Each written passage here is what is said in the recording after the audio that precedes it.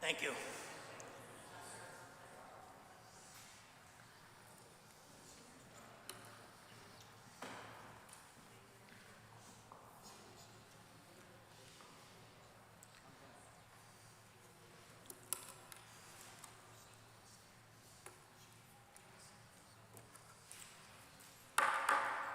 Good evening, ladies and gentlemen. We welcome you to the 2024-2025 Board of Aldermen Budget Deliberations. Today is Wednesday, April 24th, 2024, and we are continuing the department presentation portion of the 2024-2025 Aldermanic budget process.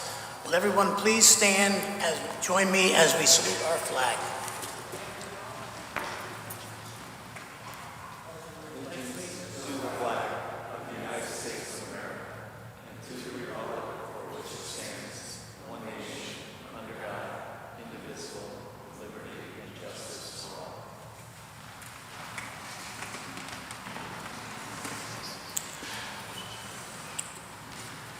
Madam Secretary, will you please take the roll?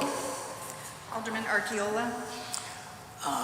Alderman Archiola would like to be excused, Madam Secretary. Thank you. Alderman Beatty. Alderman Bevan. Here. Alderman Casey. Here. Alderman Federico. Here. Alderman Fowler. Here. Alderman Healy.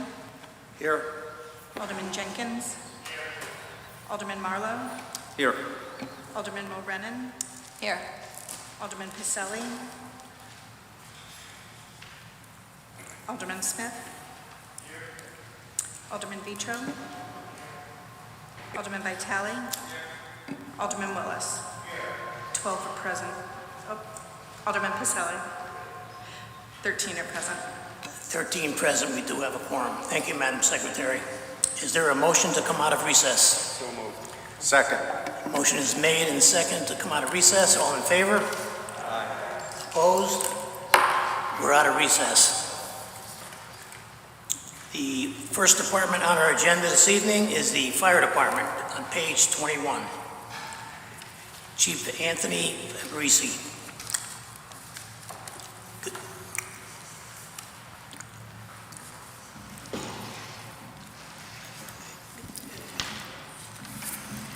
Good evening, Chief. Good evening. You could do your presentation anytime you'd like. Thank you.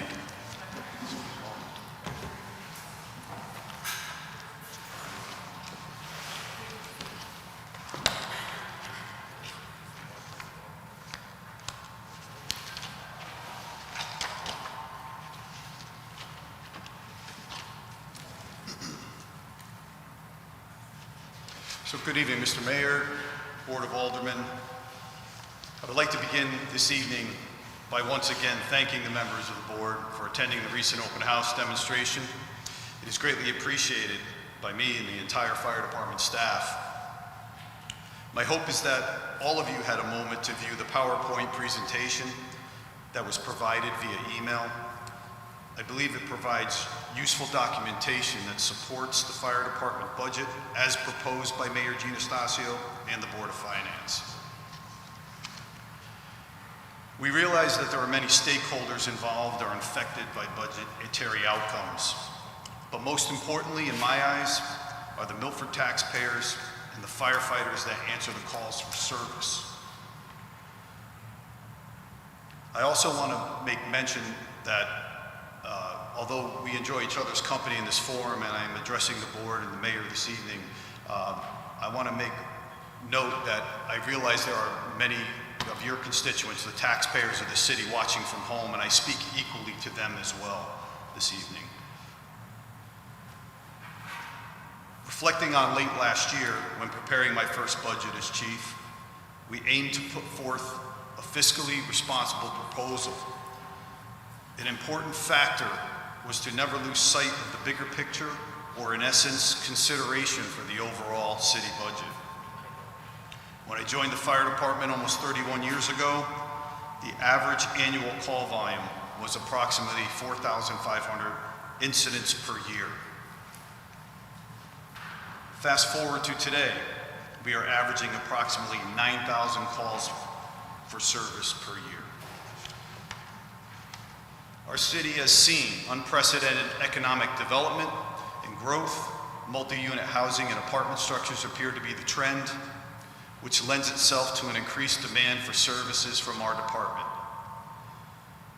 In 2016, the department took the initiative to obtain the PSA and provide patient transport to local medical care facilities. We also instituted medical billing for EMS services provided. This in turn has amounted to approximately $2.2 million in revenue for the city this fiscal year alone, thereby alleviating operational costs and taxpayer burden. Keep in mind, over the years, the scope of service we provide has increased, our training hours have increased, the amount of time our units are committed to incidents has increased, just to name a few. However, the fire department has not seen an increase in manpower since 1972. I believe it's safe to say that we are at capacity. When speaking of the budget, it is important to note that approximately 93% of the budget is allocated to meet contractual requirements, EMS requirements, OSHA and NFPA standards, and energy requirements. This essentially leaves myself and the staff approximately 7%, or $976,000 of discretionary spending to operate a Class 1 fire department. This is not a small feat. As you know, and I mentioned previously, regarding the EMS revenue, those funds that come into the fire department, we obtain 25% of that revenue, and we utilize it and invest it back into the department for a host of different uses, primarily purchase of medications and EMS equipment, apparatus maintenance and training. In addition to that revenue, we seek alternate sources of revenue in the form of grants. Since 2014, just upon a quick look back, we have been successful in procuring over $1.1 million to the department for multiple grants. We currently have 2 pending grants that, if awarded, and we remain optimistic, one of them being the AFG grant for replacement of our self-contained breathing apparatus that all firefighters employ. That would be in the amount of $853,000. We also are pursuing a Marine grant to bolster our Marine units. As you know, taking care of the shoreline and responding to emergencies on the open water. Our Marine units are utilized often through the warmer months. That grant is in the amount of $155,000, and once again, we do remain optimistic, and as time will tell. In addition, we are fortunate to have very charitable local business owners, and in just the past few years, we received donations in the form of equipment totaling over almost $29,000 from local business owners who believe in investing in the fire department and supporting us in our mission to the city. We are grateful.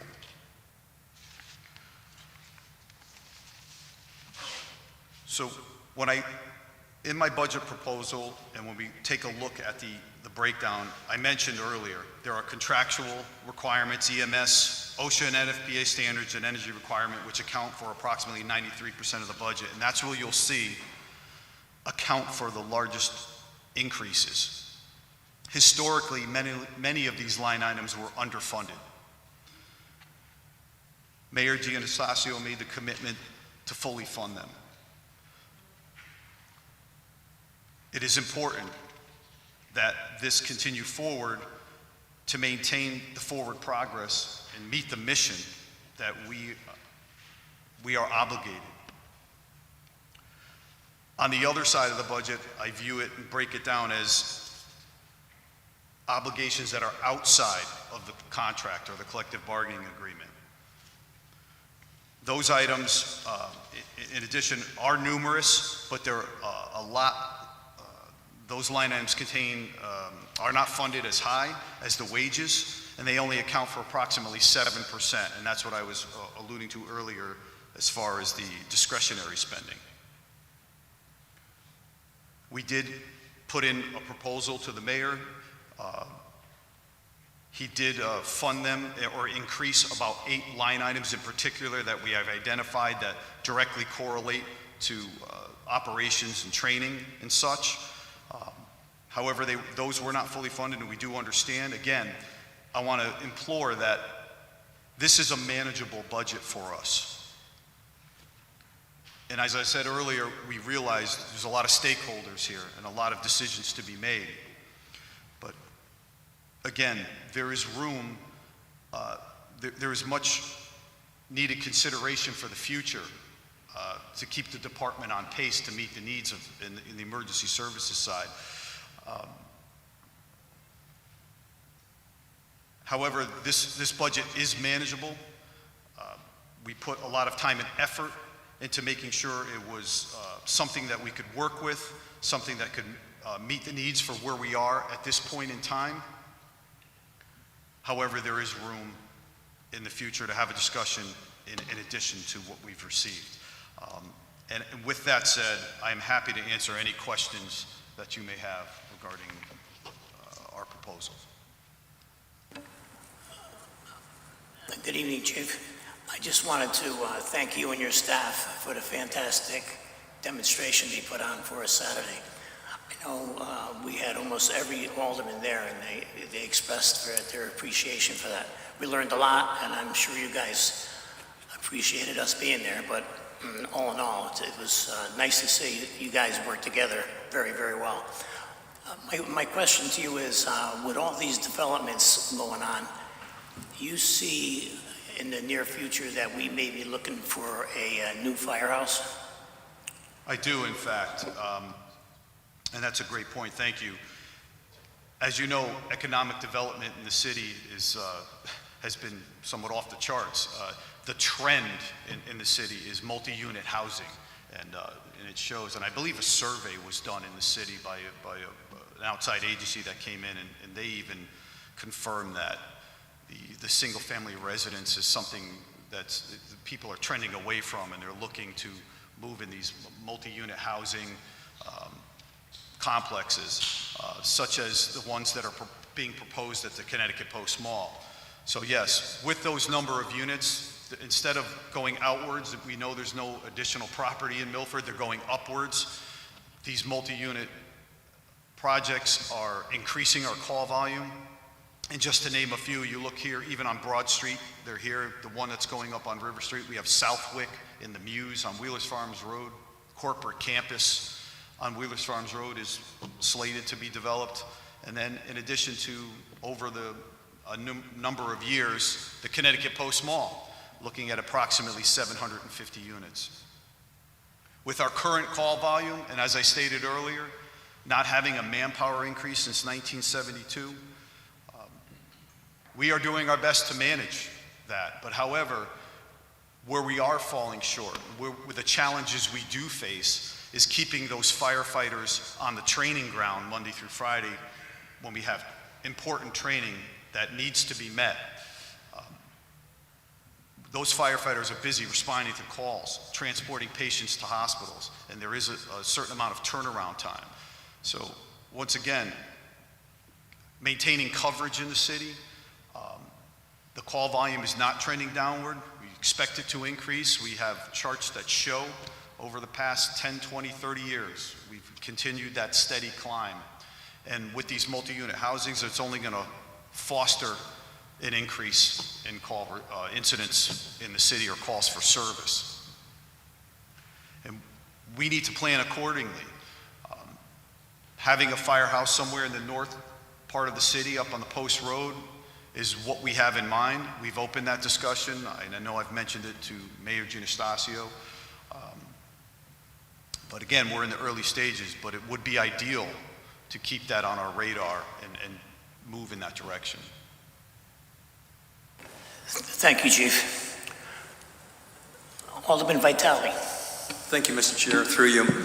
Chief, and your guys, thank you for what you do. And that, as I said the other day, I think I commented on Facebook that the demonstration was superb, and, you know, a little bit of knowledge about what you guys do goes a long way. But just piggybacking on the Chair's comment, when the development is getting set in its early stages, especially at the post, is there a possibility that communications begin to develop with the developers to know and to create your concerns, communicate your concerns to them, that maybe a substation, or I don't know what they, you know, we know a substation is a police department. I don't know what they call it in a fire department, but to have something there in case, because the units are going to be astonishing over there, and it's going to be one of those co-op city kind of things, and it's going to be overwhelming. So I kind of think that early on, your vision of having a firehouse somewhere in the north end, but to have these developers and to help with that cost, and maybe that would be an encouraging and an inviting kind of way to get tenants or buy into that project. Through you, Mr. Chair, Alderman Vitale, thank you for your question. And yes, we had arranged a meeting with the attorneys who represent the owners or the developers of the Connecticut Post Mall project. So a meeting was held, a discussion was had, in fact, to put our concerns on the map, because just because of the size and scope of that development in particular. Now, I'm not saying that Centennial developers, the owner or developer of the mall, should be the only entity culpable for a fire station. We should look to the other developers that are putting up these multi-unit housing projects and implore to them as well that they should have some culpability in the fact of providing emergency response, that their units they are building are going to further tax the ability of the fire department to meet the need of the people that are housed in these developments. So again, yes, that conversation was had. I have not received any form of firm response, if you will, but I think it was a good first discussion, but I think we have a long way to go. And I thank you for that, and I think that discussion and communication needs to go on and be persistent in your approach. Okay, thank you. Thank you. Alderman Marlowe. Good evening, Chief. Again, as everyone has said, thank you for your presentation the other day on Saturday there. And following up a little bit with the questions that were asked, my question is more of manpower right now. How do you have, in the staff that you have right now, do you see retirements coming up, and how are you finding people that want to be the firefighters to replace those people, especially if we're looking to add another station at some point in the future? I know in past presentations from the fire department, with the budget, they said that they were having trouble finding people that wanted to do this. Are you still seeing that's the case? Yes and no, and let me explain. So, in regards to the manpower and retirements, I'll address that first part of your question. Yes, so we have, to what we know, we have 3 retirements pending this year that I know of at the moment. However, if you look in the recent years past, so say the last 5 to 7 years, we've had an unprecedented turnover, one that to the likes I have not seen in my entire almost 31-year career. We went through quite a bit of personnel we lost through retirements. And there was a host of factors that drove that, and the pandemic was one of those driving factors. But once again, the only downside is that we lost a lot of experience. Those firefighters that were here, those senior officers, they're not just a badge or a replaceable figure. They are people who have and obtain multiple years of service with the city. They're invested in their career. They're highly trained, and for lack of a better term, they're highly valuable to the department and the people that we serve, just from their knowledge and their experience and with the city of Milford. Some we lost to neighboring departments, some just outright retired. But again, we are now starting to see a trend of the younger firefighters are coming on the job and leaving not shortly after, within the 1, 3, 5-year range, which is deeply concerning. And it's a problem across, I would say, the nation, for that matter. It's not unique to Milford. But once again, why is that? It's because the historically, firefighters like myself and my partners here, we came on the job and looked at it as, I'm signing on as a commitment for a career to the city of Milford. Whereas today, because of the pension structure, and I know that's another conversation, those factors have somewhat, if you lack of a better term, watered down their desire to remain invested in the city. So on that part, that's concerning. But as far as recruitment, your question on recruitment, are we seeing reasonable candidates signing up? We have seen in the past couple of years, it did slow down during the pandemic, but we have seen quality candidates and a number of candidates signing back up to take the position. We have a rigorous testing process here in Milford, one of which we are known for across the state, by the way. And it shows, because when we send our recruits to the fire academy, we receive nothing but accolades. They're doing a great job. They are typically squad leaders in their specific groups. They graduate at the top of their classes. Many of them have been received specific awards that are only awarded to one recruit throughout the entire academy class, and I think Milford is a recipient of most of those awards. So our testing process is working. Our selection process is working for the most part. So we'd like to continue on that trend. But once again, recruitment, I'm seeing a step in the positive direction. Retention, I'm more concerned about at the moment. Thank you, Mr. Chairman. If I could ask another question, if you could maybe explain a little bit about, I know that you had mentioned it as well, a Class 1 fire department, and I wonder if you could just expound on that a little bit as to what that really means and what the benefits are to the city of us maintaining that. Certainly. So the Class 1 rating is instituted by the Insurance Services Organization, which stands for the ISO. That organization classifies fire departments on a scale of 1 to 10. And of the approximate 48,000 fire departments in America, there are only about 475 Class 1 departments, and Milford is one of them. So it was certainly in the top 1%.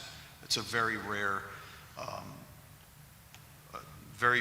certification to receive in the fire service. So we wear it proudly. Again, and what that amounts to is private residents, commercial businesses, obtaining insurance for their properties.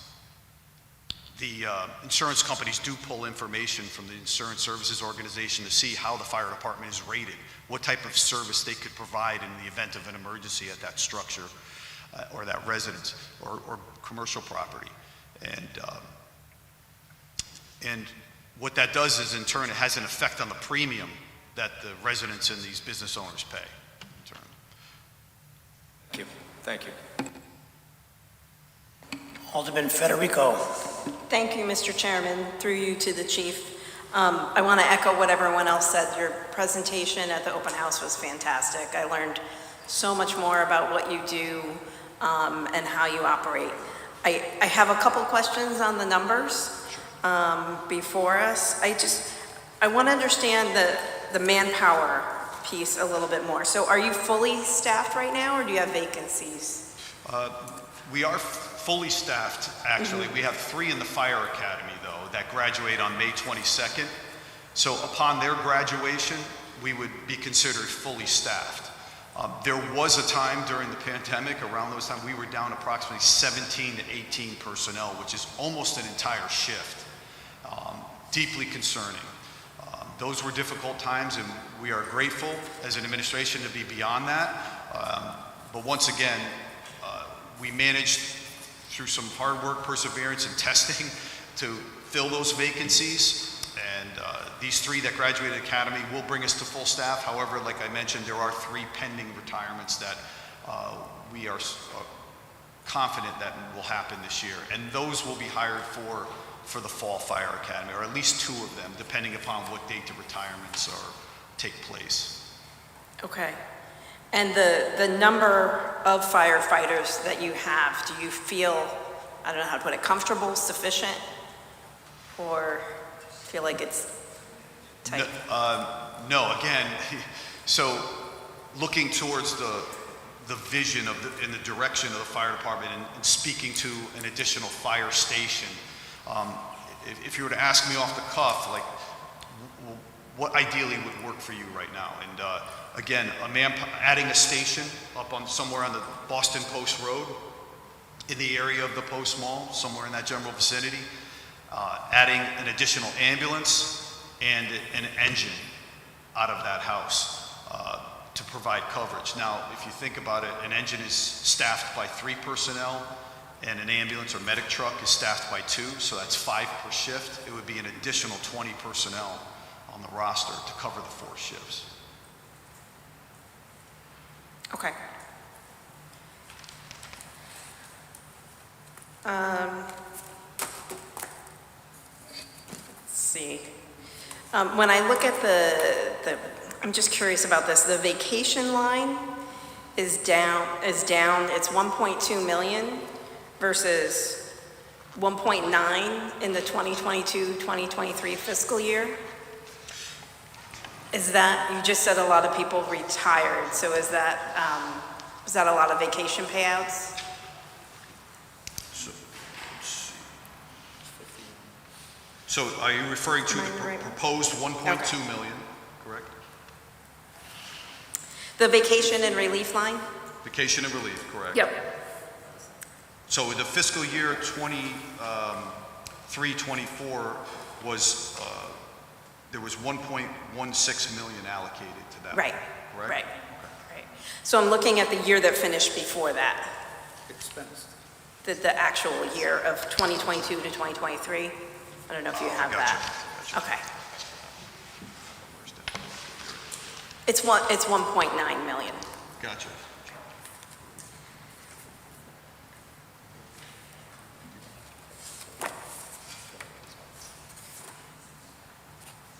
Right, okay.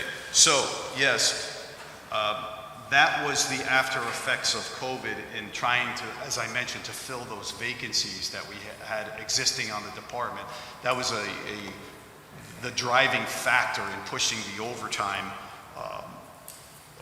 or the vacation relief overboard on the wages side. We were trying to compensate for those vacancies and had to backfill and hire back personnel. Keep in mind, our collective bargaining agreement holds us to 25 personnel minimum manning. So we have to keep 25 personnel on duty every day or every shift. So if we fall below that number, we have to hire back and fill them. And when you're down a certain number of vacancies, that's a driving factor. That overtime or those hire back firefighters are the driving factor in increasing. Okay, okay. A question on the educational supplement line. It's up 100,000 versus the current year's budget. Does that have to do with more firefighters in the academy, or? No, technically, that line item was historically underfunded. Okay. So, again, to Mayor Gianastasio, recognizing that, coming up and meeting the collective bargaining agreement. Okay. Fair enough. I'm sorry, I'm just curious about this one, the scuba supplies for Yes. 10,000? Yes. There hasn't been actual spend in that? Is that something that you think you're gonna spend this year? Well, historically, we've had a dive team on the fire department. And with retirements, with COVID and shutting down certain aspects of the ability to train in certain areas and with certain people at that time, the dive team was kind of put on a moratorium. So again, it's very difficult to manage and reactivate the dive team on that $10,000 budgetary line item. But however, it's a decision moving forward that has to be made. We are strongly considering that. It's one that hasn't been decided upon as of Okay. yet. Okay. On the vehicles and equipment, there's 40,000 there, and again, that's an area where there hasn't been any actual spending, so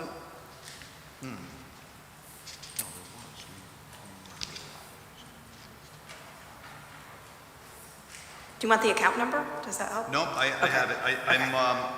So we did spend that money. We purchased 2 vehicles. That was at $25,000.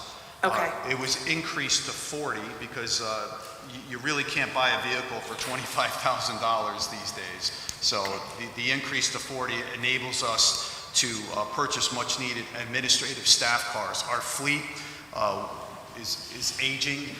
Thankfully, we did purchase 2 newer Ford Explorers the end of last year for the administrative staff. However, much of our fleet is well over 50,000 miles on the average miles, or higher, or much higher. And we're trying to play a little bit of catch up there. So Okay. the increase is what you're seeing, is to try and get back on pace with the replacement of those vehicles. Okay, totally fair. So what does 40,000 buy? So again, for instance, our fire marshal's division, they have cars they utilize, and they go out and do inspections. And what we can purchase is, there's not to name brands, but Ford has a vehicle, for instance, Assistant Chief Rabel, who handles our apparatus and vehicle procurement. We were looking at a specific vehicle. I think it's called a Ford Maverick.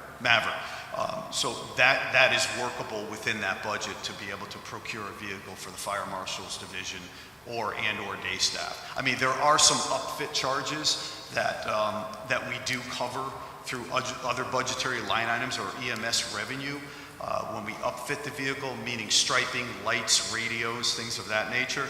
But getting in the door and increasing that specific line item to purchase a vehicle was our goal, at least to Okay. get to that point. Okay. And the vehicle equipment repair, that kind of became apparent when we had the open house and you have a lot of vehicles Right. Yeah. I have that some. have been around for a while. Right? Yeah. Right. I have some notes on that, and if you bear with me, I'll just. Yeah. So.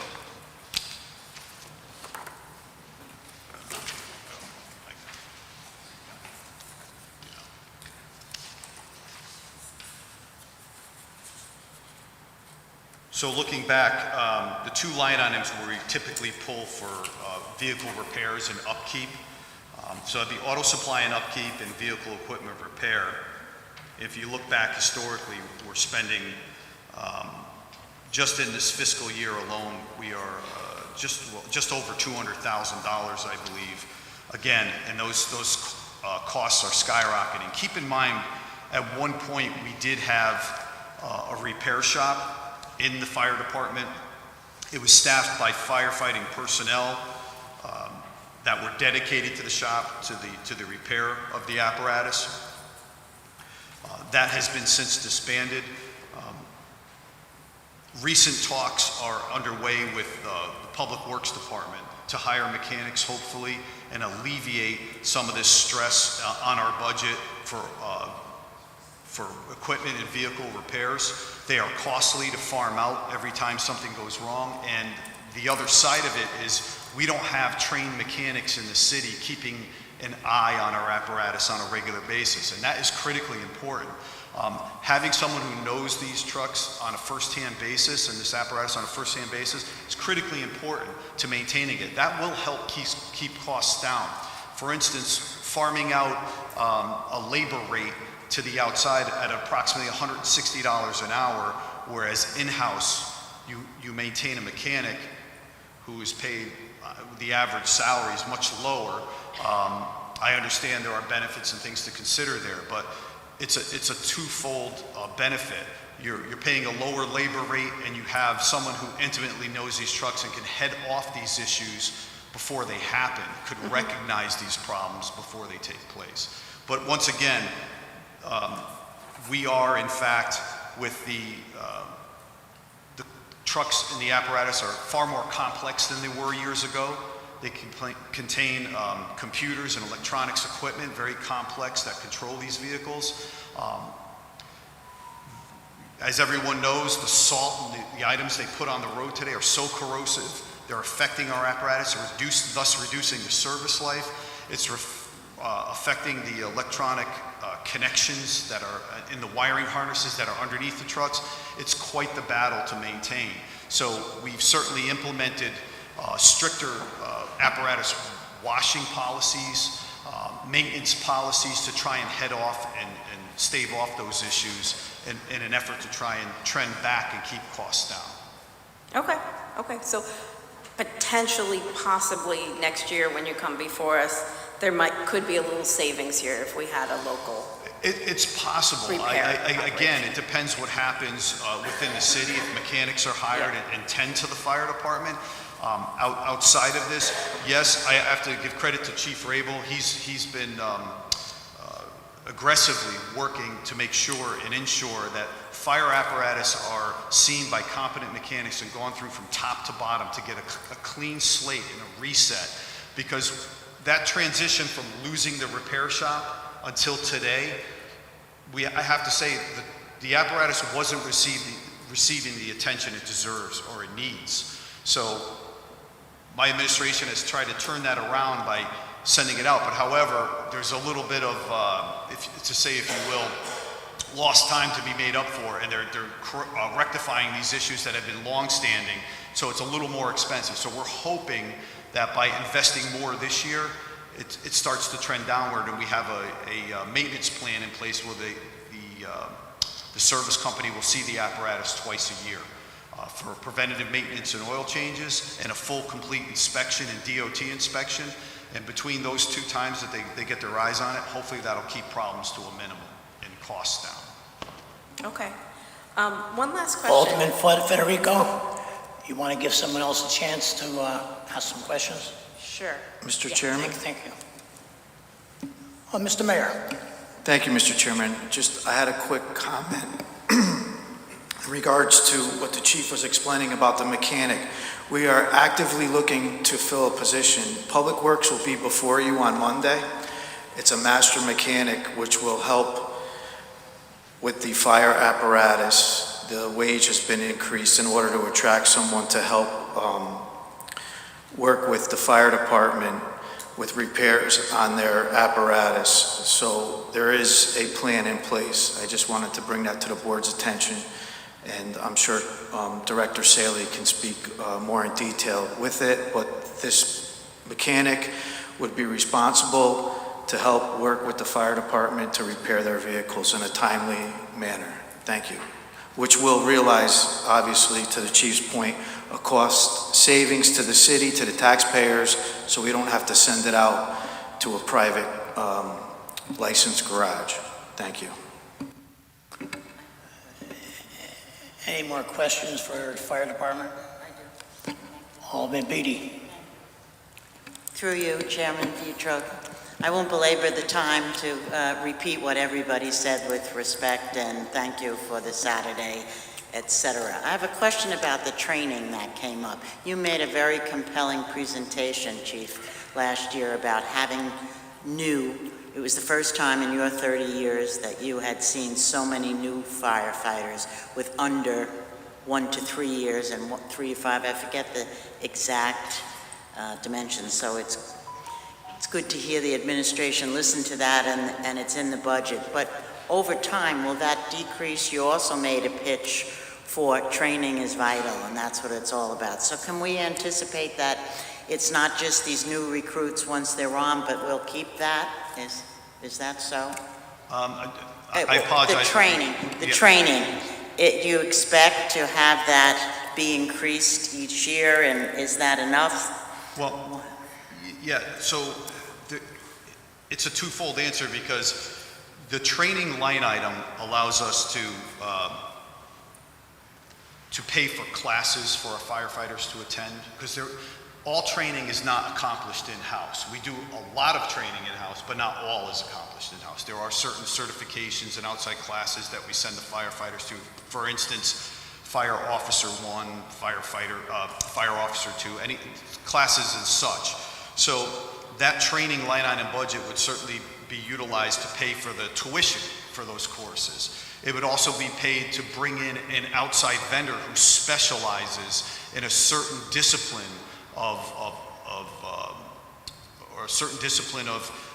or skill set, if you will, regarding pertaining to emergency response, such as confined space or trench rescue. These are the type of scenarios that it takes time to train your staff in-house to get to a technician level to be able to train all personnel. So sometimes we do rely on bringing in an outside vendor to provide some training. That's what the training line item would support.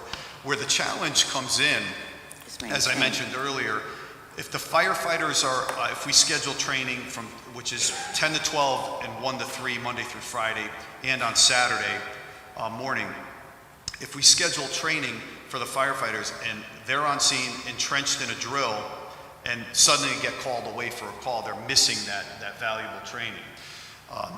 So how do we solve that? Again, one of the only ways is to hire back a coverage company to handle some of those calls and alleviate the commitment on the on-duty personnel so that they may get through this necessary training. That in turn affects our ISO rating and a lot of our training records and our OSHA and NFPA requirements. A lot of this training is mandated through their those rules and regulations. We have to meet those standards. So again, keeping the firefighter on the training ground, it's also the support on the wages side, which would allow me to hire back coverage. Is there other alternatives?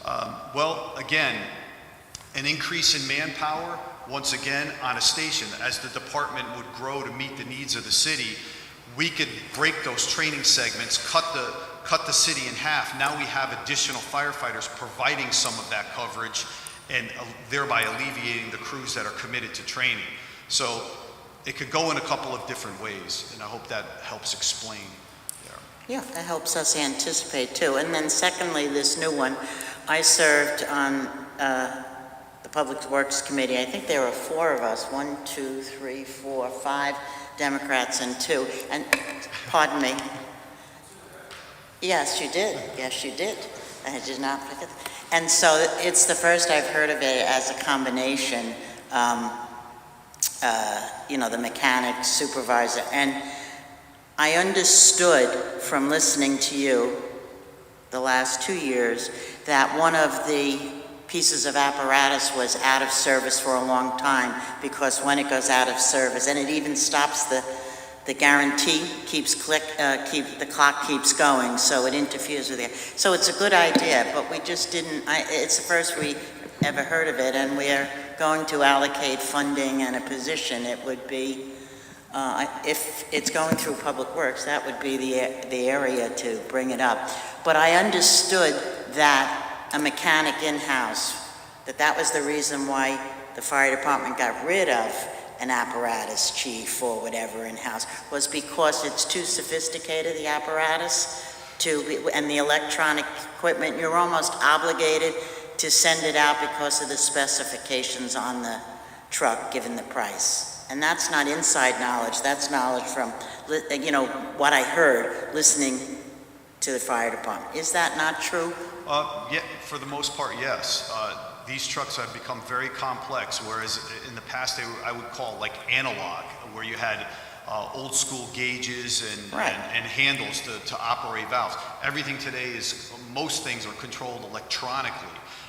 So it's much more complex. You need a highly trained, competent mechanic who came up in the trade to be able to provide service for such complex vehicles. So I do think it's a wise move that we moved away from the in-house through that promotional process and went to the outside for service, but it would be beneficial if we utilized the city mechanics, again, from a cost perspective, I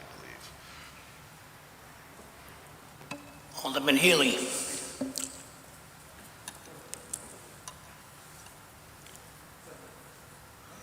Well, you had your hand up first, so. Let's not fight, boys.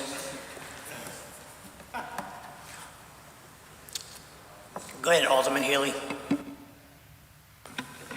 Chief, I'm looking at the overall number of personnel, and I did want to comment, all of us enjoyed the presentation that the fire department put on, and myself and Alderman Jenkins being representatives from the Board of Aldermen to the Fire Commission. Certainly have learned a lot going to the meetings and seeing the interactions between the commissioners and your senior officers and staff. It's been very fulfilling. Across the spectrum of your employees, everyone is a certified EMT? That is correct, yes. Okay, so including all your senior command staff, everyone maintains that credential? We do. Okay, and of that number, how many are paramedics in the department? Currently 22, I believe, and we have 3 more in paramedic school. 21, Giovanni, I'll be ready by Friday. He's number 22. Okay, yeah, so I'm jumping the gun by a few days. So there's 21. We have another firefighter who's completing his paramedic precepting the end of this week. So he will be certified. He will make number 22. And then there's 3 additional personnel in paramedic school training, which is about a year plus of schooling to obtain that certification.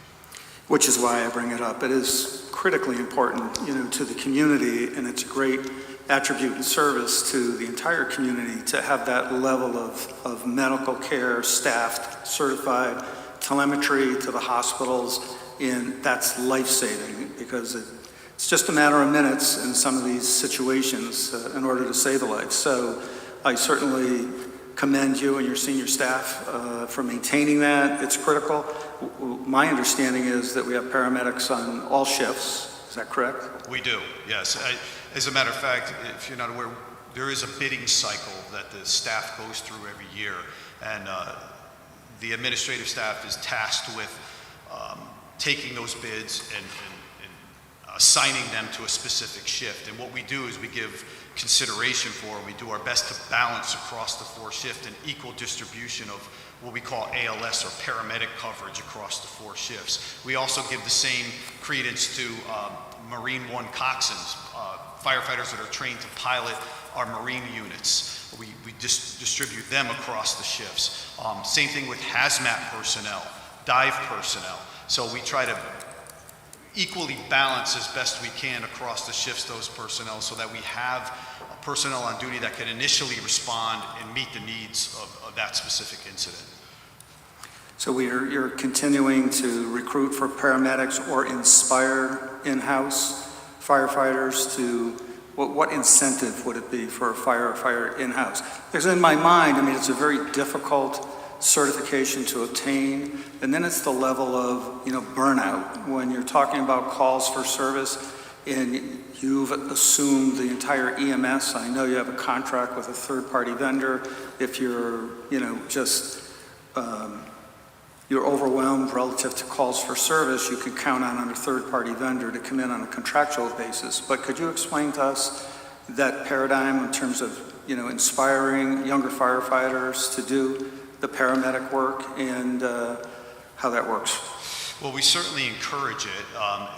One of the biggest factors, as you know, is compensation. There is a generous bonus structure in our department. I think it's the top in the state for paramedics, and that was mostly in part due to the board approving that, and we are grateful for that. That retained our paramedics and made them come back to want to do and continue the work in the city. So there is the financial component as a driving factor for the paramedics to sign up and do the job. But I think a lot of them, if you talk to them, it's equally their commitment to service to the city. It's their pride. They want to do a great job. That's where we are saving lives. If you look at the statistics, as we mentioned, we hold a yearly award ceremony, which we'll be planning another one soon. And last year, the head cardiac surgeon at Yale caught wind that we were doing an award ceremony in Milford, and he himself said to whoever he was in conversation with, said, "Hey, can I attend this because I have to speak. I feel compelled to speak to the work of the Milford Fire Department, not only their paramedic service, but their EMTs as well. Let's not lose sight. there's a saying in the EMS industry, BLS before ALS. So the EMT takes charge, and then the paramedic comes in and sets up the IVs and takes that advanced level of care for the patient. But they both are synergistic and they go hand in hand and are equally important. But once again, this cardiac physician was felt compelled to come down and speak to the quality of care that we provided, the number of lives that have been saved, and not only in this short amount of time that patients have been resuscitated. He spoke to how astonished he was. He says it's not only stands out within the state of Connecticut, we stand out in the nation. So once again, that's an amazing compliment, especially me as a chief and Battalion Chief Murphy here as our EMS chief and the assistants. We wear that with pride, and I think our firefighters should as well. Even though they're very humble, they really do have a profound effect and have saved numerous lives over the years. And In that vein, Chief, is there the competitiveness?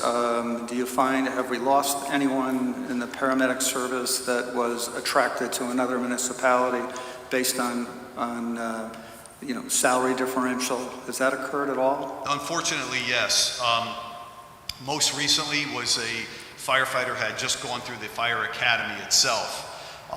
He in turn, once he graduated, he had already been on the list for a department, nearby department, and shortly thereafter, only a couple of months, I believe it was, maybe not even, he resigned and went to that department. So unfortunately, the downside is, we look at it, we paid for that firefighter to send him to school. Now, he did come in with the paramedic certification, but however, paying for him for recruit school and the investment in gear and time and effort that we put into, we lost him to a neighboring department. What I did do as chief, and I implored, I reached out to state representatives, James Maroney, Kathy Kennedy, and asked, I said, there is, in fact, an ordinance, or excuse me, a state statute that exists that protects police departments from such poaching, if you will, from another department. So if that firefighter elects to leave, or if that police officer elects to leave and goes to another town, that town that hires him is now culpable for 50% of the investment of that the city had in that police officer. And I implored to the state reps, I said, could you please get this adopted for fire, because we're dealing with the same problem here. And they absolutely agreed, got on board, and I know it was presented or it's on the docket, but I did hear as of late it hasn't gotten the traction we were hoping it would. And again, we're just waiting to hear where we end up with that. Okay. I, for one, was a beneficiary of training here on the Milford Police Department, and then left and went to the State Police Department. So I'm familiar with the statute, and I know exactly what you mean, which is, why I bring it up. We want to retain good people, in-house here. And I've noticed on page 52 of the budget, under training expenses, the request was for 70, and the approval by finance was 50. You're down 20. Is there any impact to this level of training that we're talking about, or is that other training? On page 52, yes, operational expenses? Right. So again, our training budget previously was $35,000, and it's one of the lowest in the area. Yep. Again, which was deeply concerning. It was really tying our hands. So the increase to the 50 is an improvement. I know we did ask for 70, and that was what we were shooting for. Again, just to get us in a reasonable range to be able to manage the training and make sure the training needs are met of the department. Again, I don't want anyone to lose sight. While ideally the 70 would be ideal, the other side of it still is that wage component is the challenge. It's the challenge for us to keep these guys on the fire ground, because I could spend $10,000 or $15,000 to bring in an outside agency to perform training with our firefighters, much needed training and required training. However, if they're being pulled away and sent out to calls, and I don't have the wages line items to support that training, I am then coming back to you at the end of the year saying, well, we didn't meet the training needs that we would like to have. Or, once again, if I do hire back to protect that increase that you would provide in the training line item, I'm going to come back in a deficit on the wage side. which I don't want to do. Again, as I compelled to you, we're trying to be responsible stewards of this budget, but it's a finely balanced act to meet and check all these boxes. Well, we were all witnesses at your demonstration relative to a full emergency medical situation, a multi-vehicle crash with extraction of a dummy, burn on a vehicle fire and suppression. And that level of training, negates a lot of time and equipment, but it's necessary. So I'm not abashed to you asking for, the funds necessary to maintain that proficiency. And my last question would be, could you give us an overview? I see emergency management. So that's another very, very important component of the operation of the fire department, and your interoperability with the other agencies who, in the case of a natural disaster or other, would be put together under an umbrella, an incident command system, and it would be, dutifully tasked across the operational aspects of fire, police, health, public works. If you could just cover a little bit of that, that would be great. Because I'm not seeing necessarily you have the funding for that full program. Right. As you may be aware, I have an assistant EMD I work alongside of, and his salary is covered by, I believe it's Region 2 funding. The EMPG grant covers his salary to maintain it. He is just a tremendous asset to our department and takes a tremendous amount of the load off of me so I can tend to my duties as chief of the department. But however, we work hand in hand on emergency management. And as you said, there's a lot of facets to it. We work closely, we fall under Region 2 in the state. We work closely with them to be a good partner. We are steward of certain assets that are have been afforded to us, meaning certain apparatus like our decon trailer or the animal control trailer. So in cases of natural disasters, we have these resources available, but we are the stewards of them and we are responsible to maintain them. We are also responsible for messaging, as you know, the Everbridges that go out and keeping the public well informed in these times of emergencies, and not only keeping them informed of what to do and prepare, but the aftermath of those disasters. That's where the real heavy lifting begins, is what you have to understand. When Superstorm Sandy and Hurricane, I think it was Irene, came through, it caused a lot of damage along the coastline. The emergency management division was kept very busy during that time, in addition to, I believe, city staff with getting FEMA involved and making sure that these people were made whole again and our shorelines and houses were raised and restored. So behind the scenes of this budget, there's a lot more than that you see at face value that goes on. The unfortunate side is it kind of sits idle until something catastrophic happens. And that's the thing. And as a chief, I always implore, I'm like, I'd rather invest and be prepared than try to make up for time.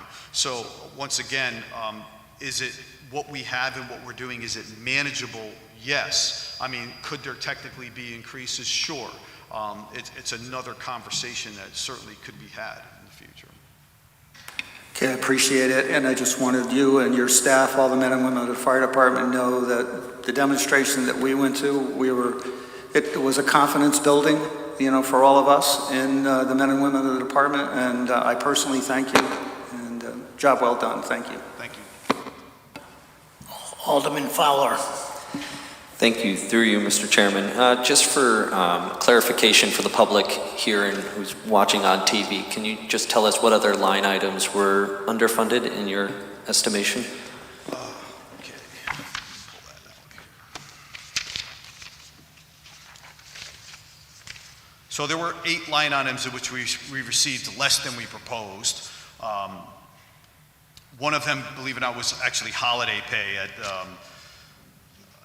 $585,000. We were looking for, it went to $600,000. So we received an increase of, I believe it was at $15,000? Yep. Okay. What did we fall short? What did we propose? 606. So we were slightly off there. Training expenses from 35 to 50, as we discussed, we received a $15,000 increase. We did request 70,000. Travel and conferences, and as you know, while that may sound maybe lower on the list of important factors, networking with neighboring chiefs or chiefs from other states are attending these conferences, and maybe Alderman Healy could even speak to this.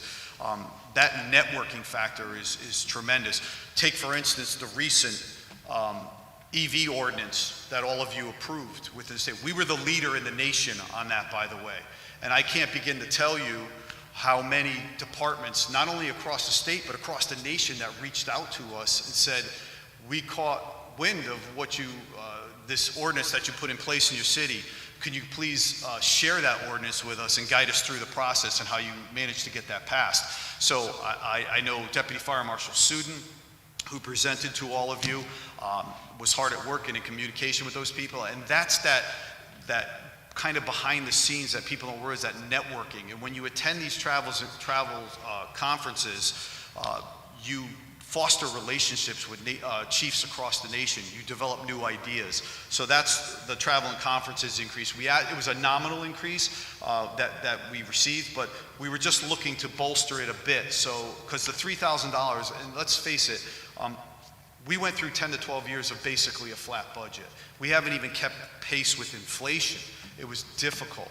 So we are trying to make up for lost time. But the challenge we face, or I face as a chief, is, again, I'm very mindful of asking respectfully and being responsible ask, and respect to all of you, the Board of Finance and the mayor, because I know there's more stakeholders involved here.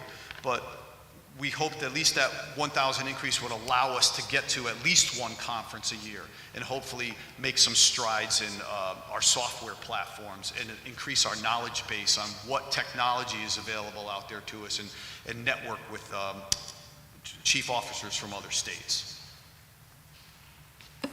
Thank you. Of course. Alderman Jenkins. Thank you, Mr. Chair. Through you, Chiefs, welcome. Thank you again for your presentation. I'd like to echo Alderman Healy's sentiments. I have learned so much sitting in the commission meetings, and very respectful and thankful for everything that you do. I just want to clarify something from my own notes, and I know you do not have a crystal ball, and it goes to some of that underfunding, but do you feel that this budget does put you in a position less likely than in previous years to be forced to come back and ask for a transfer, assistance, extra money and wages, etc.? I know it's not there's no crystal ball, but if I heard you correctly, having operated at a flat budget before, this one puts you in a much better position to not have to do that at a later date. So I would say that's true. I would say correct. However, this year is going to be somewhat of like a year of establishing that baseline understanding of where we fall. Since this is the first contract that kind of in a long time that meets those contractual obligations, it's going to be interesting to see. We did fill the vacancies, as I stated. We're a driving factor in the overtime costs to the department, and making us come back before the board at the end of the year and explain why we were in a deficit. Again, it's going to come down to a fine line of managing it properly, but once again, we are hopeful, but as you said, I don't have a crystal ball, but what I can assure you of, we will be good stewards to that money that we are afforded, and make sure we try to hit that mark as best we can. I do appreciate that. Thank you. Mr. Chairman. Mr. Mayor. Thank you. I'd just like to make a comment. This budget, for the first time in the fire department in a long time, has been adequately funded. Historically, it was underfunded, and there was a lot of transfers. So what you see before you will eliminate the amount of transfers. If we need to transfer money, we certainly will do that. But when it gets down to training, the training is very important. The chief indicated that he's had a lot of retirees. He's got a lot of young people coming in that need to be trained. And at the same time, in order to maintain the Class 1 fire rating, that requires training as well. So we're investing at the same time, we're being prudent, and I think that this is a good starting step. I think we can agree on that, and we'll see what the future brings. Thank you. Alderman Beatty. Through you, Chairperson Vitro, to the chief, and really it's to the mayor. I agree with everything he said, but tonight is not the start of it. Last year was the start of it, when we recognized we were in the majority. I'm going to say it now because there has to be clarification. We recognized that the budget was overly restricted. It did not meet contractual obligations. We worked with our finance director, Peter, behind the scenes. He explained how technical corrections, would cover that. So we actually reinstated, the whole board, reinstated, as is infamous by now, most of the education request. But in addition, the total put back into the budget was $1.95 million, with $200,000 to the fire department in recognition that they had been flat budgeted for a long time. Now this board, it was a Democratic board, but the Republican alders voted against budgets, many, year after year after year. And one time I said to one of my colleagues, why did you vote against our budget in May when it lowered taxes and funded essential services, essentially? And they said it didn't lower taxes enough. So now to claim that this is the start of it, it isn't. And we've been working toward this. Now maybe we're being stronger about it. But some of us at least recognize the flat budgeting and it needed to be corrected. So. Alderman Bevan. Thank you. Through you, I look at the fire department in two different divisions.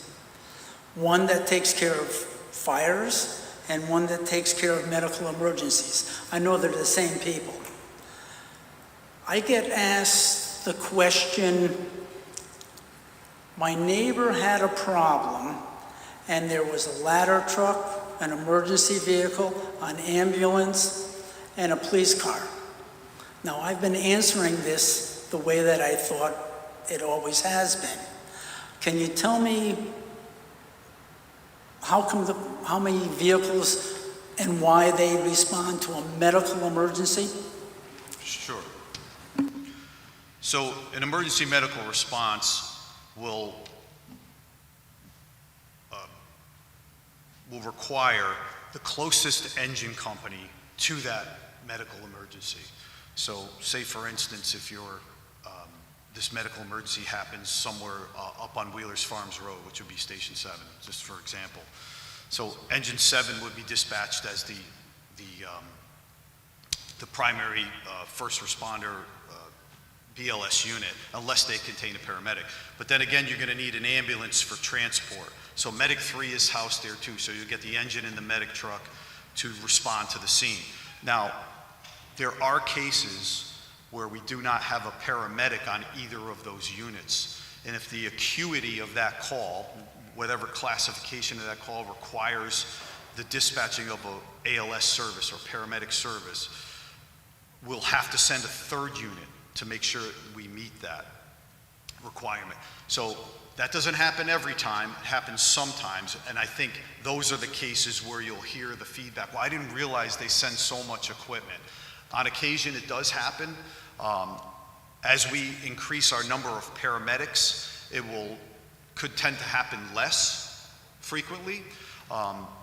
Again, we were down to a much lower number of paramedics just a few years ago, a short time ago, which presented many operational challenges in sending more apparatus to kind of meet that need. Now that we've trended back upwards with the increase in the bonus structure, paramedics have come back. They are signing up to go to school, and that's going to help over time alleviate that, sending multiple units. But it's not always a guarantee. Again, keep in mind, we are bound by the collective bargaining agreement. We have a bidding process. Those paramedics can elect to go on either an ambulance or a medic truck or on an engine company and bid the position they choose. So that in itself, from an administrative standpoint, we have to place them in their bid position, and sometimes doesn't always lend itself to the most efficient response, if you will, with lower numbers of medics. But as that number increases, we're hopeful that the multiple units going to calls will decline somewhat.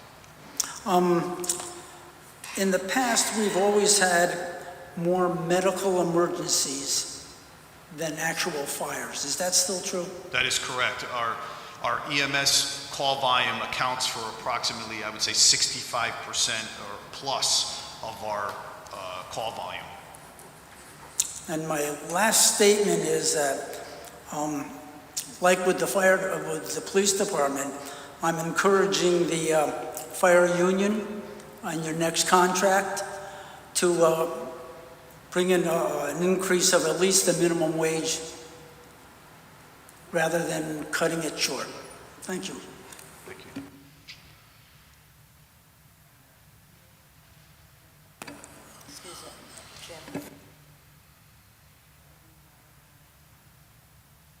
No minimum.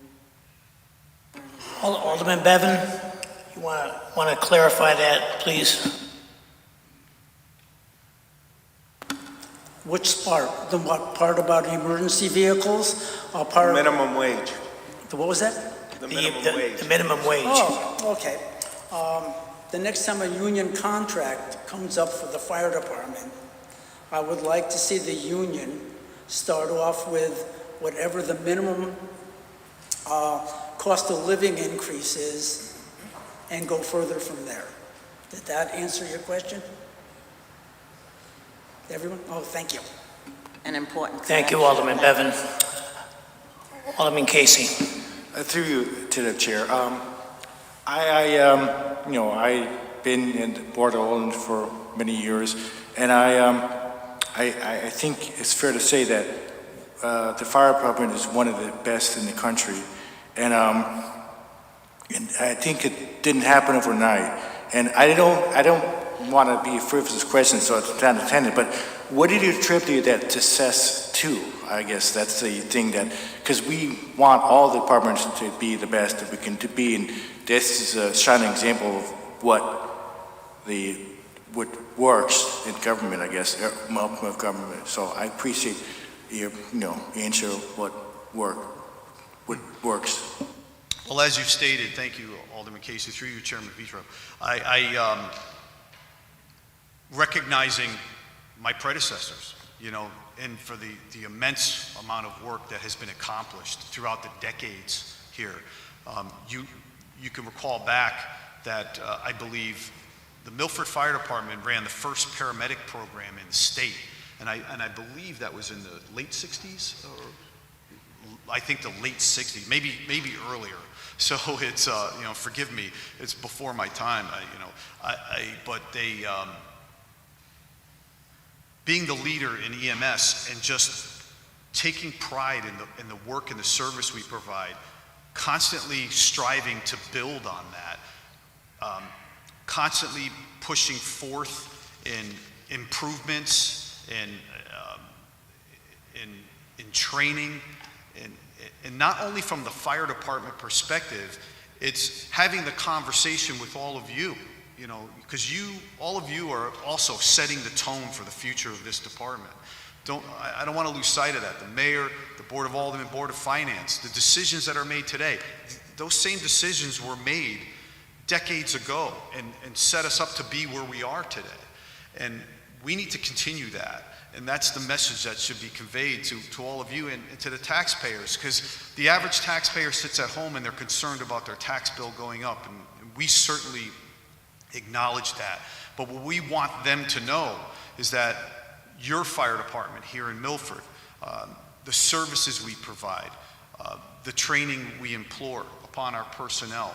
Our goal is to deliver the best service with the best trained personnel, with the best equipment in the shortest amount of time possible. That is our goal on a daily basis, and to send our firefighters home safe at the end of their shift.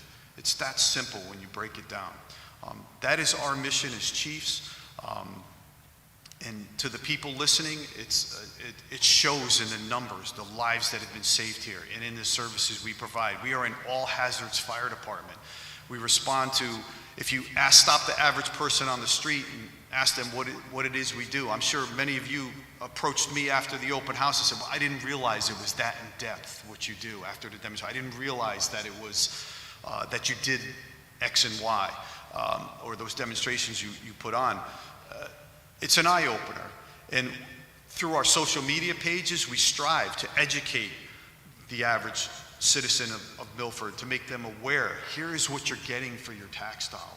It's valuable, you should cherish it, because when God forbid the time comes that you have to call 911, we're gonna be there, and we're gonna be there and try to resolve your crisis in the shortest amount of time possible and as fast as possible. So, again, to Alderman Casey, I don't know if there's a secret formula. I would just say it's decades of personnel who believe in the department, who and have worked hard and took pride in the Milford Fire Department. And again, that goes back to retention, keeping those personnel here that are invested in Milford Fire Department. I don't want a 5-year guy going to the neighboring town.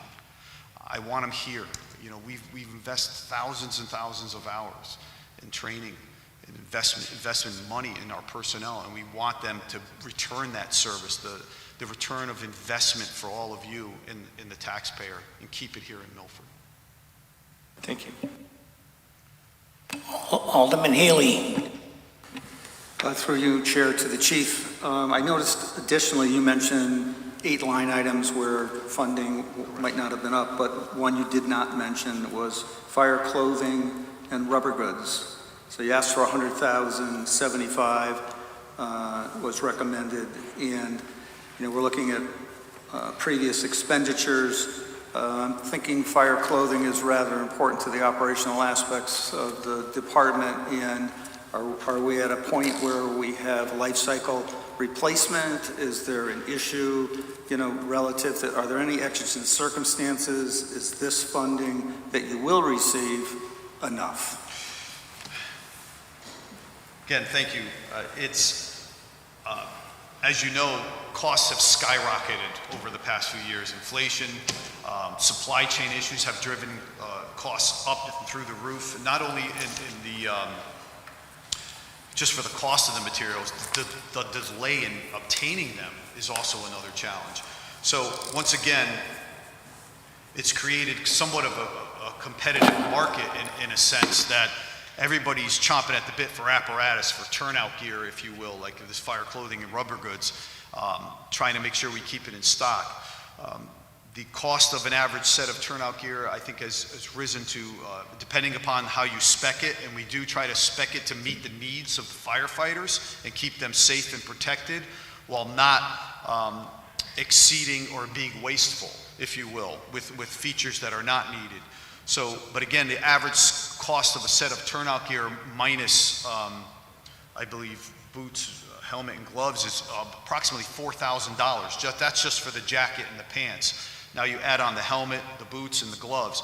And keep in mind, with the cancer preventive initiatives and OSHA standards, we adhere to 2 sets of turnout gear per firefighter. We roll out the door to a structure fire, a car fire, a hazardous material spill, and those contaminants get on our turnout gear.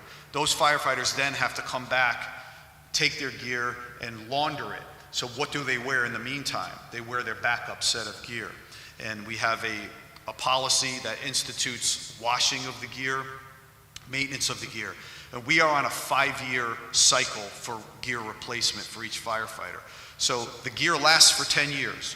A new set of gear is purchased for a new recruit.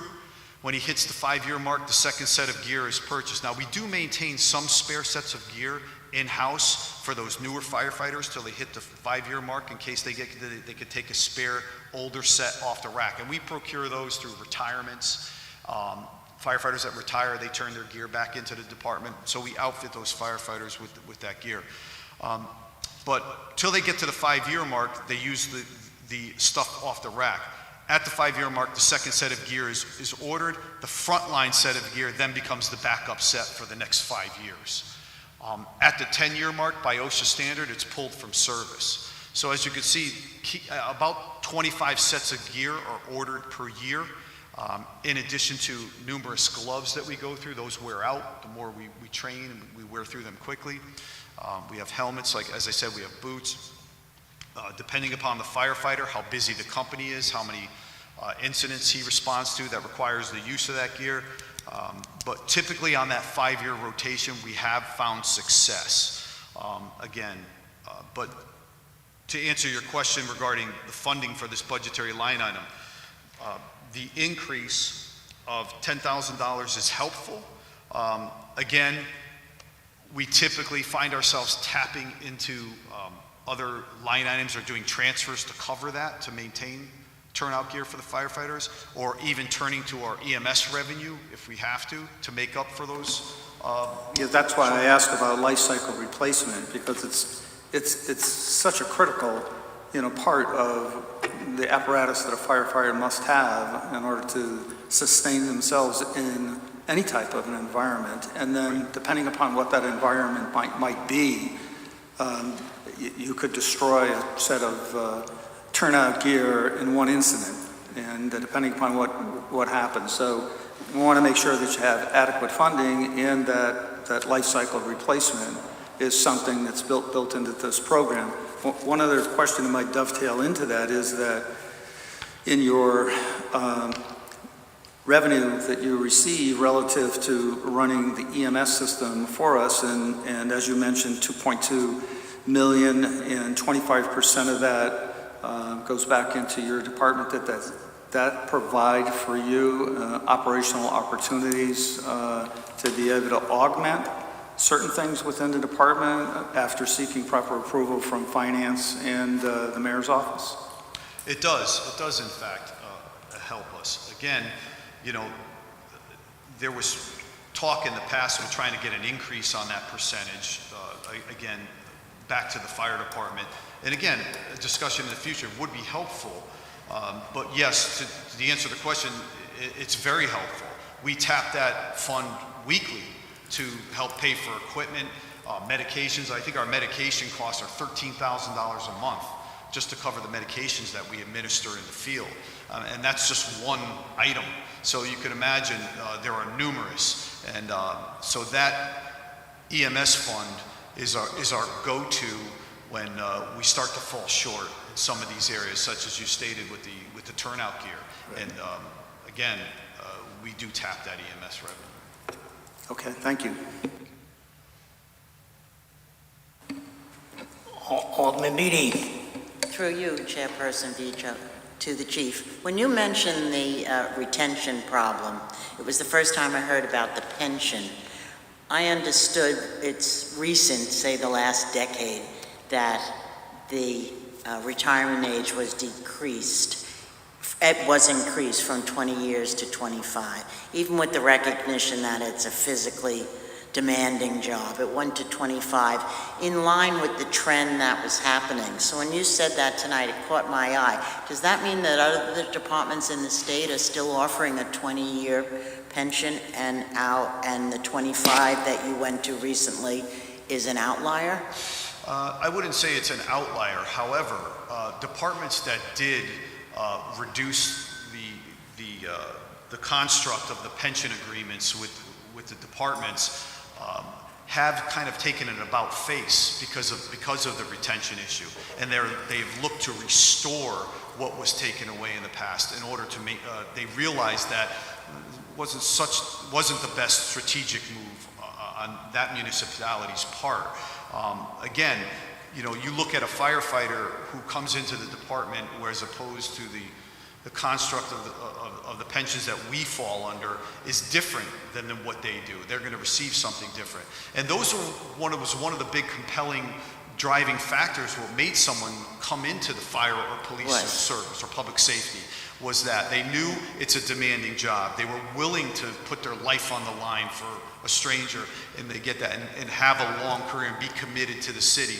But the payout in return was, in fact, that very pension. And then second, thank you, that clarifies it, because that seemed like a turnaround from what I heard. And then secondly, about the negotiated contracts, we approve those, and I think across the board, you're hearing for city services, we want to, approve what's right. And the contract negotiations, the side with management, they present data that talks about inflation and other departments and salary. So that, it's not called in that instance a livable wage, but they're asking for, and all that is calculated. So when we approve it, we know that. It's why we stay out of the negotiations, because that's a factor. And that's for police. I said that the other night for police. Is that correct? That's what the negotiating table is for, right? Correct, yes. And thirdly, there are no minimum wage employees in the fire department, are there? Minimum wage, no. Okay, thank you. Any more questions for the fire department? Alderman Federico. Thank you, Mr. Chairman. Through you to the chief. Just two follow-up questions from things that came up tonight. One is, how often do you have a firefighter who goes through the academy and then leaves shortly after? I know you had one recent, but how often does that happen? Well, again, we've had a few instances happen as of recent. That one firefighter I was referring to was a very short amount of time. He came on the job and it was gone within a month or so. However, we've had two firefighters recently as well, went to a department in state, and I believe they had 3 and 5 years respectively, approximately, on each other. And again, I do try to sit down and inquire as to why they might be leaving. There was another firefighter as well, went to, I believe it was New Britain Fire Department, and when I asked him, I did an exit interview, I said, hey, what could we have done differently? Or what is your driving or your motivation to leave? And while he enjoyed the Milford Fire Department, it was more than just monetary for one. It was the fact that it's closer to home. He grew up in that area, and I understand that. However, there was a few other firefighters that I recall having the conversation with, and it was in fact money, not only the current wage, but how they would retire in the end with a pension. It was much higher than what Milford was offering, so that drove them to begin their career elsewhere. Are there certain towns that they tend to go to? Well, yeah, I mean, there is a trend. I know we've lost a few that have retired and gone to West Haven. We've lost a couple to Norwalk.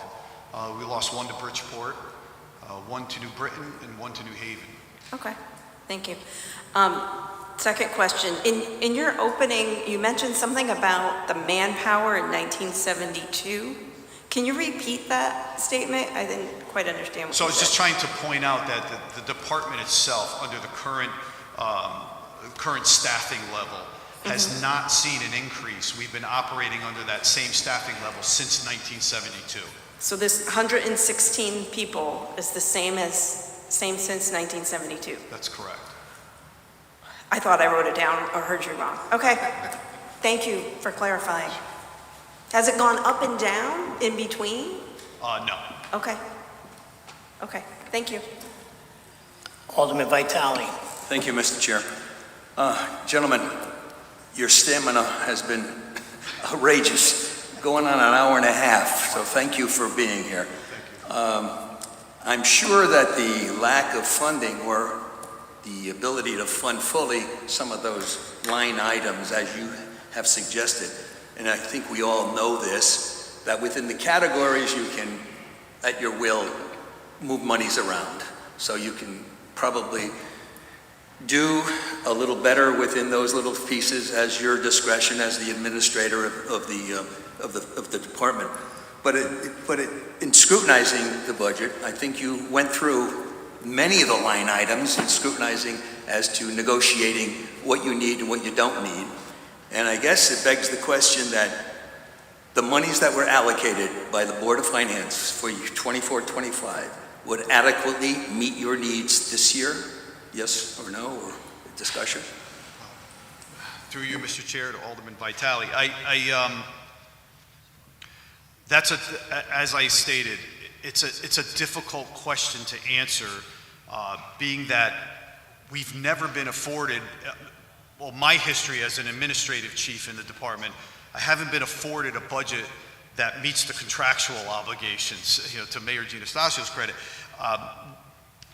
This next fiscal year is going to be somewhat of a, like I said, a baseline test to see where we end up.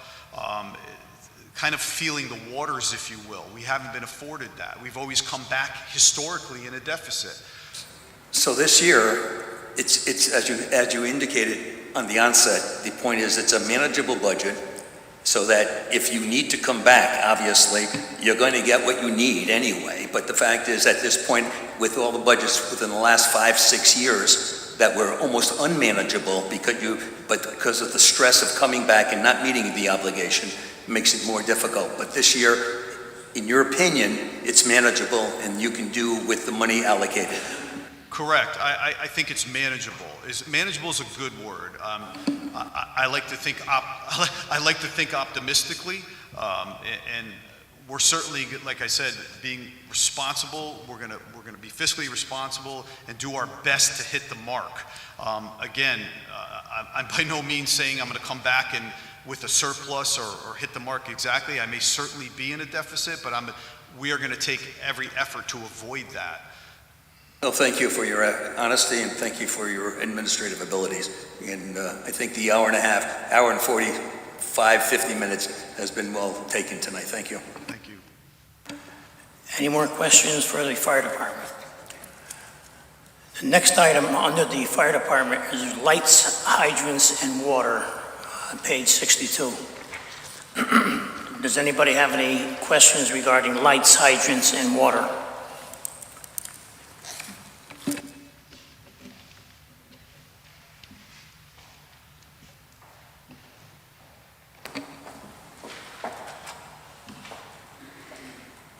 Chairman Vitro, if I may. Yes. Sir. So I just want to make a comment under the line item that says hydrant installations. I just want to point something out.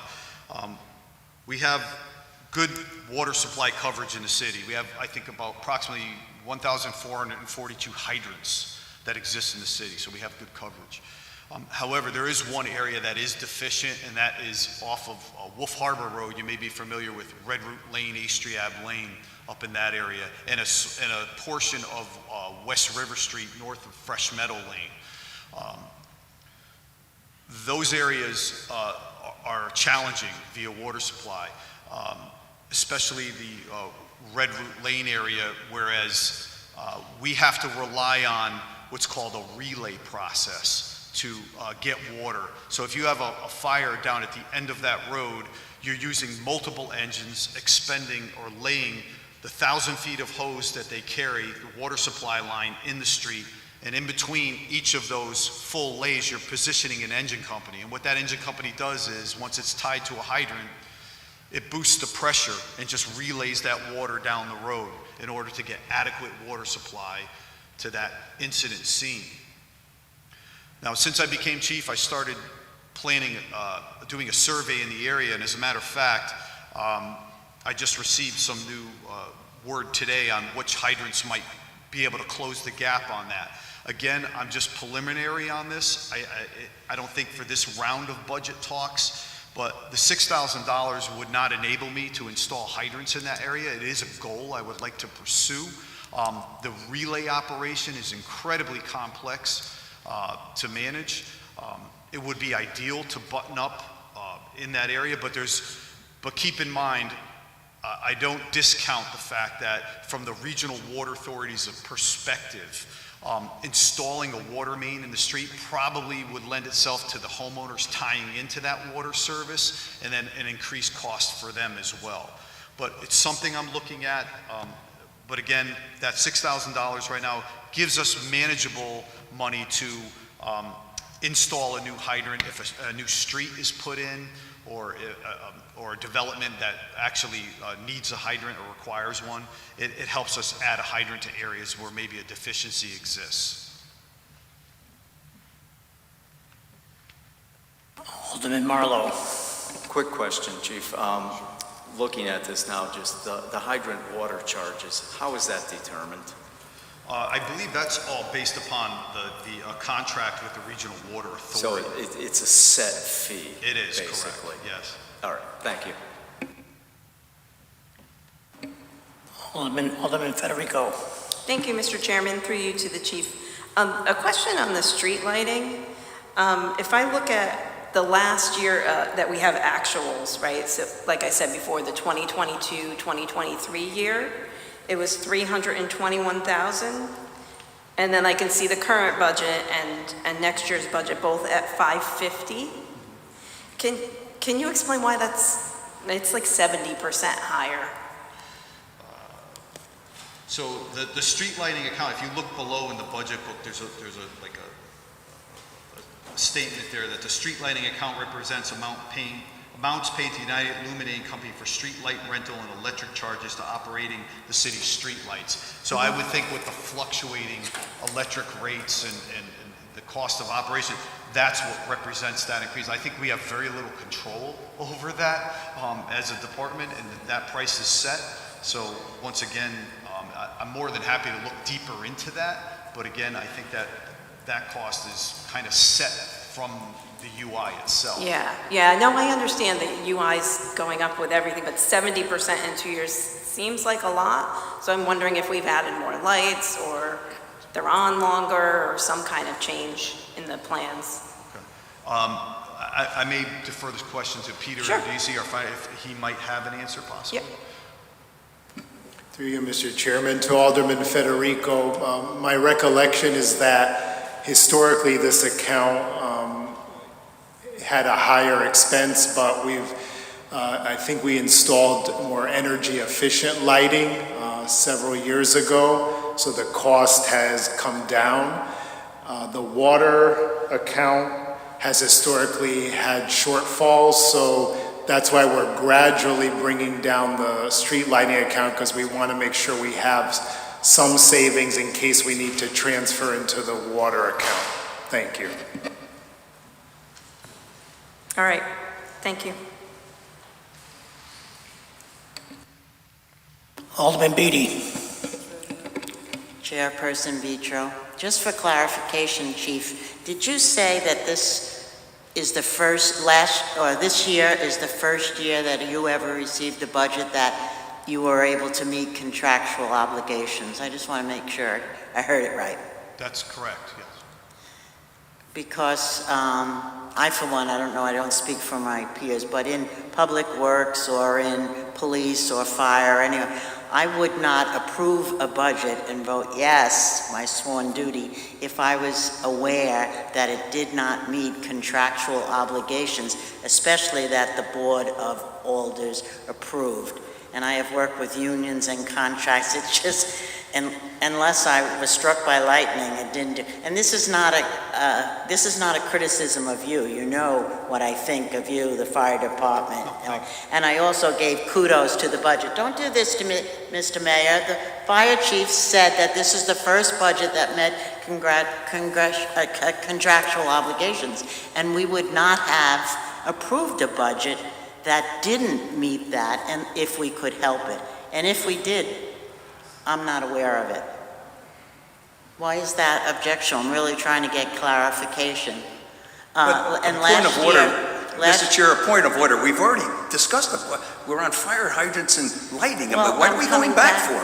I'm coming back to the last thing. I'm allowed to. Yes, well, I we're am. beyond that point at this point. Thank you. We do have an agenda that we should be following. We have people that have been waiting here over an hour and a half. We're still on fire department. Alderman Beatty. Apologize. If you're concerned about contractual stuff, I urge you to pass the U2 ordinance that's been before you for 2 months now. Ooh, I'm not. I'm really asking, did we pass a budget? Let's go back and do that. I want to make sure that I heard you right, that the budget didn't meet contractual obligations, that it was that skimpy. And yeah. it wasn't corrected. Maybe from the Board of Finance or from here. Well, through you, Chairman Vitro, Alderman Beatty, having worked alongside Chief Ito, my predecessor, again, he was the steward of the previous budgets, and I did my best to assist and understand the process.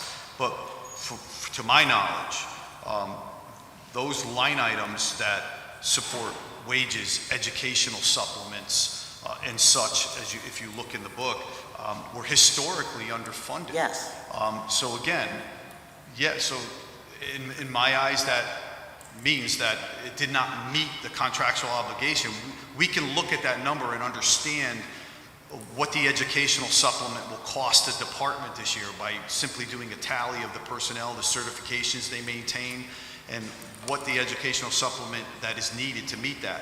And historically, I'm just picking that one line item, that was underfunded. And that budget passed underfunded and didn't, put us back here to answer for it. Chief Ito, for instance, he had to answer for that. Right.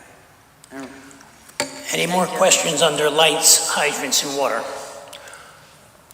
Seeing none, we'll move on to emergency management, page 58. Any questions regarding emergency management?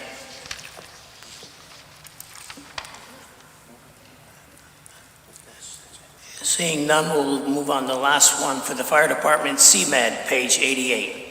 Any questions for the chief regarding CMed?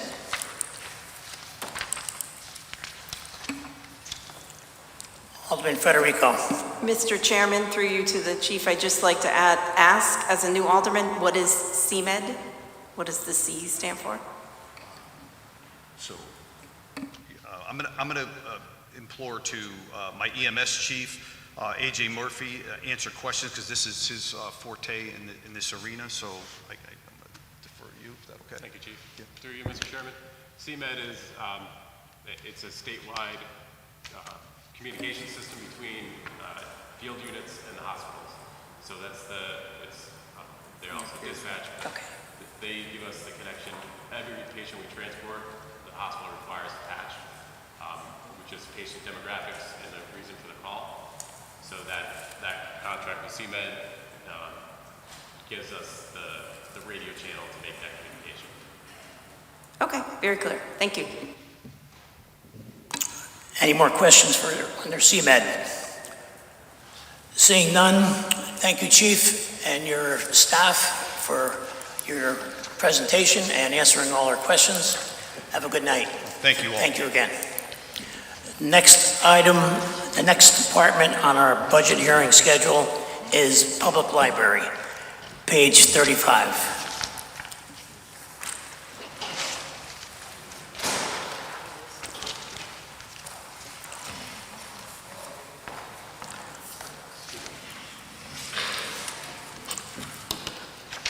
I'm going to ask all the aldermen, please try to direct your questions to the department's budgets only if out of the, because of the timer allotted. I think it's better for the presenter as well. You can present anytime you want, starting. Perfect. Thank you. So I'm Suzanne Thomas. I'm the Assistant Director of the Milford Public Library. And the beginning of this past April, and for the next couple of weeks, I am also serving as the interim director. And seated beside me is our team librarian, Danielle Valenzano. So I would like to I'll get right to it, just bring your attention to two line items on the budget. The first is programs and services. That is a new line item that we are proposing this year. Currently, our Friends of the Milford Public Library, they are our 501c3 fundraising group. They provide the funding for 100% of all of the programs. That's programs for kids, for teens, and adults. In 2023, they provided funding for 537 programs with over 12,600 people attending. So to me, that is a core service. Our programs we provide have become a core service.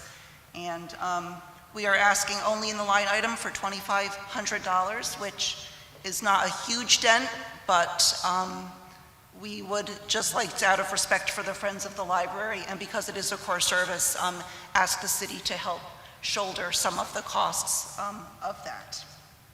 In addition to programs, our Friends also provides our museum passes, which circulate the Museum Pass software, and they provide the subscription to the Library Speakers Consortium, which is a series of 3 monthly online author talks that the Milford Public Library participates in.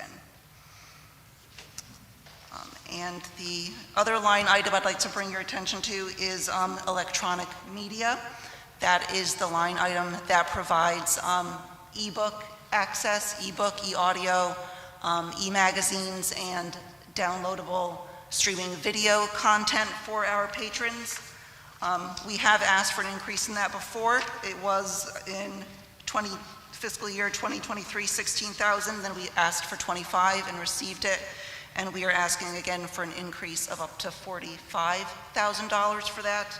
Our e-content is our fastest growing circulating collection at the library. It is up 47% since just last year. So every month, it's been just consistently higher, so 47% since last year. When we purchase ebooks, we don't purchase them like a consumer would purchase electronic material. Public libraries, the formula is that we lease the content. And that lease comes with some access requirements. When we purchase e-content, it costs us anywhere from like $25 to up to $120, which is much different than what the average regular consumer would pay if you were to, say, download something on Audible. And then we also are under the stringent strictures of metered access, which means that when we lease that ebook, for example, we either get it only for 2 years and then the lease expires, and if we would like to continue to lend that ebook, we would have to then repurchase it. Or there is a metered access where it is limited by the number of circulations. So for example, it's usually 26 circulations, so we would purchase an ebook or downloadable audio, and once that item has been borrowed 26 times, it disappears, and if we want to continue to offer in our collection, we have to repurchase it. It is not sustainable for us. It is a problem and an issue with libraries across the country. There is currently a bill before the General Assembly trying to remedy this. They've tried it in other states, in Maryland, and it failed. Connecticut tried it last year, and it did not get through to a vote, but they have reintroduced it again this year. So right now, our average wait time for our ebooks, for example, is 126 days. So by that metric, it is extremely possible that the people that are on hold for these items, who are all Milford residents, will not be able to borrow it. So, and again, e-content has become a core service of the library. Again, it is our most popular and fastest growing circulating materials, up 47% from last year. So that being said, if anybody has any questions, I'd be happy to try to answer. Thank you for that presentation. Anybody have any questions for the library? Alderman Willis, you have your hand up? No. Alderman Federico. Thank you, Mr. Chairman, through you to Ms. Thomas. So the electronic media line is up over last year's budget from $25,000 to $45,000. Correct. Will that help reduce the wait time for the ebooks? Unfortunately, I don't think there is a way to solve this until the practices of the ebook business of the publishers changes. Okay. So, will it make a difference? Yes. Is it going to solve the problem? You can ask any library across the country and they're going to tell you that no, it will not. But it will allow us to grow a more robust collection. Again, this is one of our most popular, fastest growing collections. So we'd want to be able to provide what our patrons want. I know when we have print books that we tend to order multiple copies of things. Print books are much more in line with what a consumer would pay, what we are being charged. So we usually have, our ratio is, if there are 3 holds on a book, we have 1 copy. As soon as it goes above 3 holds, we purchase another copy. So it's a 1-to-3 ratio.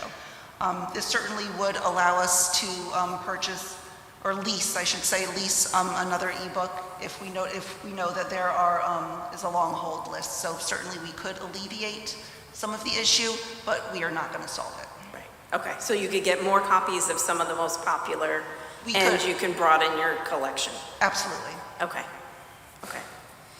One other question I see in the budget, there was a marketing and communication specialist that was cut. There was. Can you share anything about the thinking on that? That was something that our previous director, Chris Angeli, had put in, I believe, this past year and the year before. And that is, being that we are a public library, we do a lot of our promotional materials and our marketing. We do ourselves. Danielle does for her department, I do for the adult department, Children's does for theirs, and it frankly is a lot of work, and we are just learning as we go. We are not professional marketers, and Chris thought that it was important to have somebody at an administrative level to help us with that. That is a very common practice in public libraries to have an outreach coordinator or a marketing coordinator on their staff, so it is not unusual. Okay. Okay, thank you very much. You're welcome.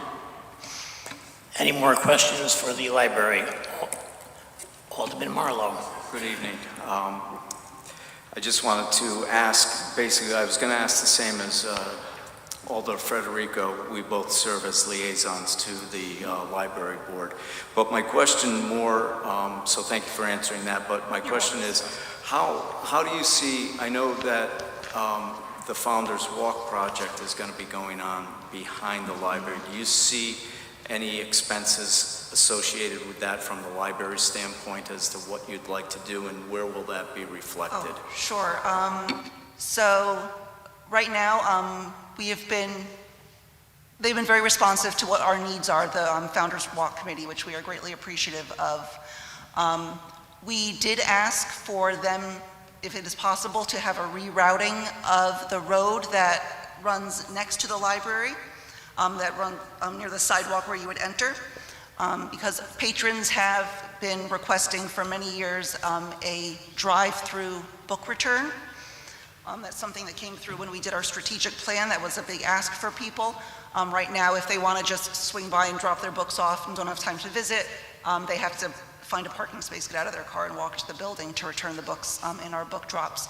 So that would be part of the Founders Walk renovation. So that is not something where we would have to incur any extra costs, except we would have to purchase, obviously, the outdoor book drop, the physical piece of hardware, and some kind of awning to cover the book drop, because it's going to have to be emptied multiple times a day, and that's going to fall on staff. And rain, snow, ice, cold weather, we have to go out there and do it. So that would probably be the only cost that I can see us incurring because of that. Thank you. Yeah, thank you. Any more questions pertaining to the Milford Library? Mr. Mayor.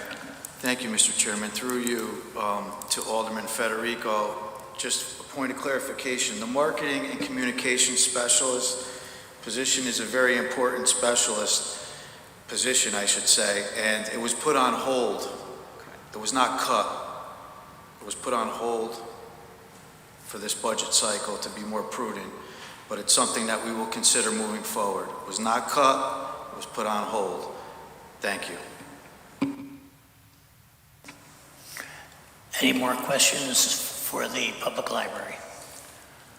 Mr. Chairman, just through you. Alderman Federico. Yeah, through you to the mayor.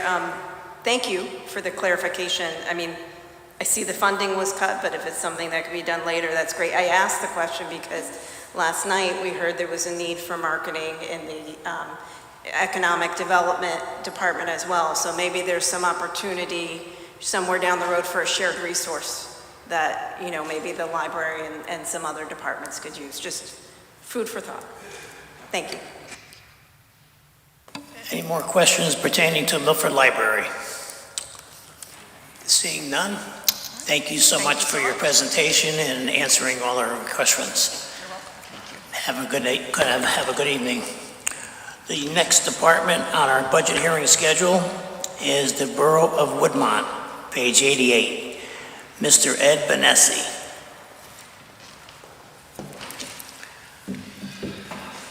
Mr. Chairman, Board, thank you for giving us this time. I see a lot of new faces out there.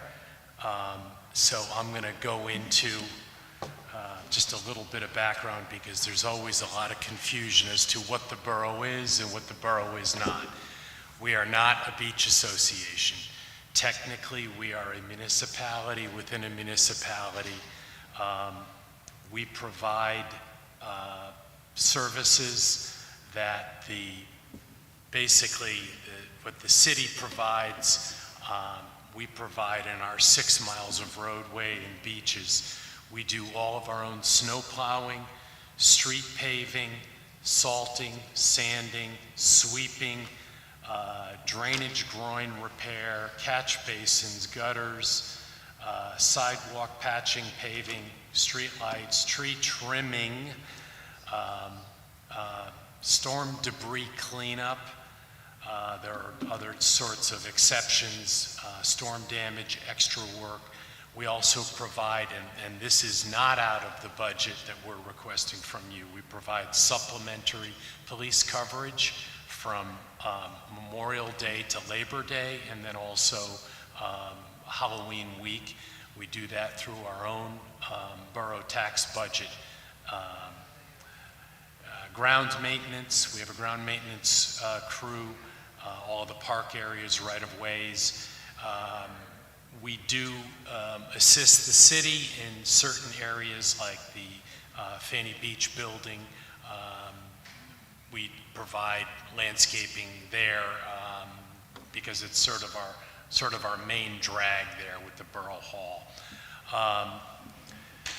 We do all of that for $265,000. We have no employees. I get paid $1 a year. I'm sorry, this is Christopher Schmeiser. He is our Burgess in charge of budgets. He's the one that always keeps me in check in terms of whenever I'm going to try to spend something. He is there with the whip and the calculator.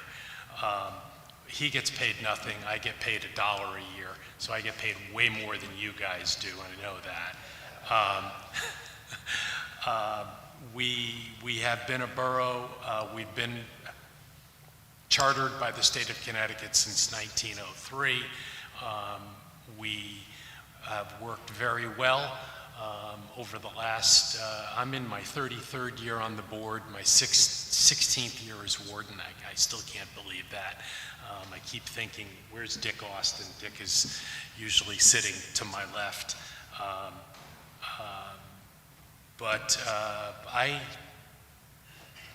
That's pretty much it. I'm here to answer any questions that you may have. We have a lot of different projects that we're working on. We work very closely. I also consider myself somewhat of Chris Saley's assistant public works director for the Eastern Shore of Woodmont.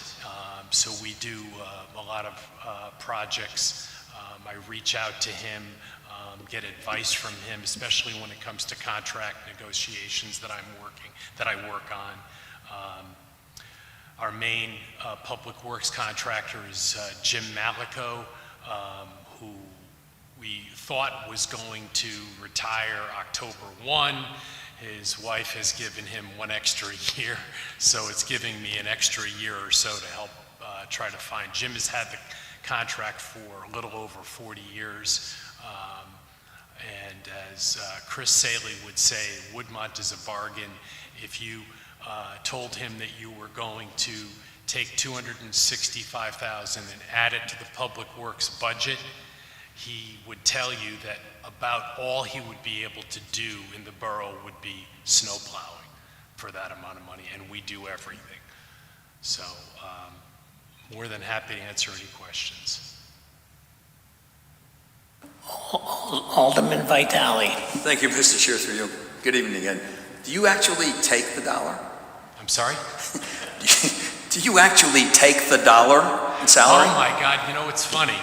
The first time, that's not my question. I got the check for $1. That was before they started taking tax out. The next year they started taking tax out. So I was just going to frame it and put it in my office, and the bookkeeper, like after 3 months, was, Ed, you need to cash that check. Did you cash it? Down. A lot of things have changed in the borough, a lot of things with technology and filing requirements. So the actual net is 87 cents. Okay, go beyond the next question. What is the added tax for the residents of the borough? The borough, what is our mill that we charge? Is it 0.85? That's a separate tax. We have a separate tax collector. We send out our own bills. Right. The bottom line is it's about $135,000. To the that are generated by the borough, the Woodmont residents, in addition to the taxes. Yeah.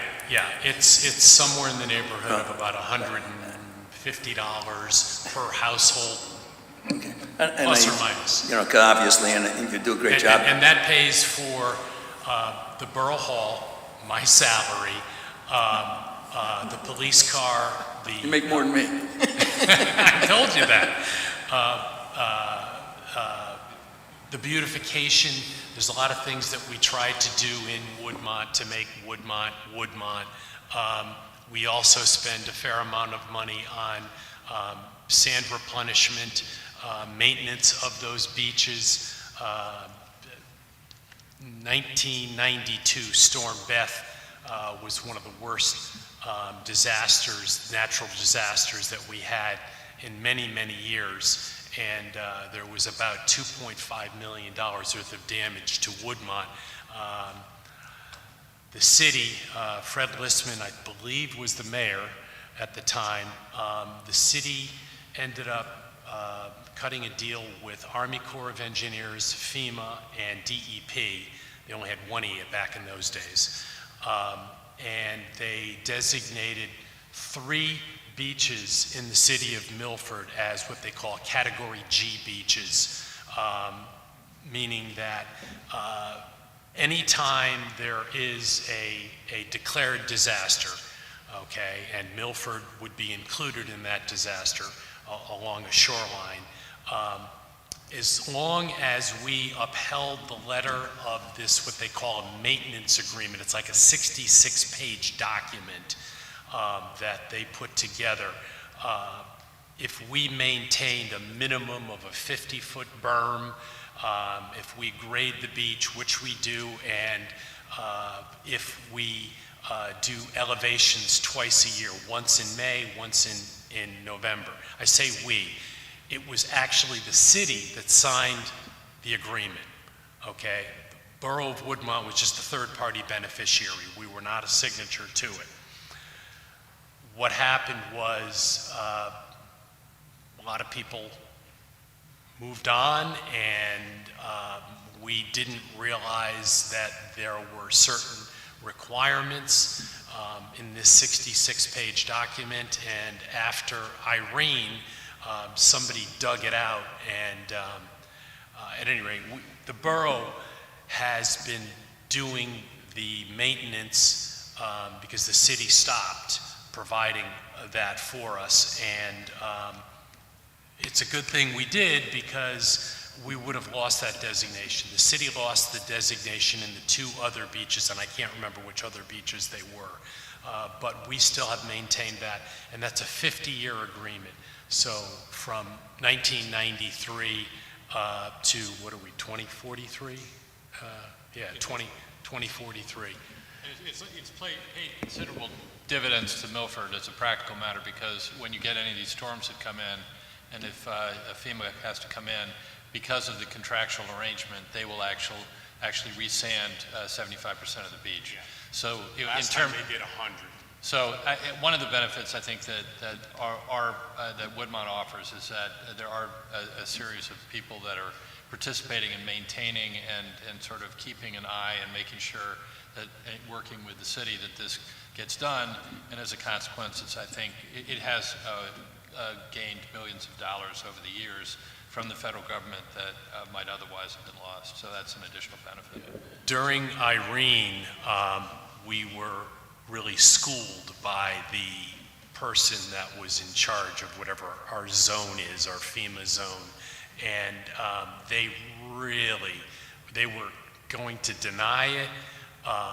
The city had actually bonded money to pay for it, and we were trying to get the money back from FEMA. We ended up having to reach out to Senator Chris Murphy's office, who ended up putting pressure on them, because we had proved, not exactly to the letter, but in the spirit of the maintenance agreement, that we provided the maintenance that was necessary.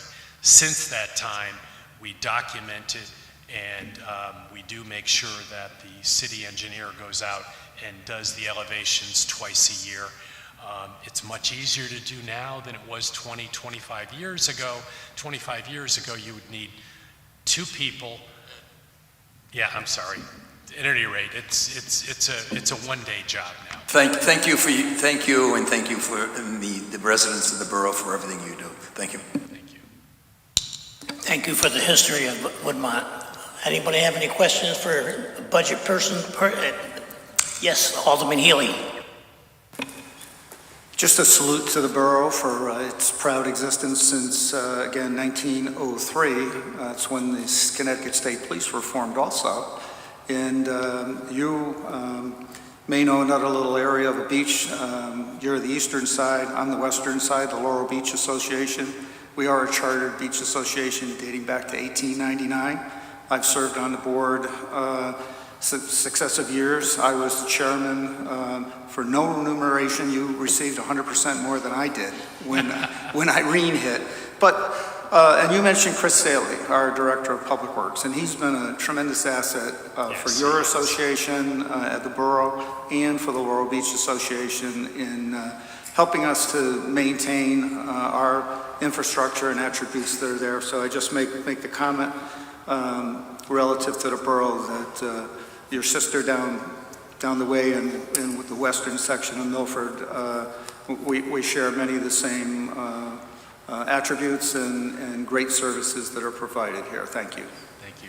We actually started in 1896 with our own Woodmont Fire Company 1, which ended up merging on later on in the teens to the Milford Fire Department. But I know the chief. I wanted to say something to the chief. Someone was asking, can you get a vehicle for $25,000? I have a gently used police vehicle that I'll sell him for under $25,000. It's a 2002, 45,000 miles. Any more questions for the Borough of Woodmont? Seeing none, thank you, Ed. Thank you. The next department on our budget hearing schedule is the Department of Permitting and Land Use. Director Joe Griffith, page 27.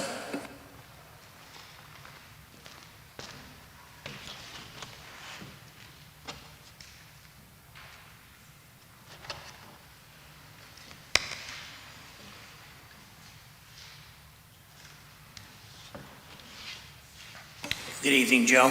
Good evening, Mr. Chairman. How are you?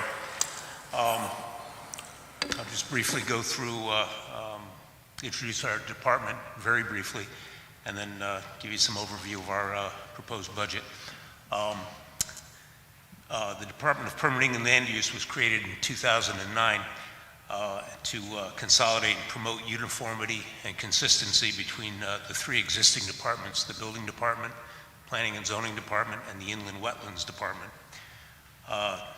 Today, in addition to coordinating those activities of those offices, DPLU is also administering to the Planning and Zoning Commission, the Inland Wetlands Commission, the Zoning Board of Appeals, as well as the Floodplain Administration for the city. That's the,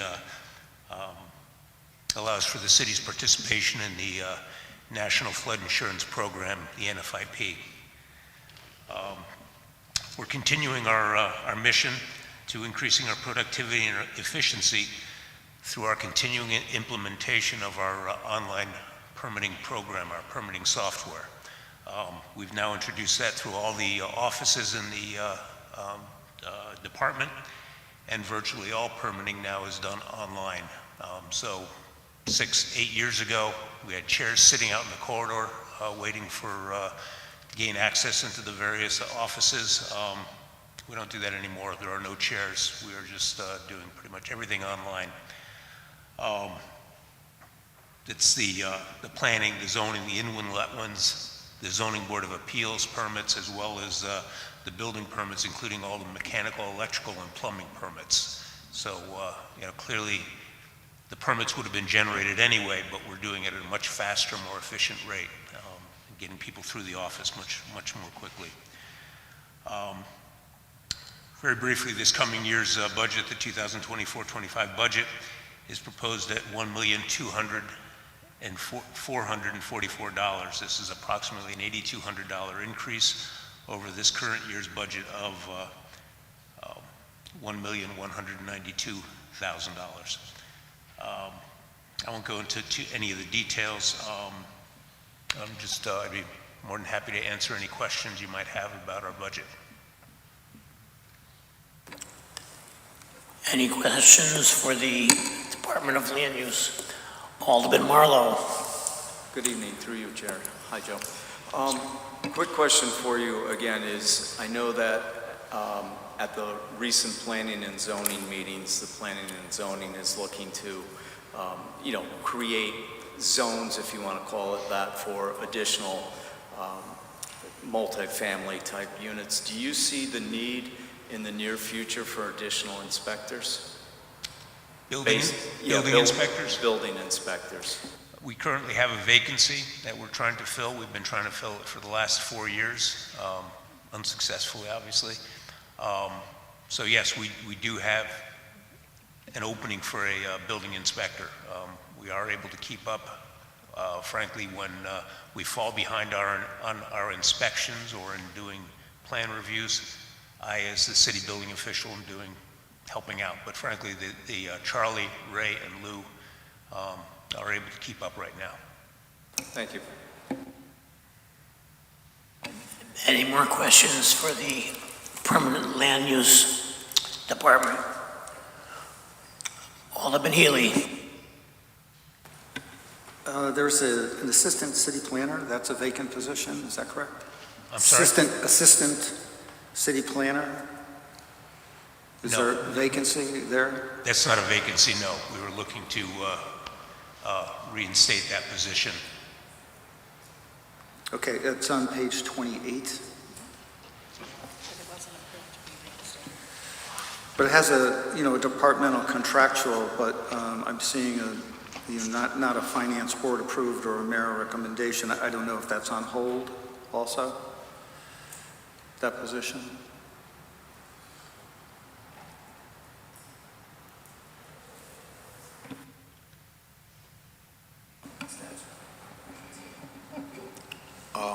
Mr. Chairman, through you to Alderman Healy, that position was eliminated years ago. Thank you. So your only existing opening is you've been searching for that building inspector. That's still ongoing. Yes, that's correct. And the qualifications, is that the problematic part about it? The salary level? What would you say are the key ingredients that you're unable to secure someone for the position? It's primarily the salary that we're offering. It's, I mean, there are other cities offering higher salaries. And this is a position that's licensed by the state of Connecticut. Correct. So it's a limited field. Thank you. Any more questions for the Land Use Department? Yes, Alderman Mulrennan. Thank you, Chair Vitro, through you to Mr. Griffith. So what was the purpose for you asking for the reinstatement for the assistant city planner? The assistant city planner position would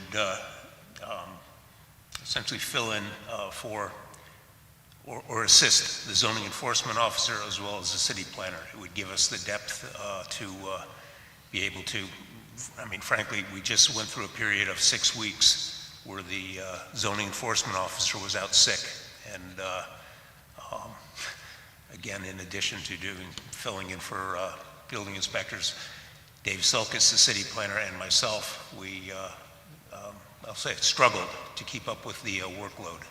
So that is part of the thinking of getting an assistant city planner position back in the office.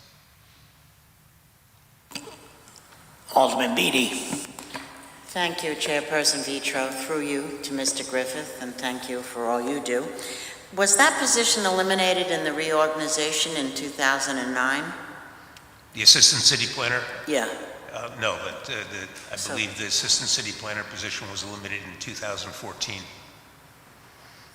And was it just a budgetary decision, or? It was a budgetary decision, yes. So why not on hold? I'm just trying to figure it out, like other positions. Why was it eliminated? I mean, what's the difference in language? It was deemed not needed by the person who was doing the budget at that time, or? Through you, Mr. Chairman, I believe we don't use the position as being vacant anymore after 3 years. And so I think that's just the reason why it didn't show up on an ongoing basis. Okay. The vacant building official position we've been trying to refill, so Right. that's why it That's remains right. vacant. Any more questions? Alderman Federico. Thank you, Mr. Chairman, through you to Mr. Griffith. You mentioned it's difficult to fill the building inspector position because the salary is too low, or the salary is low compared to other municipalities. Is that right? Did I get that right? Yes, through you, Mr. Chairman. Yes, I believe that's the case here. Yes. Okay. And what determines that salary? Is that a contractual, or does the city have discretion in that? I don't know if that's a question for Mr. Yes, Erodici. a licensed building official or a building inspector A is a union position, and so yes, that is dictated by that's a contractual Okay. wage. So you currently have one building inspector A and one plan review / building inspector? No, Or- we have, in addition to me, the city building official. Yep. We have Charlie Carell, who is the chief building inspector. Okay. And then we have 2 building inspector As. The vacant position, I believe, is shown here as the plan review building inspector. Okay, the one with the lower salary. Yes. Okay.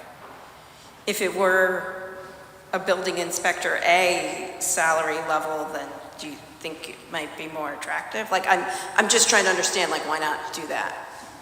Let me be clear, through you, Mr. Chairman, we are advertising through Human Resources for a building inspector A position. And so frankly, if we get a qualified person coming in, I'm going to be going to look for an increase in that line item. Okay. To go from plan review building inspector to a building inspector A position. Okay, so you're looking for someone more in that Yes. higher range, and that's still not enough to attract a person? Or is this new that you're looking for this amount? As I said, I think there's it's a combination of, it's a limited field of candidates. They have to be licensed by the state, and the salary that we're offering.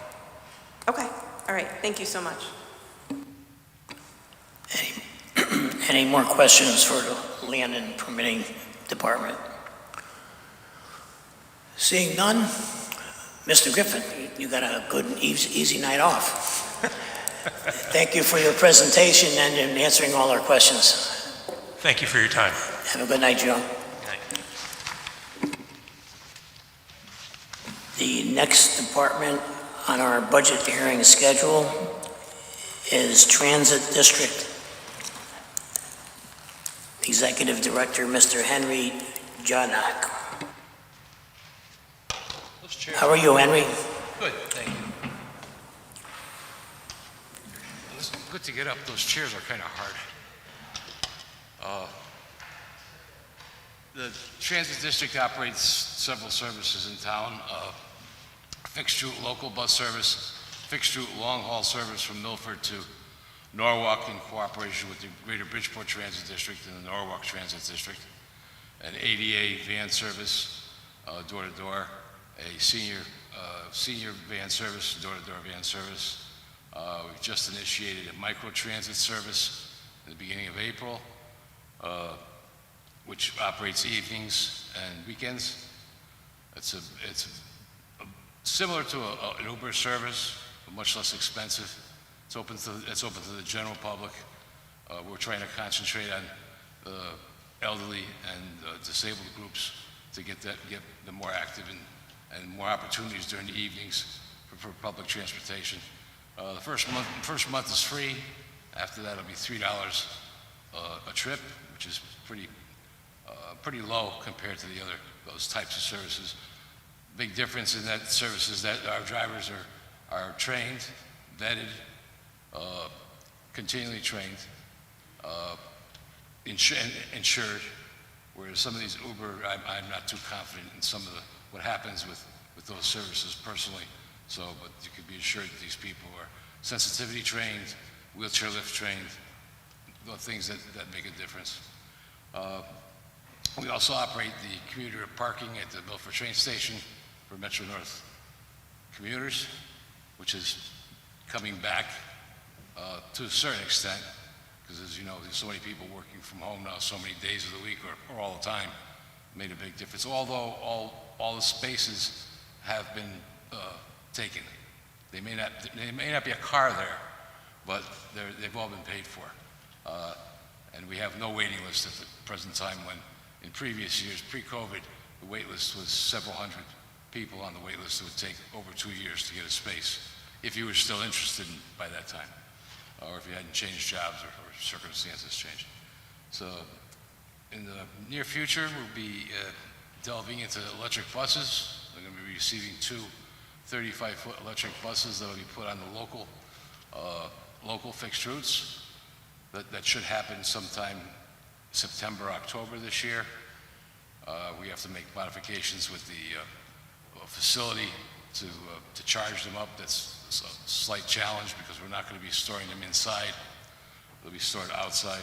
So we have to make some construction changes there, but the state's paying for that, as well as the 2 buses. This is on a large state contract, because the state of Connecticut's not going to buy any more diesel buses at this point. The policy is the governor's orders. We also run a summer shuttle that the state pays for to the Silver Sand State Park. It's another governor's initiative to promote the state parks, so they pay for this shuttle to state parks. They've done it several state parks around the state, and Silver Sands is one of them. We're very appreciative of the support Milford's traditionally given over all the years that Milford Transit's been in business. It makes a big difference in a couple ways. One is when we're attaining grants. We've been very fortunate in getting operating grants from the state of Connecticut and capital grants from the federal government, which most of the time is 80% by the federal government and 20% by the state. And we've been very successful there. We've been successful in getting CARES grants, thankfully, to help us through COVID and what we had to do to get through that. But that money is very important. It's representing your support, is showing that local support is very helpful in those applications and getting a lot of those funds. And again, we're very appreciative of what we do get.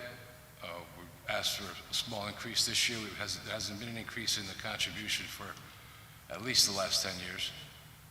And this is another indication of the city support to others around the state and others at the federal government. So I'd be very happy to answer anybody's questions. Alderman Beatty.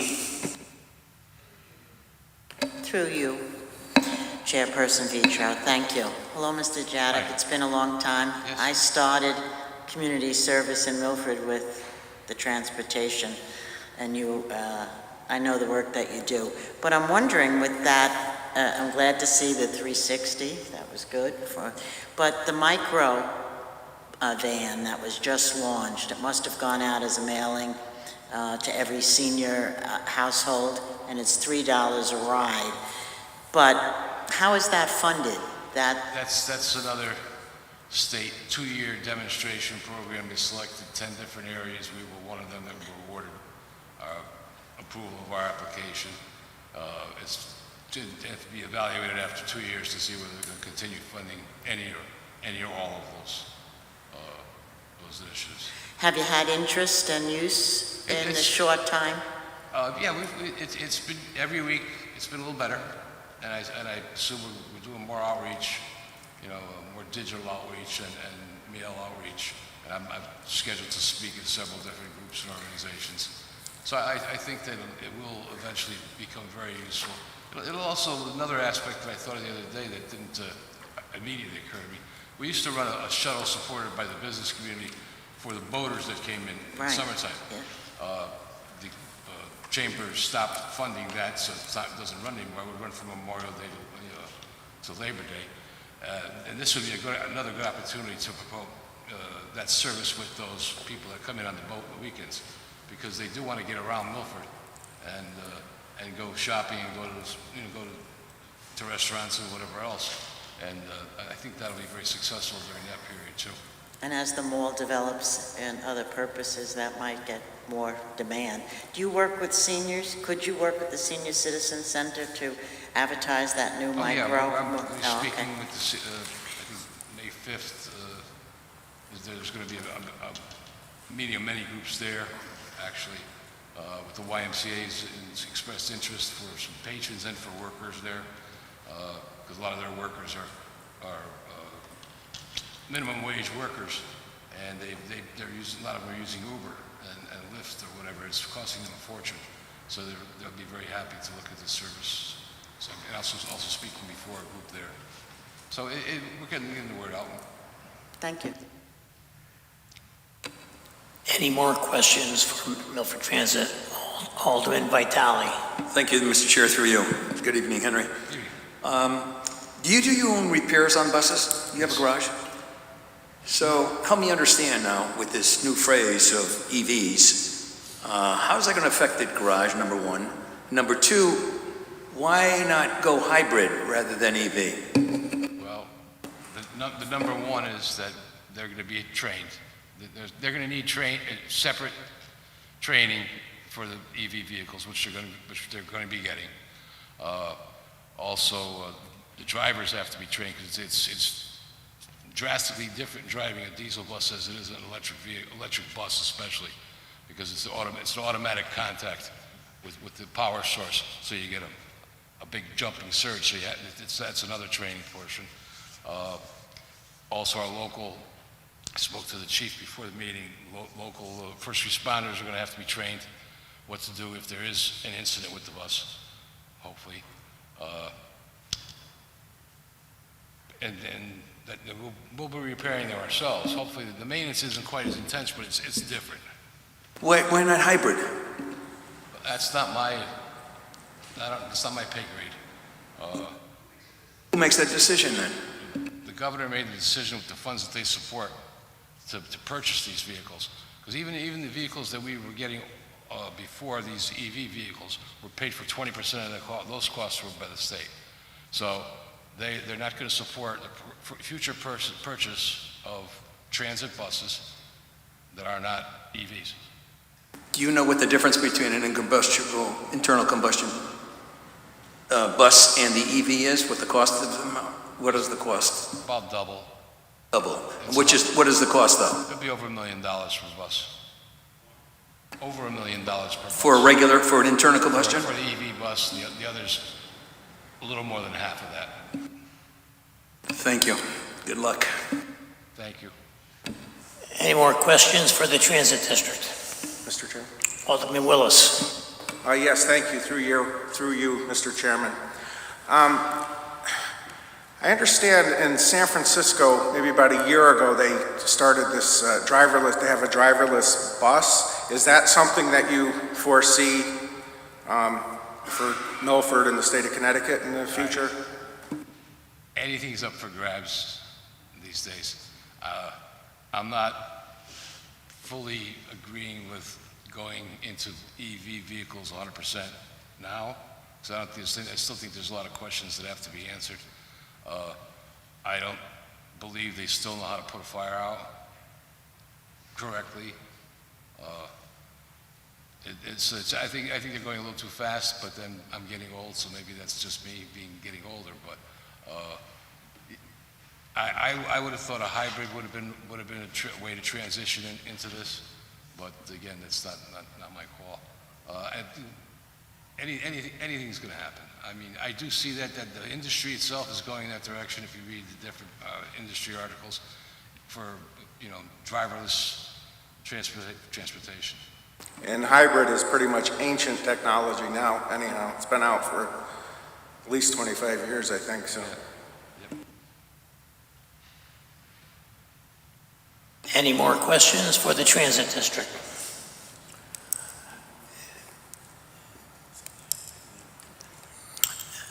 I don't see any more, Henry. I think you're got an easy night off.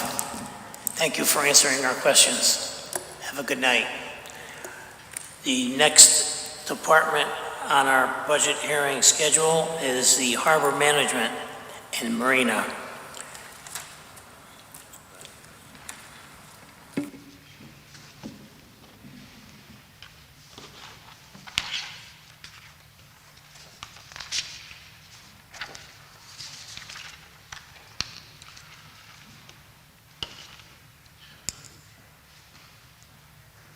Good evening. Thank you, Mr. Chairman and members of the Board of Aldermen for giving me the opportunity to come out and present our budget this evening. Over the last 3 seasons, we've seen continued growth in our marina, our mooring field, and our small vessel storage. Last season, we saw more people coming in to visit Milford, stay at the marina for hourly stays. Those are people who are coming in for lunch or dinner, or just to enjoy the downtown area. That component was up almost 20% last year, so it's been great. We've also had a big increase in the amount of events that we've held down at the landing, ranging from the kickoff to summer fireworks, road races, and other community events.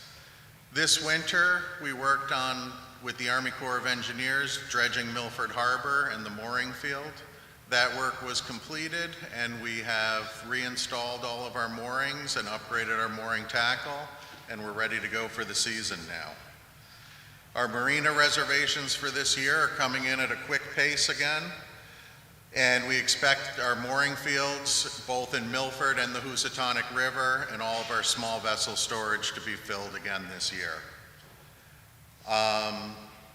Our proposed budget this year is very similar to previous years, with a few small changes covering operational costs. But if there's any questions, I'd be happy to answer anything you have. Alderman Pacelli. Thank you, Mr. Chairman. Through you to Mr. Donegan. Can you explain the dredging that you just had referenced, and then also how that was paid for, and then how that impacts the budget this year versus perhaps last year when that had to be funded? Thank you. Sure. So the dredging project started over 9 years ago, and with permitting, working with the Army Corps of Engineers, and locating funding. The Army Corps of Engineers is responsible for maintaining the access channel to Milford Harbor and the mooring field. And they come in, they did the work. Funding was provided through the federal government, and that money was transferred directly to the Army Corps of Engineers to cover that. So the dredging portion was no expense to the city because it was federal money. And just as a follow-up, you mentioned the mooring fields obviously being removed and then replaced. Was that an expense to the city, or is that also part of the federal funds? That fell outside of the Army Corps' project, so that was a city expense. Okay, thank you very much. Any more? Hey, Alderman Healy. Just a quick question. Did you gain any additional mooring space based on the activity of the Army Corps? We didn't gain any new space, but what it does gain us is the ability to bring in deeper draft boats. And even the boats that we had were having difficulty entering and leaving the harbor. The way the mooring field is currently laid out, we have a series of docks that are anchored both fore and aft and in pretty tight spacing. And we maximize the area with those docks now. So what this does is it does allow us to regain some larger boats potentially or deeper draft boats. Thank you. I've had a positive family experience with you, and when my sons come up and they bring boat from Maryland, we've been able to rent a space there for an extended weekend, and it's your staff has been very good, and I appreciate it. Thank you. Excellent. Thank you. Alderman Vitale. Thank you, Mr. Chair, through you. Hi, Jim. I just want to thank you for what you do in the last few years. That place has been more vibrant than it's ever been. But there's one thing that just came up in the nomenclature of the city paid for it. You are an enterprise. We know that the city doesn't pay for it, really, does it? I don't know. Question? Because of your fees and whatever, so you're going to spend what you bring in. Is that not true? Right. And in this case, there was funding that was provided by the city of Milford. And the federal government provided the money for the dredging itself, but they would not cover the entire amount. So the mooring field and that did not fall under their responsibility. But doesn't it fall under the purview of the commission, the Harbor Commission, because of fees and everything else in your, we'll say, treasurer or in your revenue? It did not entirely in this case, no. Is it because we didn't have it, or just when it's? Mr. Chairman, I might be able to add a little more clarity here, if that's okay. Mr. Chairman, through you to Alderman Vitale, we were on a pretty tight timeline for this project. It's my recollection that the enterprise fund balance did not contain the necessary funds to move forward with the entire replacement of the mooring field, so we were put in a position to either delay the project and hope that the Army Corps would come back, or use city funds to pay for the mooring and helix replacement and allow them to keep their original timeline, which was late fall of last year. Having done a lot of work with the federal government and having waited for nearly a decade for this project to come through, we thought it was prudent to use the Army Corps while they were still here in Milford. Thank you. Any more questions for the Harbor Management and Marina? Alderman Federico. Mr. Chairman, through you to the Finance Director, Mr. Rosen. So which line in the city budget did this come out of? And can we get an estimate of how much, or that could be a follow-up question? Through you, Mr. Chairman, to Alderman Federico, I believe that it came out of the various flood and erosion bond projects which are overseen by Public Works, and perhaps Jim can help me with an estimate of what the cost was taken out of that. That is yeah, about 400,000, we believe. Thank you. So that's in the capital improvement budget, not, Correct. It's not part of this operating budget. It's coming out of the capital fund, capital budget. okay, thank you. Any more questions for the harbor management and Marina? Seeing none, thank you, Jim. Thank you for your presentation and your answering all our questions. Have a good evening. The next department on our budget hearing schedule is probate court.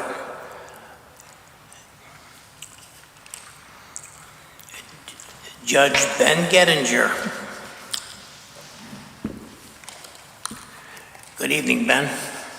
Good evening, Chairman Vitro, members of the board. I'm Ben Gettinger, the probate judge for Milford and Orange. By brief way of background, the probate court is funded predominantly through the state of Connecticut. By state statutes, the municipalities are required to pay certain expenses. Those are classified as administrative expenses. Orange takes care of 25% of those expenses. Milford takes care of the remaining 75%.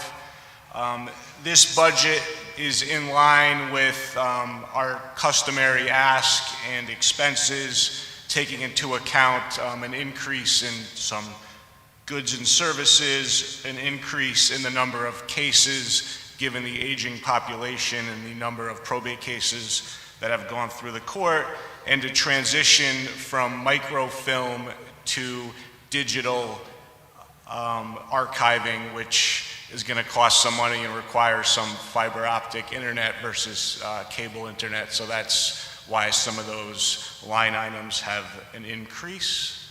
And I will take any questions. Alderman Beatty. Through you, Chairperson Vitro, to the judge. Hello, Ben. Hello.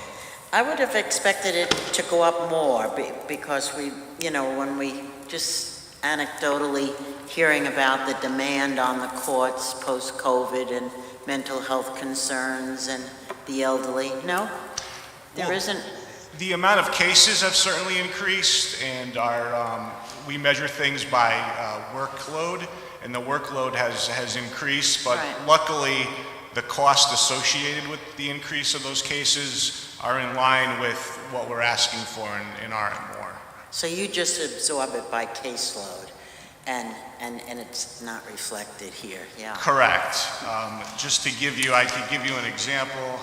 And that's courts all over all over the country, right? Have increased caseload, the probate Yes, courts? the probate courts have been very busy and very active.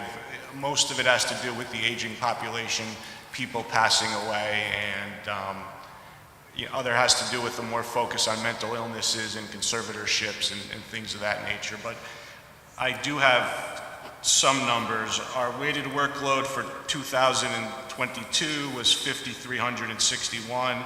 For 2023, it was 5,679.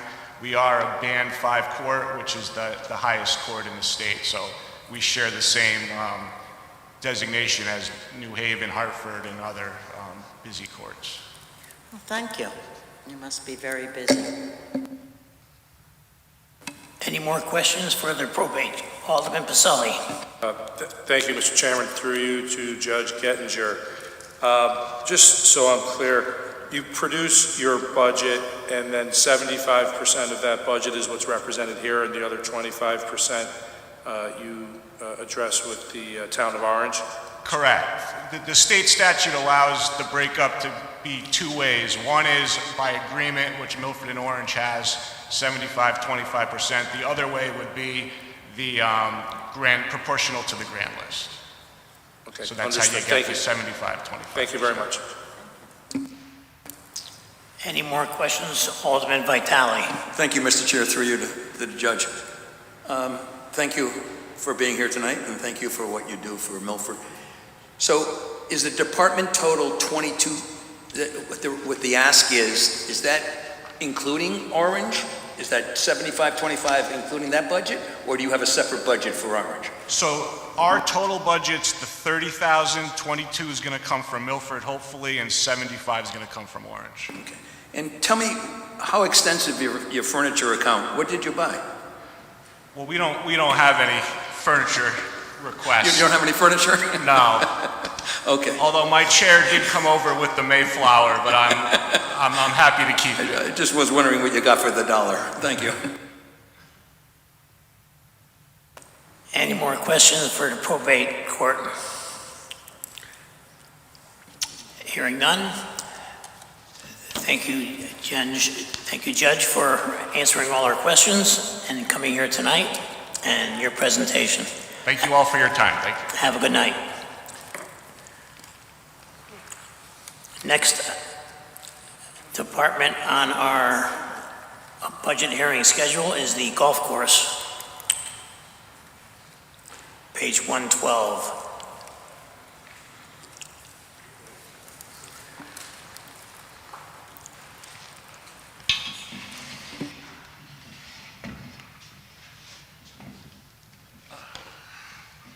Good evening, everybody. My name is Dan Worrell. I'm a golf commissioner. I'm also the financial advisor for the golf course. I'll try to keep it nice and simple since we're running a little late here, is that the golf course is doing great. The rounds of golf are up, and surprisingly this year we had rounds of golf in January and February and March, and of course April. We have a program called T-Snap, which allows golfers to sign up for tee times and reserve carts online, and that has done a remarkable amount of increase in the rounds because it's easier to do that way. I'll be happy to answer any questions that you have. Does anyone have any questions pertaining to the golf course? Alderman Marina. Thank you, Chair Vitro, through you to Dan. Thanks for being here, and we do know that the golf course is doing great, but a couple of things I thought maybe you could just share with some of the board members, Ray and myself being the liaisons I've shared with the board. One is how the Veterans Program is operating, and then the second is the Veterans Program that you have in place, and then the second thing is the plans for the potential for the summer program for the miniature golf. Okay, the first one is the Orchard Golf Course enrolled in a program called Vets USA. And what that program is any veteran who goes through a I'll call it a 6-class course, because sometimes it's more than just 6 weeks. After they finish this 6-week class, they get a card. And what they do is they show up at the golf course and present this card, and they get the lowest rate possible to play golf. Okay. I'm happy to say that the Orchard Golf Course is one of the few golf courses in the area that subscribe to this. And we do have a lot of veterans that come up there and play. I'm going to say that we have, in reference to this, we have 2 golf carts on order, 2 brand new electric golf carts on order. One of the reasons why I pushed for this was that some of the veterans came up there, and there was a group of 10 of them that play almost 3 times a week. 4 of them could not play because they didn't have the carts. So we went and we ordered 2 new ones. They're on order. Maybe 8 months from now they'll come in, because like everything else, they're still waiting for these chips to go into the golf course and the wiring harnesses. So it's a great program, and a lot of veterans have taken advantage of it. The second one is the management company is going to start a program for families and children where they're going to put holes on the putting green and have a small miniature golf course for them. This will be later at night, late afternoon really. And it should be very good, and it should introduce more people to the Orchards Golf Course and hopefully more rounds in the future. I'd like to thank Holly and of course Alderman Vitale for being our liaison up there. They attend almost every meeting, and it's good to have them there in case we have a problem. Any more questions pertaining to the golf course? I don't see any. Thank you, Dan. Thank you for answering our questions. Have a good night. You too, thank you. The next department on our budget hearing schedule is the Information Technology, MIS Director Adam Heller. Good evening. Good evening, Alan. Good evening. Hope I had the names correctly. Well, thank you for the opportunity to speak with you this evening about the IT department and our budget. A few years ago when I started with the city, we collectively decided to transform the way technology services were provided to the departments to serve the public. And in that, we, through you guys, through the aldermen, we were able to consolidate the budgets from various departments in order to transform the department from a transactional, operational department to more of a strategic partner that can help the departments gain what they need in order to get the ability to serve the public better. Over the last few years, with a lot of support from the administration and this board, we have made significant progress in changing how we supply services.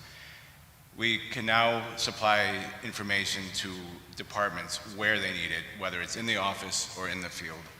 In the past, departments were tied to their desk if constituents or taxpayers needed questions answered. They would call, they'd leave a message, maybe an email.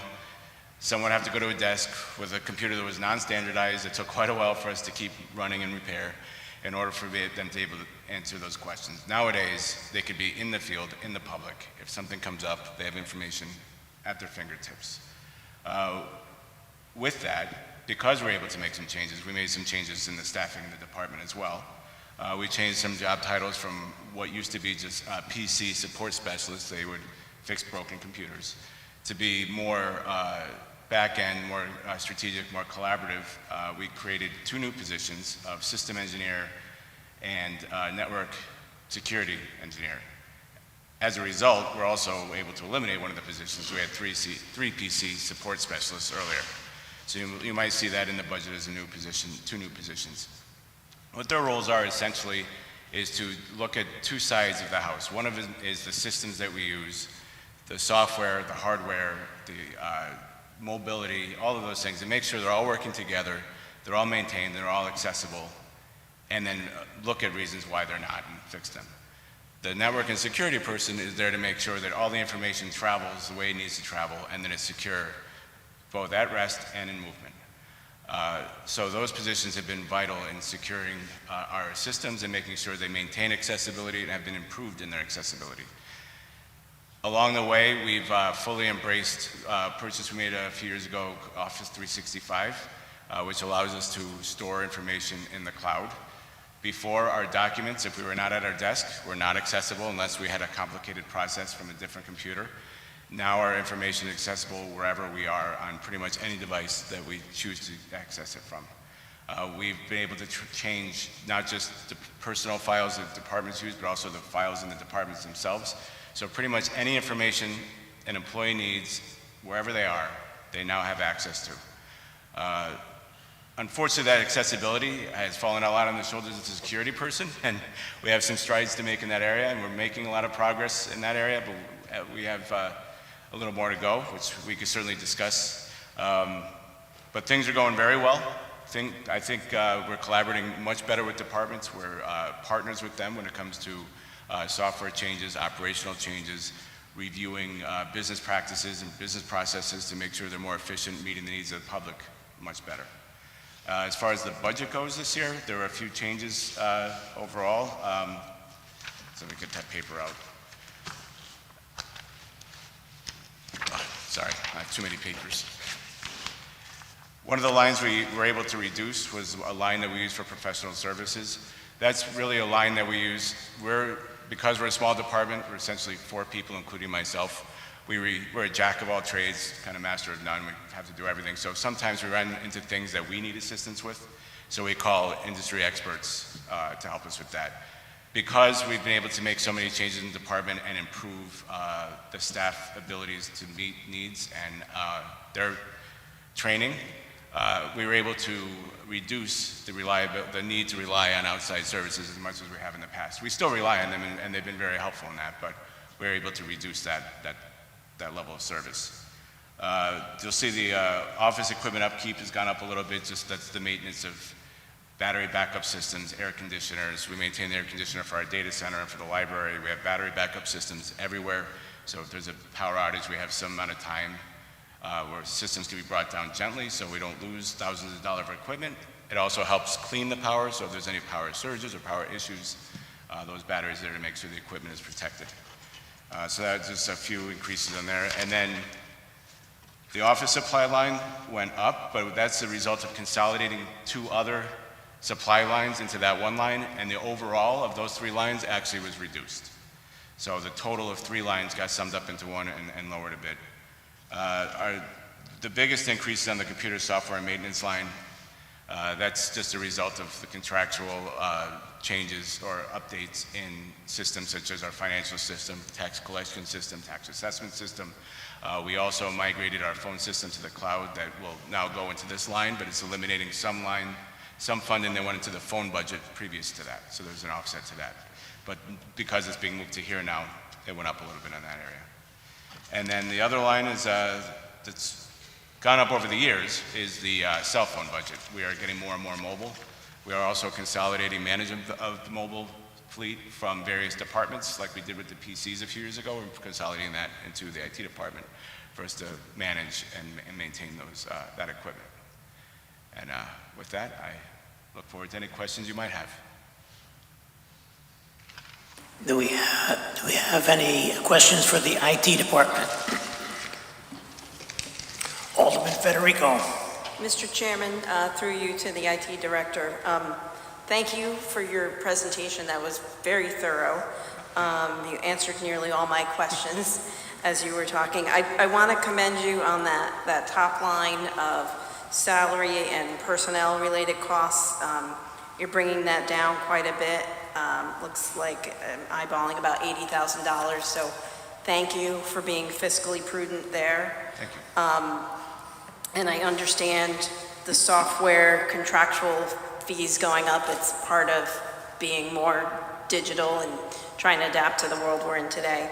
I'm curious about the cell phones. So did you say you're consolidating cell phones from other departments? Yes, the largest change was last year when we consolidated the entire fleet of cell phones and mobile devices that are in the apparatus of the fire department. We manage all of the fire department's cellular devices at this point. So that was the largest increase. But yes, at one point, a few years ago, when I first started with the city, every department had their own budget for computers, cell phones, or whatever technology needs they had. And that's steadily been consolidating into a centralized department, the IT department. So should we see corresponding decreases in those departments as you take them on? Actually, the fire department was already absorbed into it last year. Okay. This is just slight changes on a few devices increased.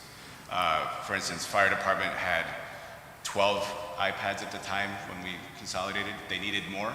So once they came to the IT department for management, we were able to supply additional iPads. So that accounts for the increase in the cost in that.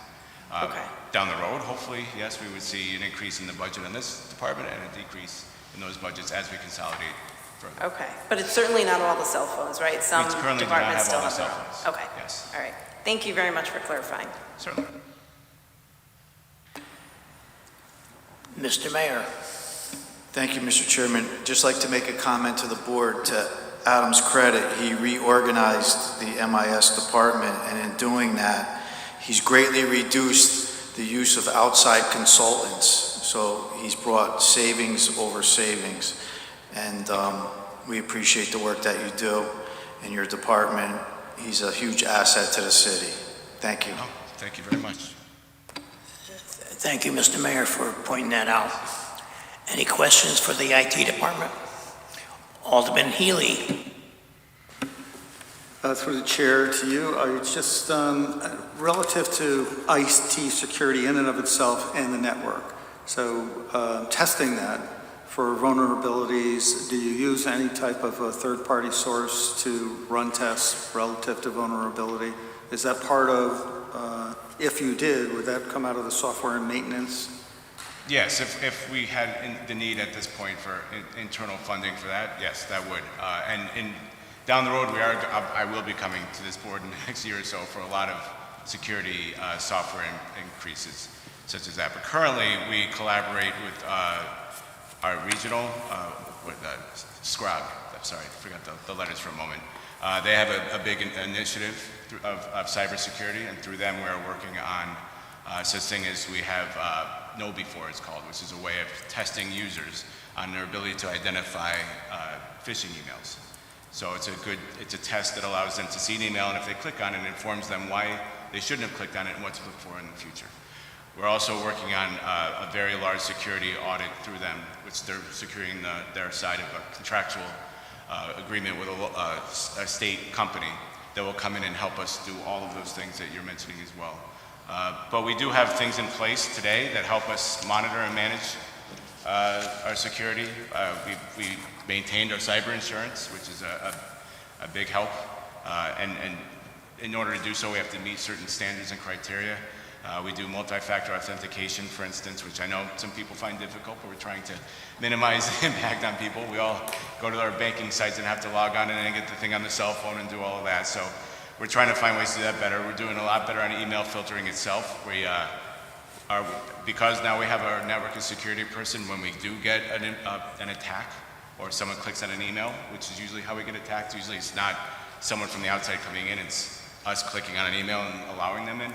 We're able to limit that to pretty much that computer at this point, and we're able to quickly inform the city, as well as anybody that person may have impacted down the line. So there are a lot of areas that I will be coming back in future years for assistance with improving security, but we are taking a lot of steps today. Yes, I asked the question simply because, the enterprise needs to be protected and safeguarded, and with your minimum staffing that I see, part of my background, I worked at Sacred Heart University. I was in charge of security, public safety, and emergency management. The backbone of the enterprise was our IT department and Blackboard Connect and communication. And if the system, went down, we had a third-party vendor that we would bring to run tests and, maintain the integrity of the system. So I just want to make sure that you have adequate funding to protect the network.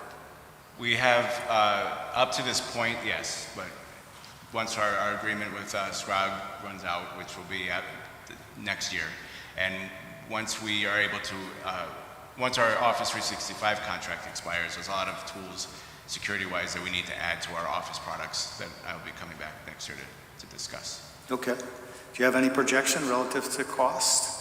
Yeah, Office 365, which we purchased through other means up to this point, which has not ever been reflected in the operating budget, would be about $250,000 annually. Thank you. Any more questions for the IT department? I don't see any more. Thank you, Adam. Great, thank you very much. Thank you for saving all the money for the city of Milford. My pleasure, happy to help. Appreciate it.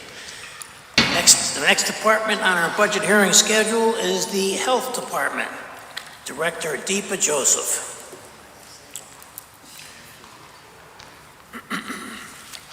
Good evening, Deepa. Good evening. If it's okay, I'd like to come up and just distribute some materials.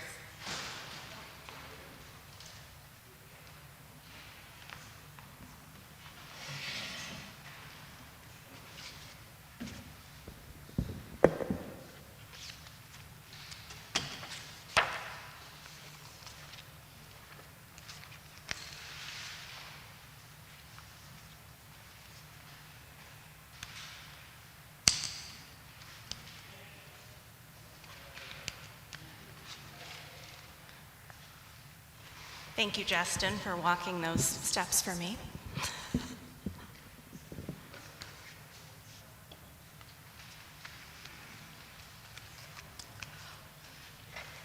So in the interest of time, I will get started. For those of you who I have not had the pleasure yet of having a hearing with. I typically like to take this opportunity to just provide an overview of the Health Department and Human Services, go over activities that we've been conducting over the past fiscal year, and we like to utilize this tool that you've all been distributed to just highlight just the high points. So I'll be clear that this is our stab at trying to reflect all the things that we do, which we find difficult to reflect because the breadth and depth of what we do is just tremendous. That being said, as I go through this with some of the high points, I'll also try to include some comments relative to the budget requests that we submitted this year. So on the front page, you will see at the top, just so you all can try to put faces to our department, that is, for the most part, our health and human services staff, including our school nurses. Just some key things that I'll point out from that first page is that, and this information reflects data from the 22-23 fiscal year, so the most recently completed fiscal year. We received over 6,000 calls to our office that are responded to through our clerical staff. And really, I often talk about how the Health Department and Human Services really impacts every single resident in the city of Milford, whether it's the air we breathe, the water we drink, the food we eat, the places we go. But we really, through our data, are seeing we have serviced residents as young as 6 months and as old as 97 years old. So we are seeing the full range of all of our residents in the city of Milford. If you'll turn the page to the Environmental Health Division, so the Health Department has 4 major divisions, and then we have our Human Services Department as well. The Environmental Health Division is the enforcement arm of our department, and we've included on that just some numbers in terms of licenses issues, inspections,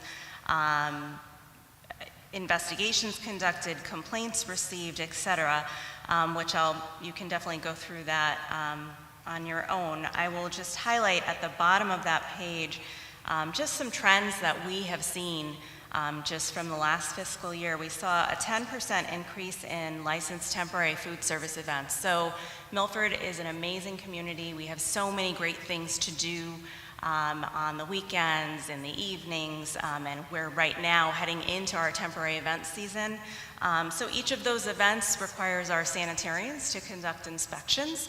So relative to the budget request, you'll see a requested increase in overtime, and that is for things like inspections at those temporary events. You'll also see we've had a 63% increase in calls to assist the fire and police departments.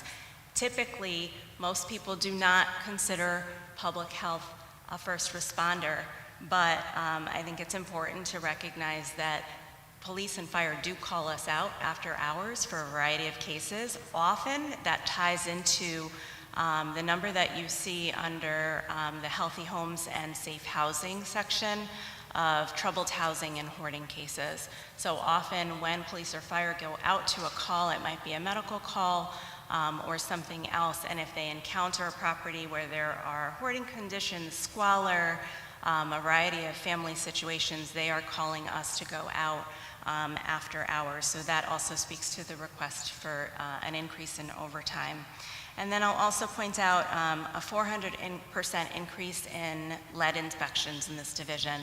That ties directly to a change in the state regulations relative to lead. So the state of Connecticut has changed the regulations to really more closely mirror the federal standards. And so as a result of that, we are seeing an increase in the cases that we need to respond to and investigate. And then moving on to school health and public health nursing. Again, I'll just cover some of the high points, but we are servicing the range of ages throughout our community, And our nurses, they serve a dual role. So they are public health nurses and they are school nurses within all of our schools, our public schools, as well as Laurelton Hall and St. Mary's. So we do have a monthly immunization clinic that we run the second Tuesday of every month. In the 22-23 fiscal year, there were over 1,900 vaccines administered within the community.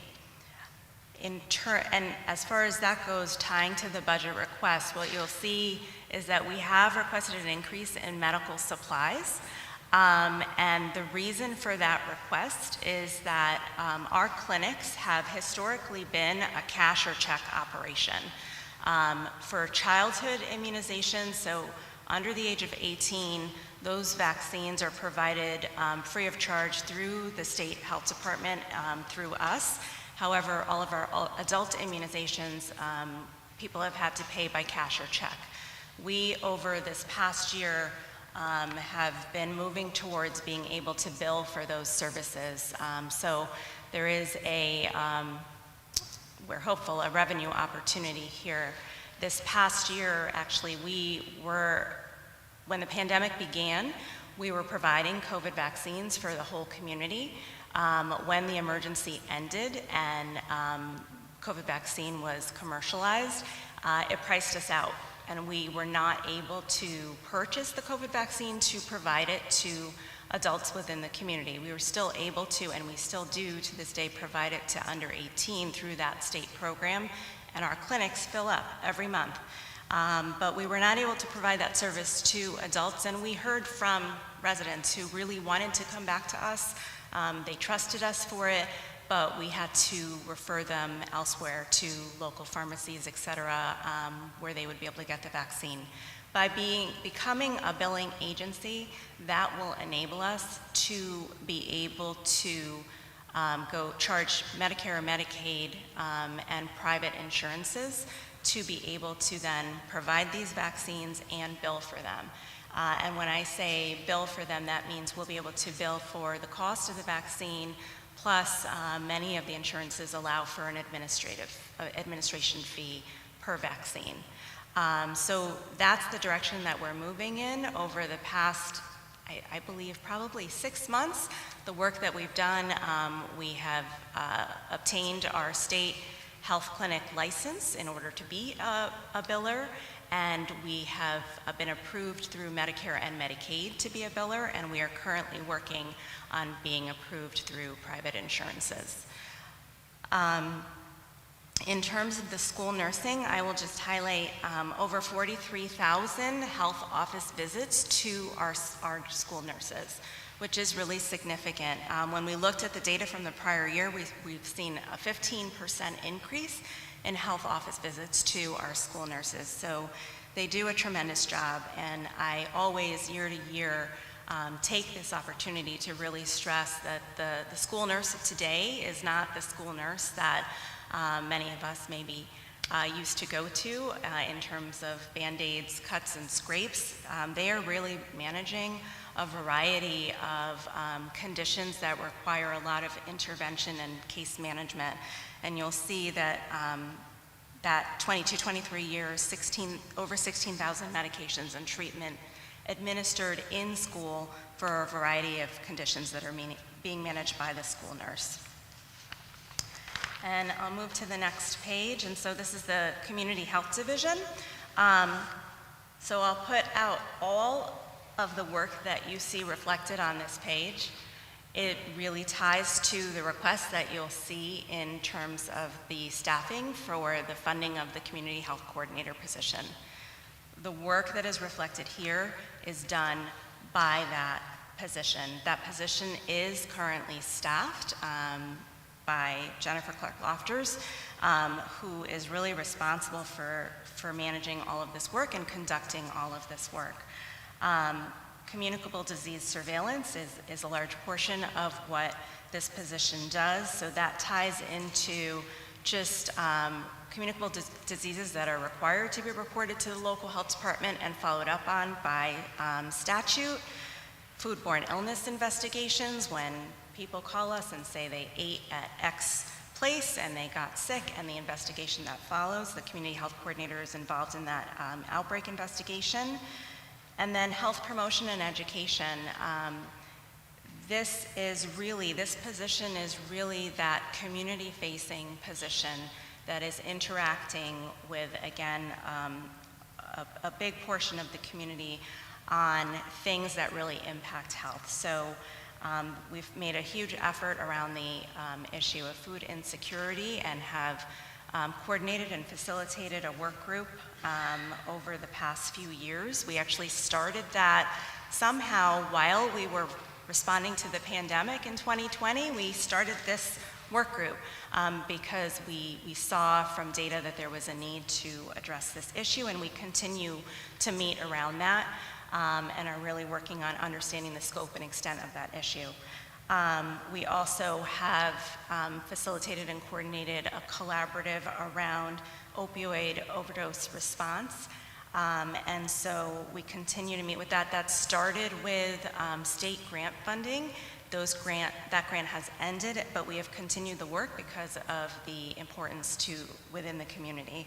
And then health promotion and education programs that we run, whether if any of you have been part of our walk-in talks throughout the community, our healthy homes visits, we have asthma programs, and a variety of other programs that we have out in the community that this position is responsible for. And at the bottom, you'll see two things: accreditation and grants management. So we are a department that really pursues grant funding. We have been for a long time, and so we bring in over $500,000 in grants each year, and those grant dollars really help us to do a lot of the work that we do here in the area of health promotion and education.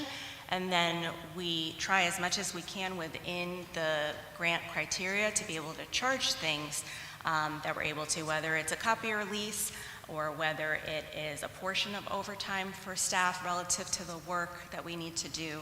And this position manages, writes, and does the work of these grants. And then finally, accreditation. So for those of you who are not aware, there is a national accreditation for public health departments. There are 4 health departments in the state that are accredited, and it has been a goal of mine since I've been in this position to pursue accreditation. The pandemic kind of took us off course for a bit, but we are back on course, and we have submitted initial paperwork for what's called Pathways Accreditation. And what accreditation really is, it's a process that we go through similar to hospitals, the fire department, that basically where the national board evaluates what we're doing and determines whether we are really meeting the 10 essential services of public health. And so, again, this position really leads the efforts around accreditation. And then I'll move to our Public Health Emergency Preparedness Division. So speaking of grants, this division the work of this division completely funded through grant funding. And it is the reason why we've really been effective in our emergency response, whether it's a storm response, opening up being the shelter operations manager, which the health department is, our pandemic response, our H1N1 response. All of those things tie directly to the work of this division around planning, preparedness, response, and recovery. And this is really where we oversee our Medical Reserve Corps volunteers. So we've had over 285 volunteer hours in the past year, and so we work closely with community members on that. And then I'll move to the next page, which is our Department of Human Services. So Human Services really has 2 major divisions, our Outreach Division and then Youth and Family Services.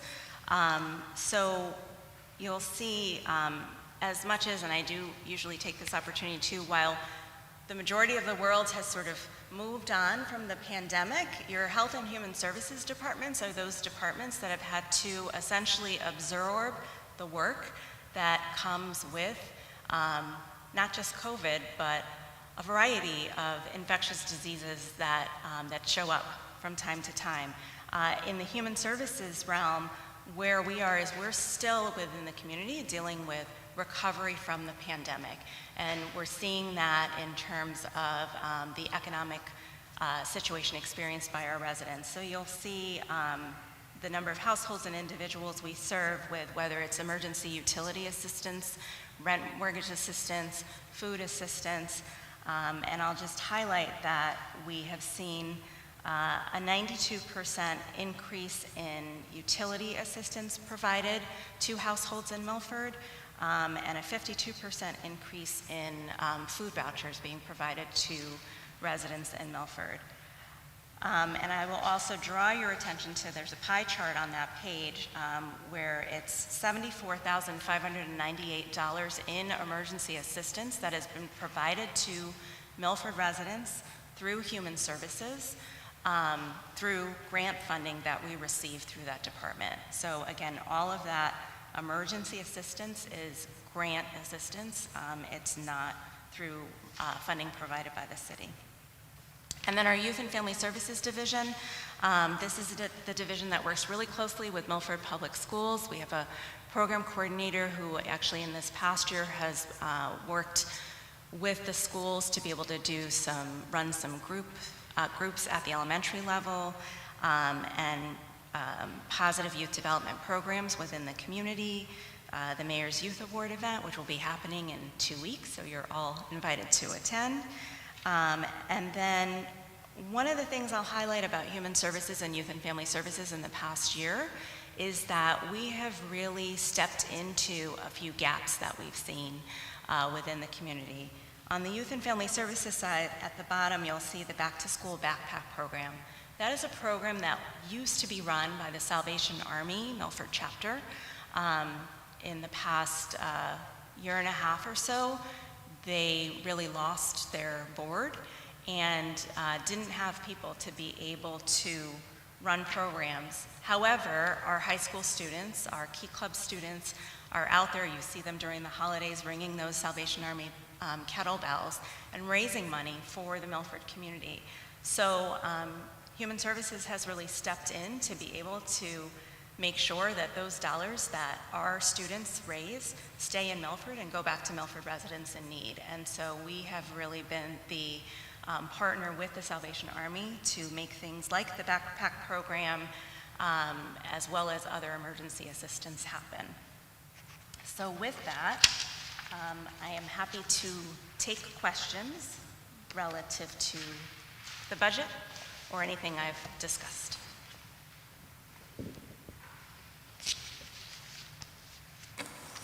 Any questions for the Health Department?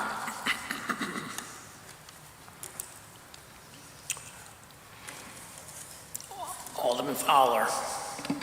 Thank you. Through you, Mr. Chair. I noticed that you want to reinstate the community health coordinator. How long have you been without that position, and what would that position do? So the community health coordinator position was eliminated in 2014, and then in 2016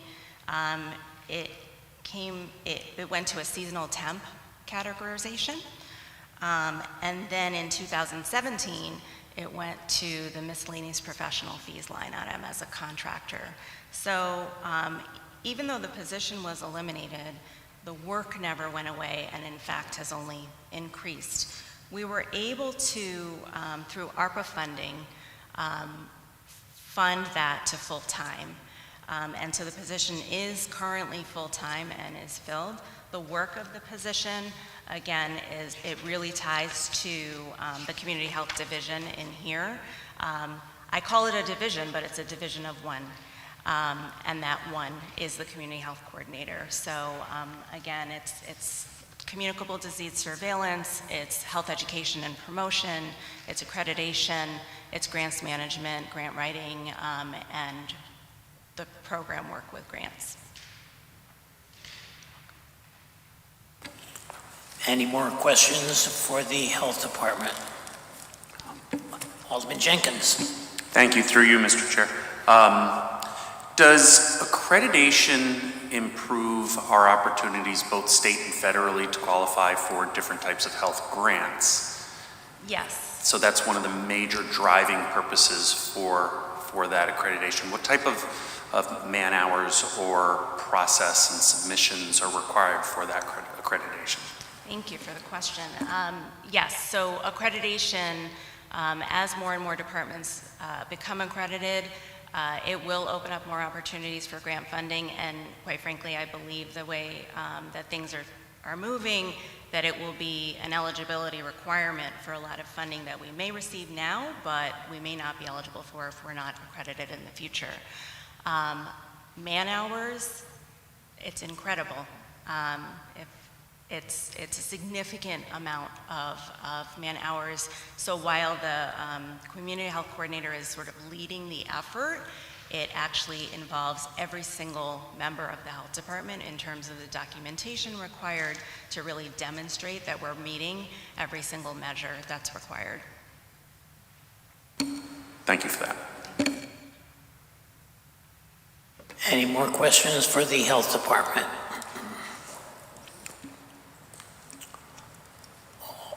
Alderman Janet, Alderman Federico.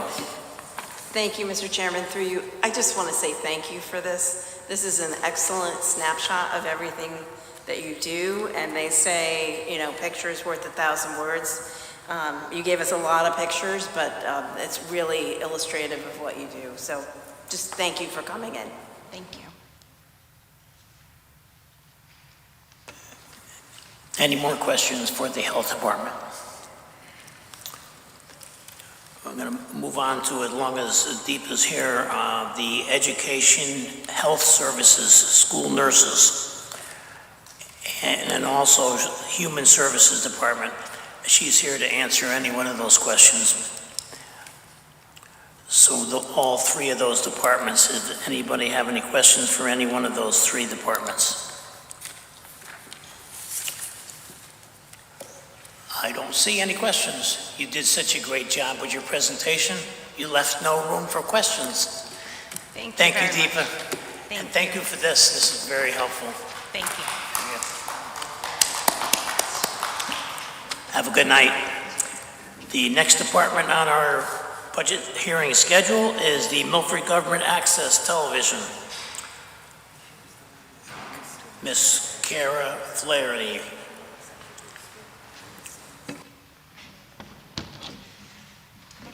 Good evening, Chairman Vitro, members of the board. Thank you for hearing us today and inviting us to present. Thank you to those of us that stopped by the studio last night. We tried to have our own little open house where you could see the behind-the-scenes work of what we do at MGAT.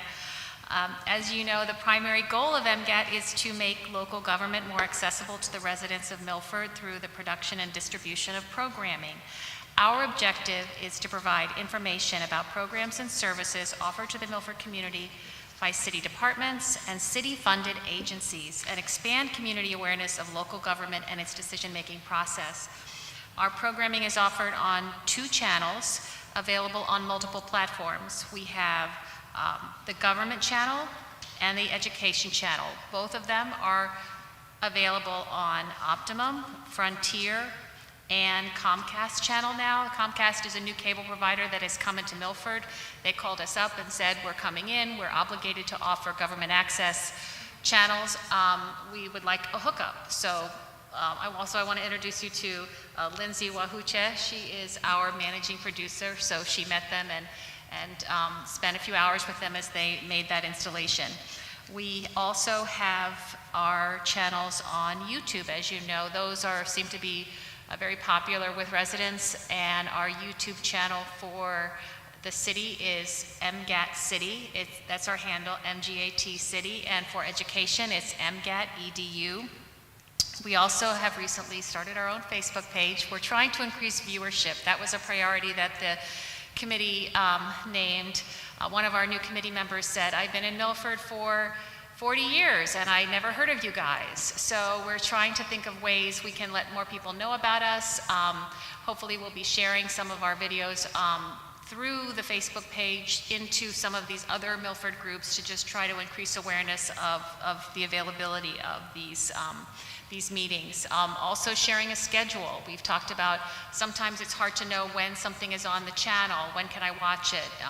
This week, come watch this. So increasing viewership is a priority we've identified. But our viewership has grown on YouTube. We're up to 629 subscribers on the government channel and 994 subscribers on the education channel.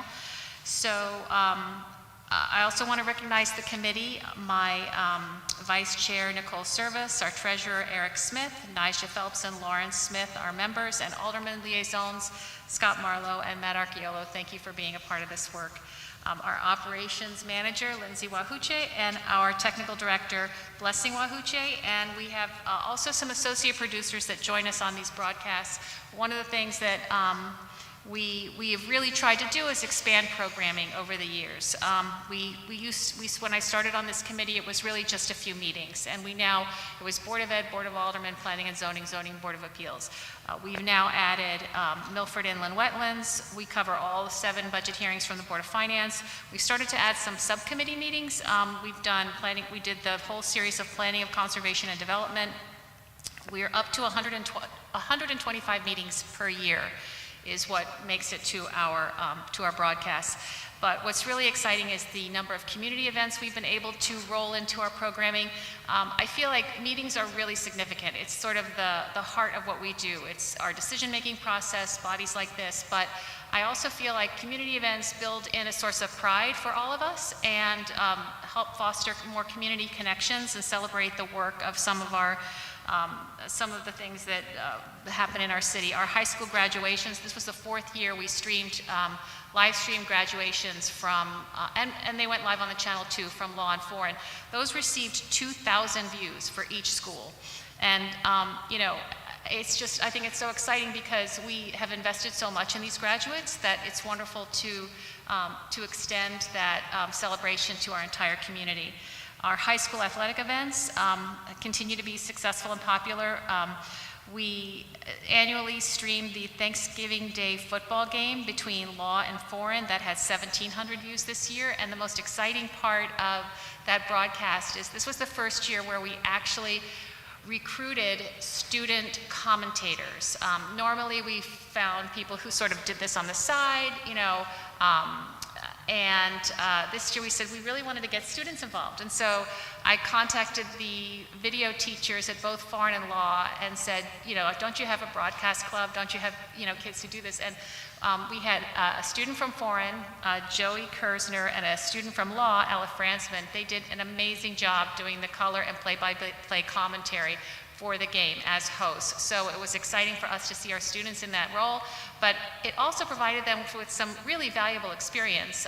Both of them are interested in careers in broadcasting, and so they've just started their reel, and they're on YouTube, and they had 2,000 people watching them. So that was exciting. We liked it so much we went back and did the basketball games, the Law Foreign basketball games in January.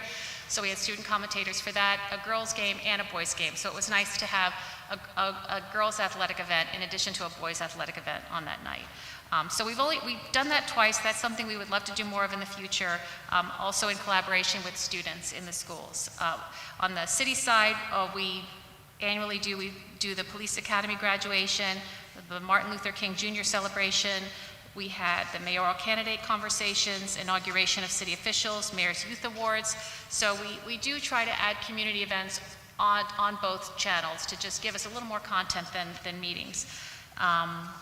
So one thing I wanted to point out, I don't think I've talked much about this in previous hearings, but all the MGAT equipment that is currently in service has been acquired for the City of Milford through annual grants from the Cable Advisory Council. You'll notice we don't really spend any money from the city on equipment. We are able to fund that through grants. The Area 2 Cable Advisory, the Area 2 is comprised of Milford, Fairfield, Orange, Woodbridge, Stratford, and Bridgeport, and we compete with one another for grant funding every year. Every year I apply for a grant. The grant is somewhere in the neighborhood of, it's been as low as 20,000 upwards to 33,000. With that, we try to fund and upgrade equipment needs every year. Small things. One year we had a file server the most expensive thing we did was add a new file server in 2022. We've added the remote broadcast kits. The most recent remote broadcast kit replaced one that was much more limited, and actually the vendor had gone out of business. So our new remote broadcast kit allows us to do 5-camera productions, which is what we did the football game with, and what we did the basketball games with and graduations with. We can also bring that into Veterans Memorial Auditorium. We've done events there. So each year, that is where we find the funding for these little by little upgrades. This year we were a first-time applicant for a PEGpedia grant to fund additional equipment upgrades. The potential award will be $40,000. We're still waiting to see. There's a vote in April, but we have a few needs that need to be addressed with that. But everything coming from the city side is just labor. That's what we really try to focus on. We did request an increase this year, partially because we would just like to grow. There were 2 things that we were hoping to do. We're finding that this is a very competitive field, and we train people up, and then within a year they're making twice as much on another production. We would just like to be able to compete a little bit with some of these market rates. We'd also like to recruit and train some additional associate producers to just expand our coverage. We also did our research and found that the budgets in other towns were just significantly higher. Orange has a budget of $78,000, and they just do government.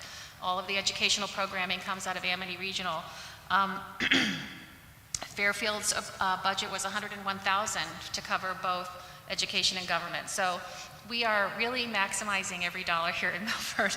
I am perfectly fine. I know there's a lot of competing needs this year.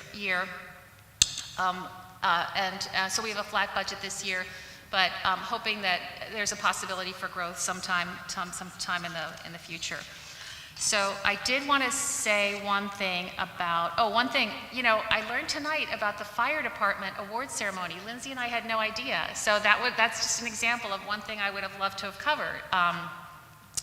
Sometimes we just don't even hear about these things. People don't even think of us.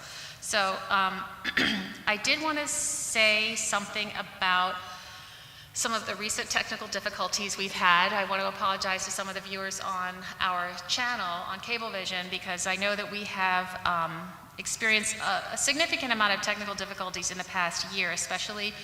One of the things I just wanted to explain is that as we upgrade our systems, we're upgrading it piecemeal. We're not coming in with a $200,000 upgrade on everything. So we're taking something that is a newer, more recent item, and we're trying to make it work with older systems. So over the summer, we upgraded our file server, which had failed after about 5 years, which is sort of typical with a lifespan, to a new 2-channel file server. But we realized once we got it installed that the transmitter, the Cablevision transmitter, was not compatible with our new server. And it took us weeks and weeks, and thank you to Lindsay for just calling, week after week, trying to get Cablevision in here, a public utility,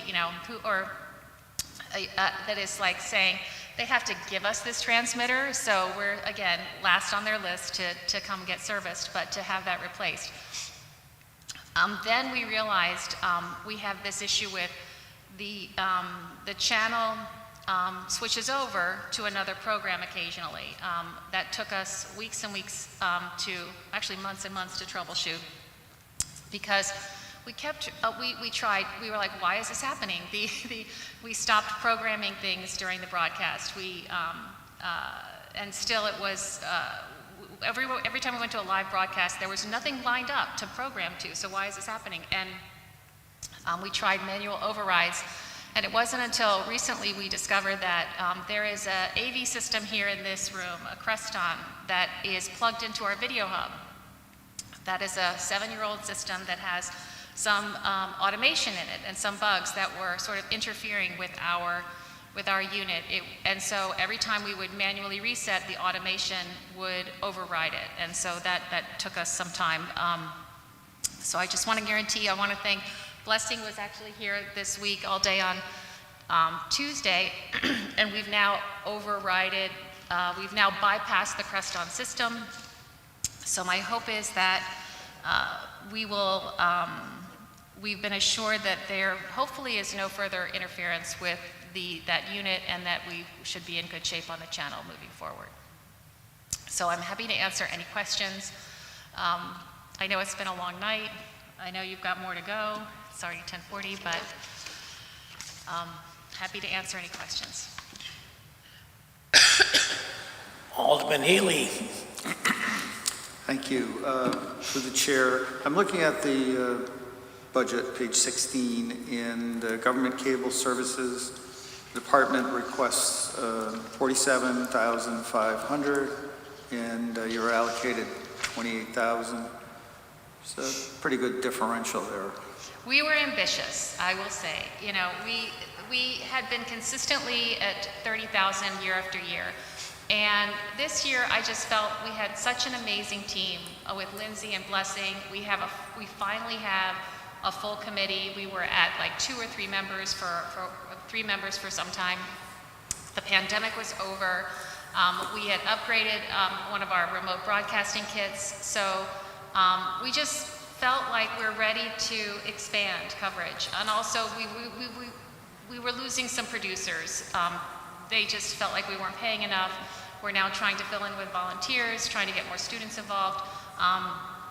So we were kind of stretching it. Like, I'm either going to have to cut back on programming to keep people here, or so the request was really made because I felt like we were really positioned with the right team and the right staff and the right equipment to be a better service to the community and cover more things that we felt really should be covered for a community of this size, at least. So the loss of almost $20,000 Yeah, is impacting you specifically in what way operationally? It just means we have to sort of, it will, the way that I can keep doing what I'm doing is to bring in some more students, some more volunteers, to try to hire fewer associate producers, maybe scale down productions.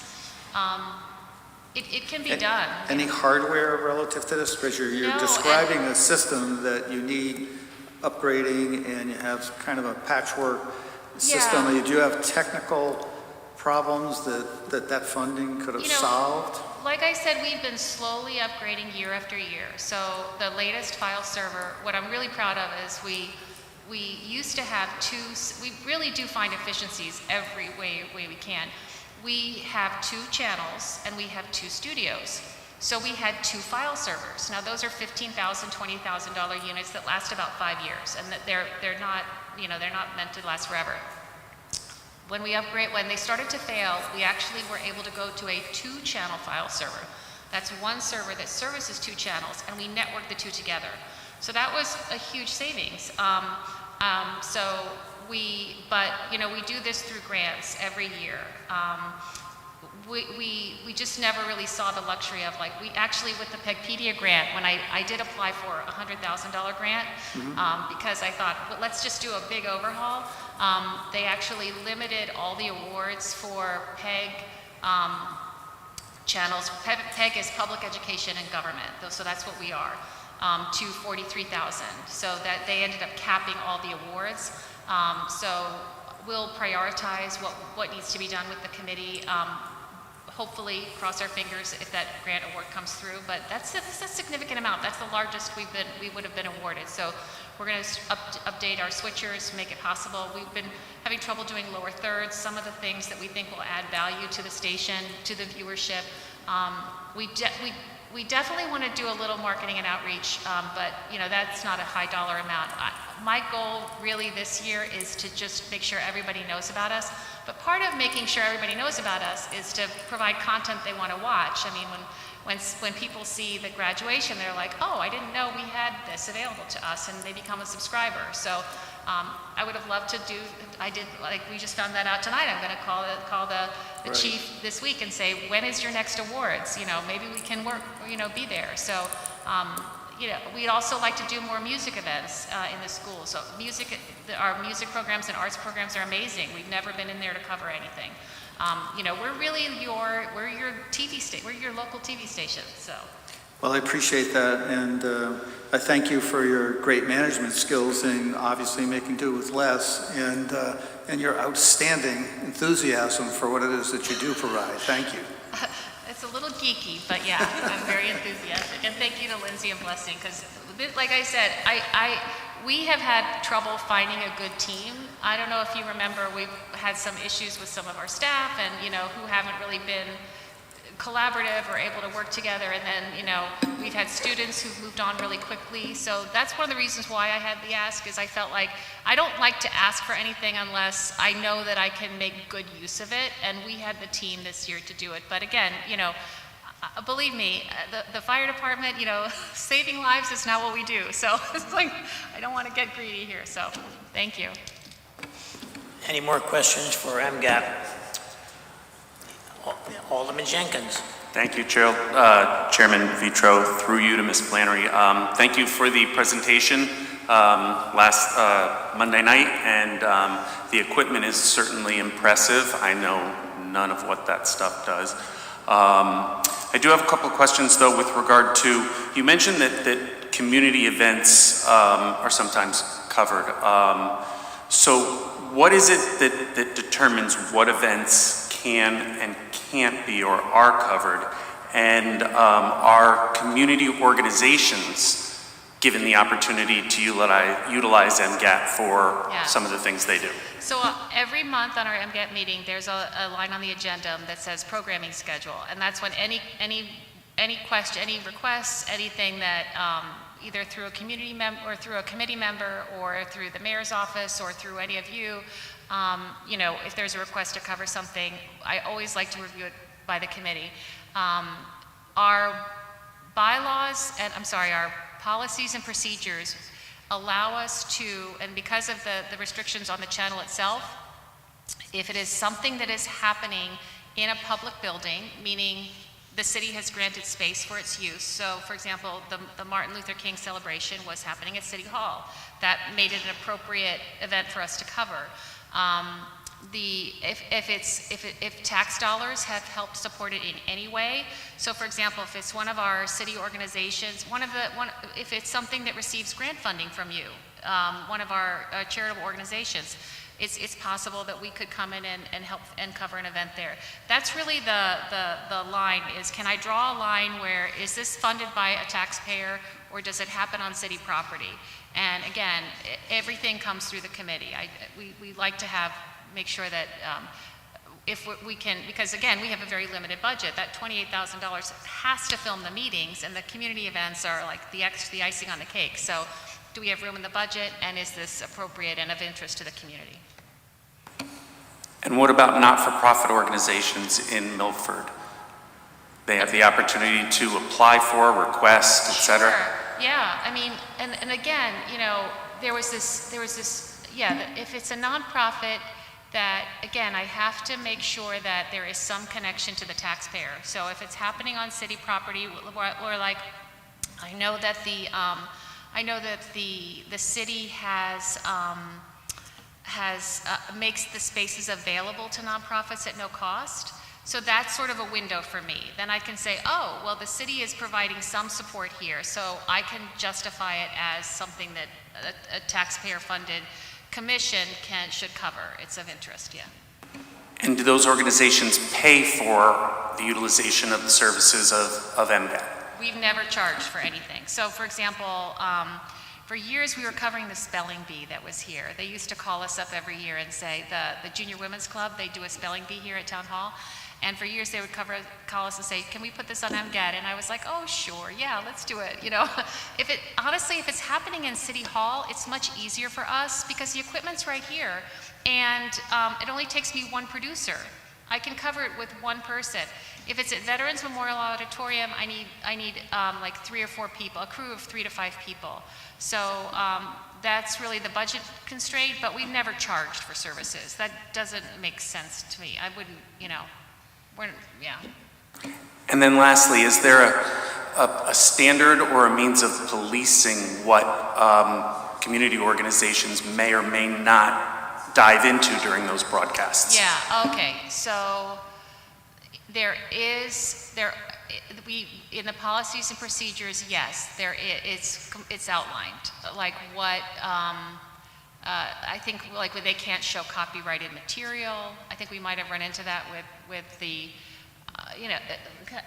some things that are offensive. Like there are certain things outlined. I don't have it. I'd be happy to send it to you, though. You can take a look. Absolutely. Thank you, I would appreciate that. Yeah. Thank you. Alderman Federico. Thank you, Mr. Chairman. Through you to Ms. Flannery. So when you say you were looking to expand with the additional funding, was that to cover more community events? Or did you have certain meetings in mind that you wanted to add? Yeah, so if you look, there's dozens of boards and commissions that we don't cover. And again, so absolutely we would in some communities, police and fire is very popular. Also it's a little awkward because I find not everybody wants to be on TV, but so obviously in cooperation with the chair, sometimes, I realized some commissions have very light agendas and they're on Zoom and they're, done in 15 minutes or whatever. So it's, yes, I would say yes and yes. I would probably, the committee would probably review the list of boards and commissions, look at what seems to be of great interest, talk to the chair and say, we'd like to come in here and start covering it, and also reserve some funds for community events. We actually talked about the library. One time I went to the library and covered something. It was a presentation on conservation. Anything that is, I remember once we went to the police department where they interviewed the new recruits. So I think that we've just been so focused on what we have to do, we haven't been able to really look at that question. We would have a process to review exactly what the priorities are for coverage. Thank you. Any more? Alderman Bevan. Thank you. Through you, do you have any paid personnel? Yes, so they're all freelance. So with the way we set it up, we have a managing producer, which is Lindsay, and I like to say her job is to get up in the morning and think, what does MGAT need? Somebody who's really working on the day-to-day operations. Our meetings scheduled? Do we have producers for them? What's coming up? Is everything up on YouTube? And she also films meetings. So the managing producer is a freelance position. She invoices us every month for those hours. And the technical director, Blessing here, who helps us troubleshoot some of these quirky issues, and they also film. And then when we have a crew of people that come in to serve as associate producers, like when we're at Veterans Memorial Auditorium and we need more camera people, those people we pay usually about $20 an hour just to be at a camera and help us film. But none of those are in the budget. They're not, that is under, so that would be the line. I'm asking is how do they get paid if it's not in the budget? Yep. No, see it says government cable service, $28,000. That's where the invoices go to. Thank you. Yes, thank you, yeah. Thank you. Any more questions for MGAT? Seeing none? Thank you. Thank you, Kara. Mr. Chairman, if I may, our finance director has been gracious enough to volunteer to move to the end of the agenda to allow the folks who are here waiting to go ahead of him. So if you don't mind, and this board approves, we could call the Milford Arts Council next. And Peter will go last.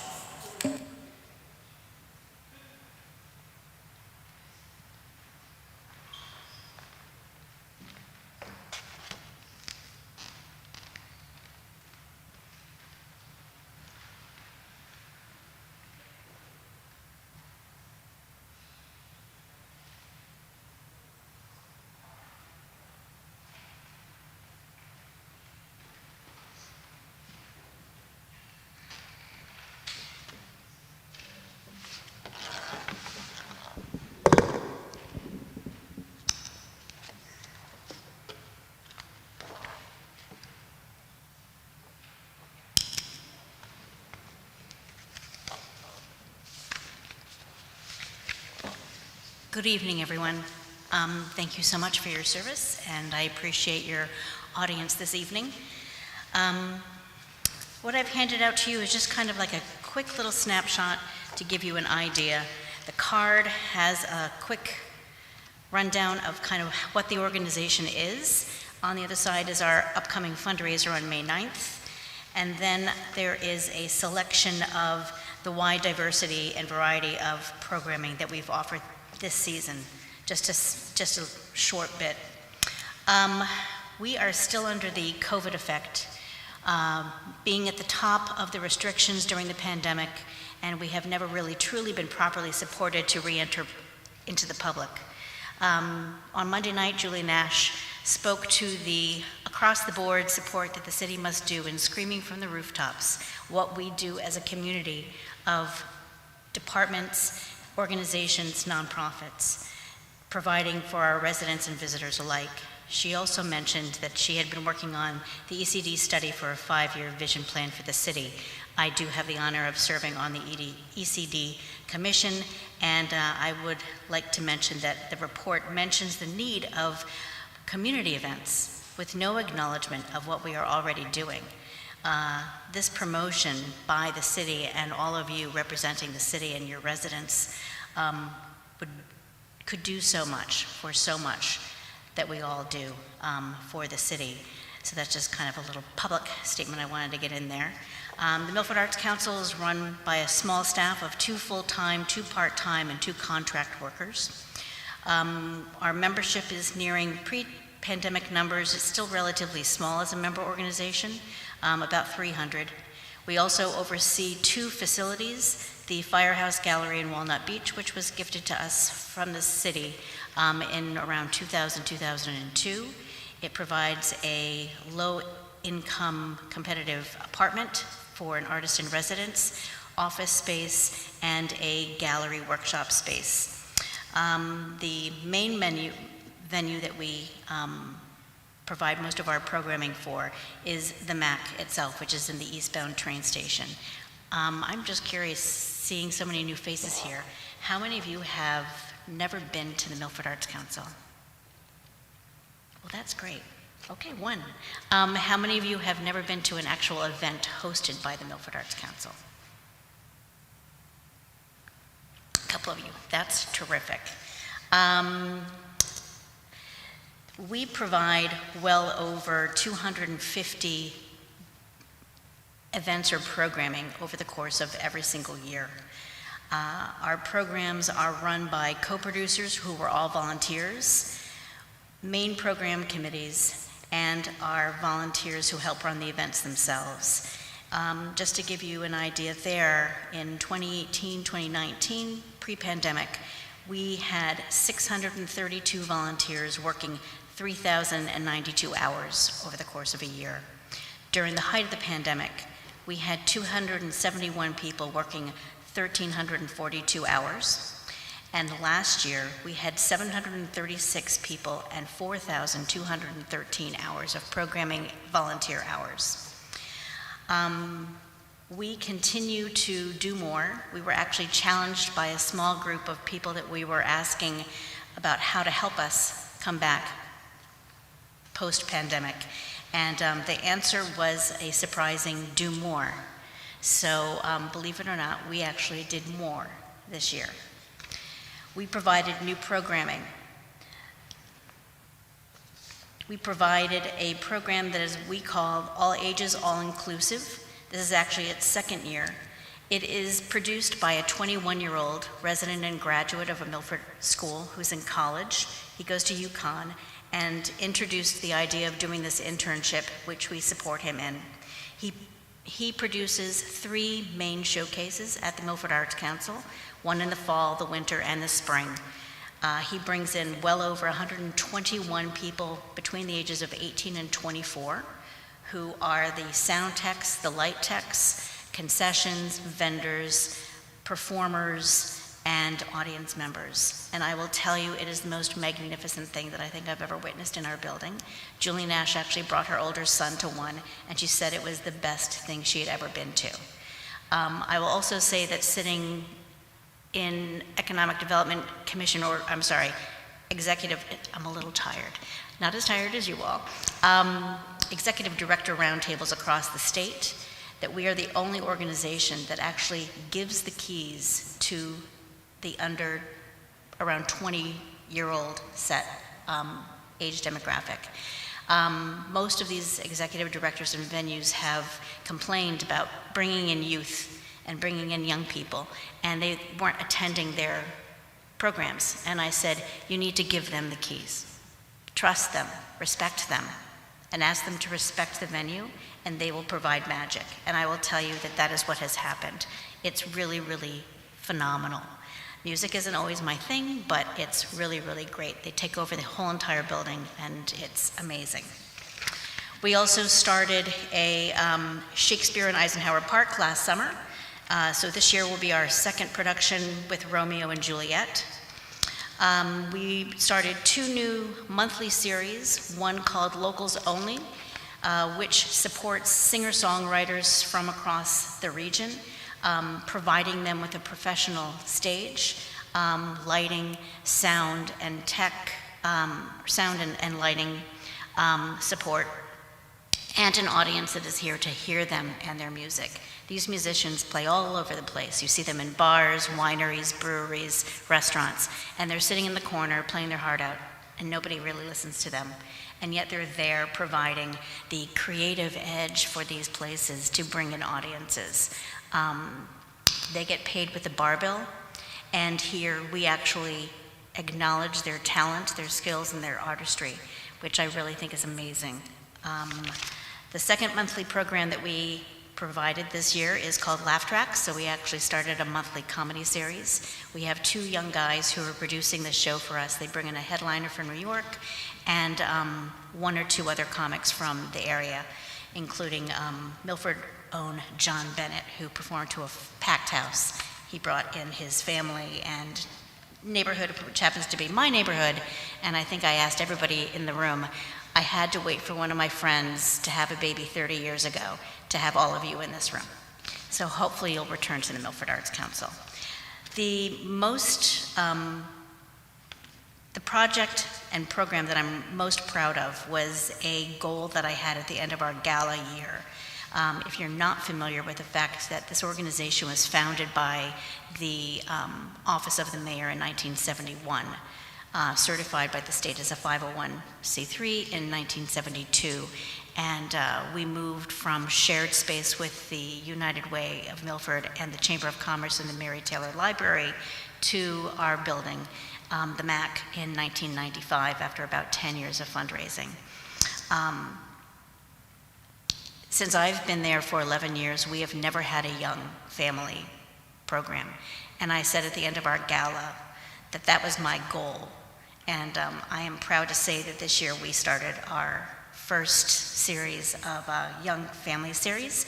The last pictures that I shared to you is an event that was actually created by myself and 2 other Milford residents, Michaela Silver, who owns the Giggling Pig Milford, and Allison Cook-Beatty and her dance troupe. This was an all-immersive program for children between the ages of 1 and 5 and their families and guardians. It was absolutely mesmerizing. I covered our brand new refinished floor with craft paper. We had 5 art stations. We sat all the kids down on the floor and in their parents' laps and said, welcome to the theater. And we said, this is how you applaud, and this is how you put your listening ears on. And then we introduced the dancers. And the dancers had been sitting on the floor with the kids, and they got up and danced and sprung to the stage and did a 7-minute ballet, modern dance. The kids were absolutely awestruck. And after that, they got to throw feathers up in the air, paint birds on the floor, paint bird shapes. They did masks with feathers and paint.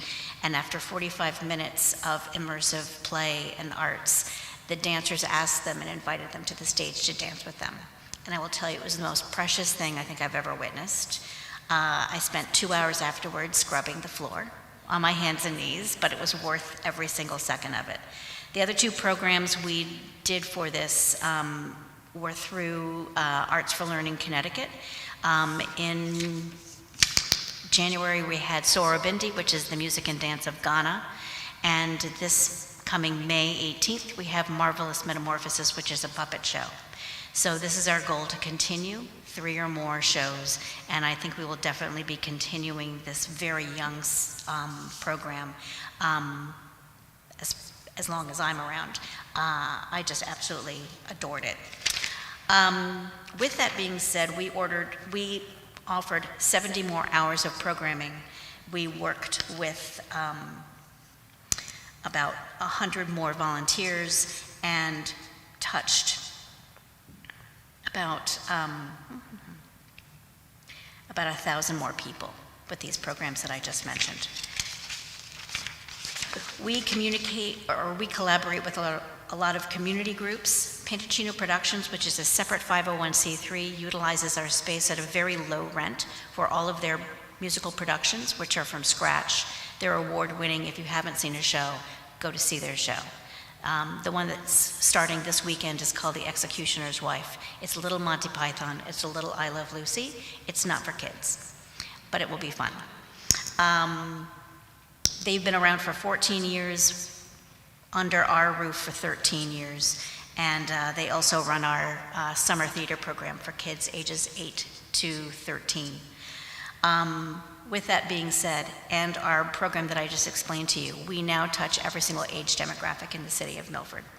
So I'm really proud of that achievement.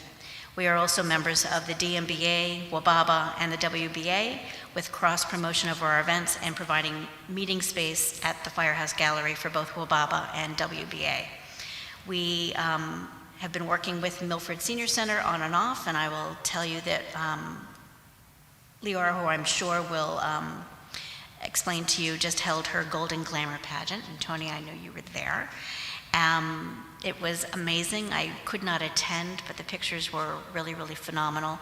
And we also host exhibits at the Firehouse Gallery, and this coming fall will be at the MAC, a senior center art exhibit for the month of September, October. The Beth L Center, Jen is also in the back of the room. I love both of these women. We have done now 1 year, and this coming year will be the 2nd year, providing a benefit concert called Pass the Guitar. It again utilizes the local singer-songwriter, bluegrass performers. It is 1 guitar, it is 20 performers. They all get on stage, share the guitar, we pass the basket, raise money. It's free, bring your generosity, and at the end they all get on stage and sing together, and it's really, really a transformative event, bringing the arts together and really calling attention to those in need. We are now also a founding committee member of Juneteenth. We also host their fundraiser at the Firehouse Gallery. We are now also home to events for Milford Pride with their bi-monthly book club and open mic this summer, and the Pride Ball in June.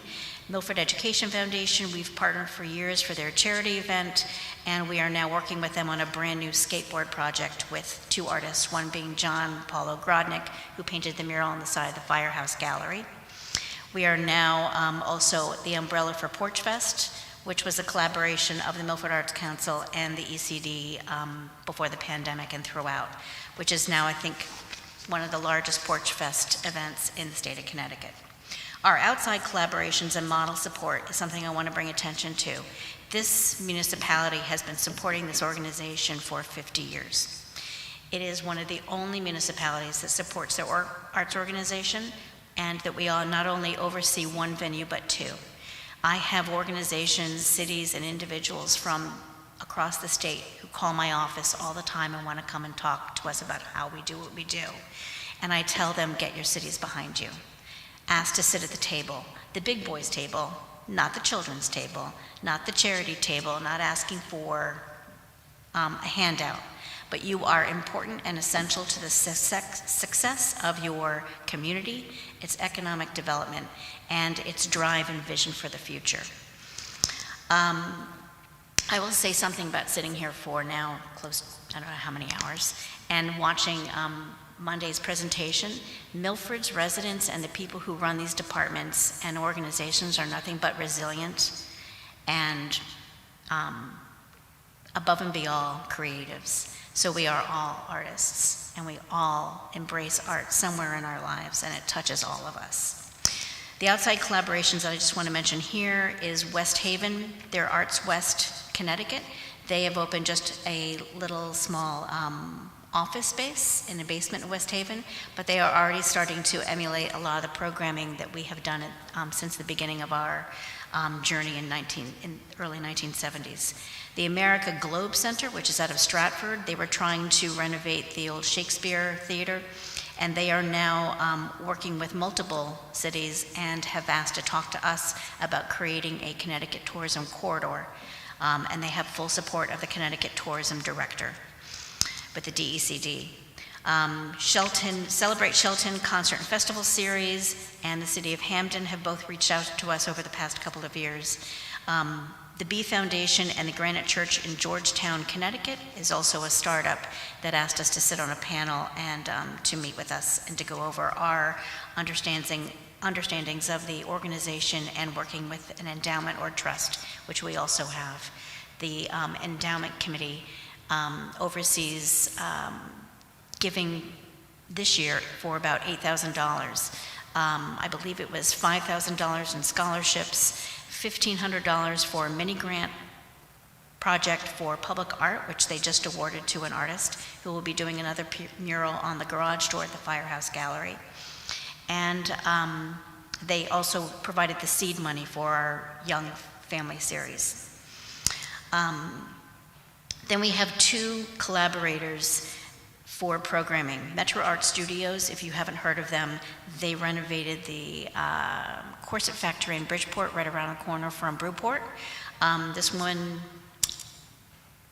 Jane DeVilla, is an absolute powerhouse woman. She had this vision. I met her at the NEFA, the New England Foundation for the Arts,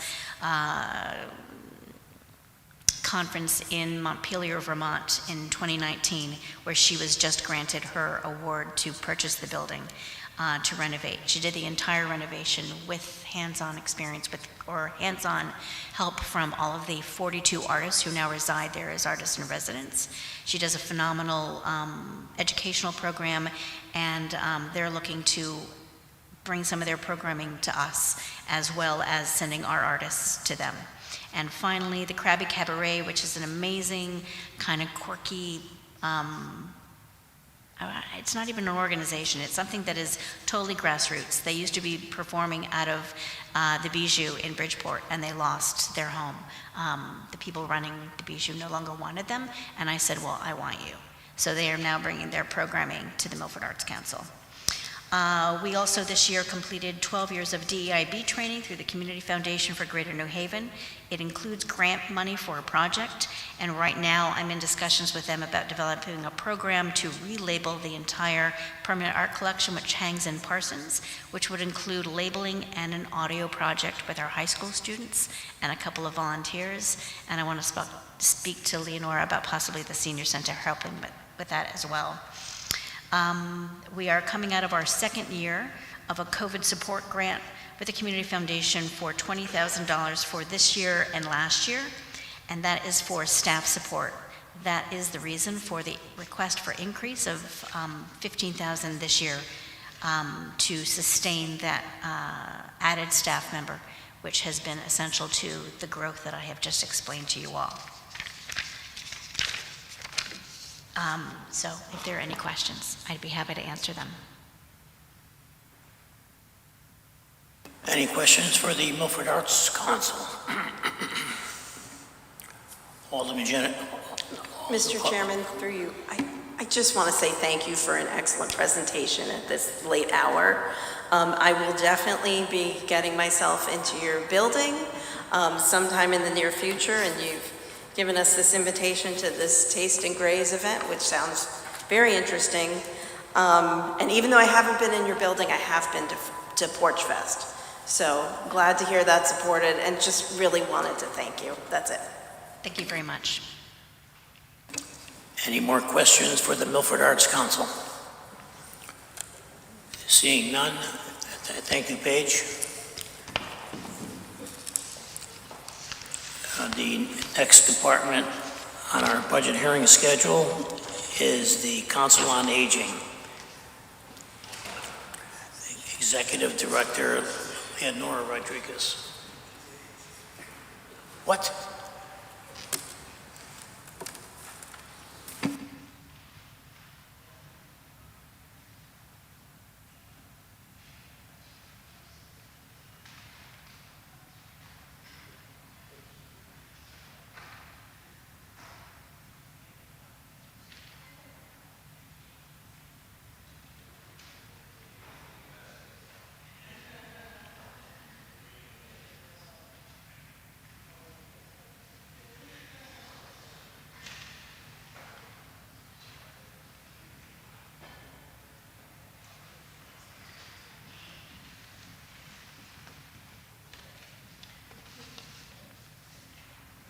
Hello, everyone. Almost good morning. So for any of you that do not know who I am Lenora Rodriguez. I am the Executive Director of the Milford Senior Center. And tonight I want to share just a kind of brief outline of some of the activities of Milford Senior Center. The Milford Council on Aging budget request for this fiscal year has remained flat. It has stayed the same. However, I want to highlight a couple key points of interest as it relates to our services that are provided to the center and some future considerations. So, as many of you probably know, that we offer various food services. One of our biggest programs is the mini lunch program. This is an in-house program where we serve our own food that we make in-house. We serve approximately 115 meals daily, Monday to Friday. They have an option of eating in or taking it out to go. However, we do have a rising cost of food supplies, and because of that, we've had to increase the price of a meal to our members from $3 to $3.50. It doesn't sound like a lot. However, for individuals who may be on a fixed budget, this is an increase of $2.50 for them, or that means they have to reduce a meal. Our Errands Respite Program is our program for individuals who are living with Alzheimer's or related dementia. We currently serve approximately 20 residents in and out. They're offered evidence-based therapies, friendship, and respite for their families. Until this year, it was supported by the Milford United Way grant. However, I was able to secure a grant through the Area Agency on Aging of South Central Connecticut to support with these therapies and some financial support for the cost of the program, which is $10 per day per person. The program itself is supported by 2 paid staff and a number of volunteers that join us daily. The programming department, which is our largest program, it really engages each and every member through unique activities and opportunities for older adults, such as fitness classes, tech assistant, travel, arts, culture, language, dance, social events, anything your heart's desire if you are 55 plus living here in Milford. The program employs 8 staff, mainly part-timers and some per diems, with a program director. The program kind of slingshot back from COVID back in 2020 and is seeing numbers of member participation increase. Just March alone, we saw 4,962 visits, which just kind of comparing to December 2023, which usually sees a weather decrease, we saw an increase of 1,000 folks coming in through our doors. Which is great. They're all in there, they're all enjoying themselves. So as we add these exciting programs, the cost has increased while our class donation box, unfortunately, the intake has decreased since 2020 and has not yet rebounded. The membership total as of right now, I did a couple figures. I looked at where we are in terms of our membership, where we received 27,624 for membership as of March. Just kind of comparing it fiscal year 22 and 23, where we were at 23,743 for fiscal year 22 and 27,915, which gives us approximately 1,782 currently paid members. We're down about 300, but by the end of the year, we expect us to reach that 2,000 membership that we once had prior to COVID. So we've rebounded quite a bit since then. And partly, if not wholly, because of the programs we offer and the completeness that this program and this senior center offers to the members. We also house the Milford Food Bank. The program serves approximately 700 individuals. These are individuals from children, families, to our seniors. About 45% of those individuals served are older adults, 20% are children under the age of 18, and then the rest are adults, they're about 35%. For this program, we received a new vehicle to help assist some of our homebound individuals who are in need of food. This is a great help for those folks. It mirrors a couple other programs that are in Connecticut. It just makes sense to ensure that people who are in need of food can have that access. That program is supported by mainly volunteers and one paid staff that we have. Transportation services, we offer transportation services, getting folks to and from the center to medical and grocery rides. Our fleet travels over 3,000 miles monthly. We did have to purchase 2 vehicles this past fiscal year to replace 2 aging vehicles for safety reasons, of course. This program has 7 licensed drivers with endorsement and unfortunately cannot utilize volunteers due to license policy and insurance reasons. We are delighted to hear about Milford Micro Transit. It's such a great addition because we do have a lot of our folks who ask for transportation after hours. What we'd like to do is kind of shrink that gap a little more, where our transportation services stop at 3 p.m. We'd like to look at maybe meeting that gap a little bit more and getting that 3 hours between that 3 to 6 where we now have an opportunity to do. Social services, this program serves to kind of an intermediate to promote resources and support to older adults, other members in the community seeking aging related information. We offer mental health, dementia related resources, housing question, emergency, grocery gift cards, and it really equates to about 800 units of service monthly. This program employs 1 coordinator that's at 30 hours, a social service worker that's about 20 hours, a senior benefit specialist that's only about 10 hours a week, 12 hours a week, and 2 per diems that are making house calls, which is kind of unique. We have 2 folks that toggle between their time just to contact some of our members that we haven't seen and say, hey, how are you doing? They're friendly callers. And through these friendly callers, often what we find is that we have people in need of services, and so we reconnect them back to our social services. And if we discover there are other needs that we need to connect them to other agencies, we do that. So we've been able to connect with just about every group here in Milford and sometimes beyond. Meals on Wheels. This program has grown since COVID, and it currently stays at about 94 medically homebound clients Monday to Friday. This program has 4 paid employees that unfortunately we cannot use volunteers for due to, once again, insurance and policy.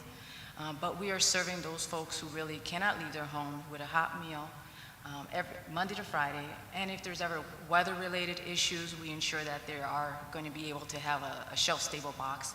During COVID period, we were able, when unfortunately not supplied through LifeBridge or one of our suppliers, do so with our own food bank or our mini lunch program. So we really wanted to ensure these folks that are really isolated from the community always have someone there near them to support them.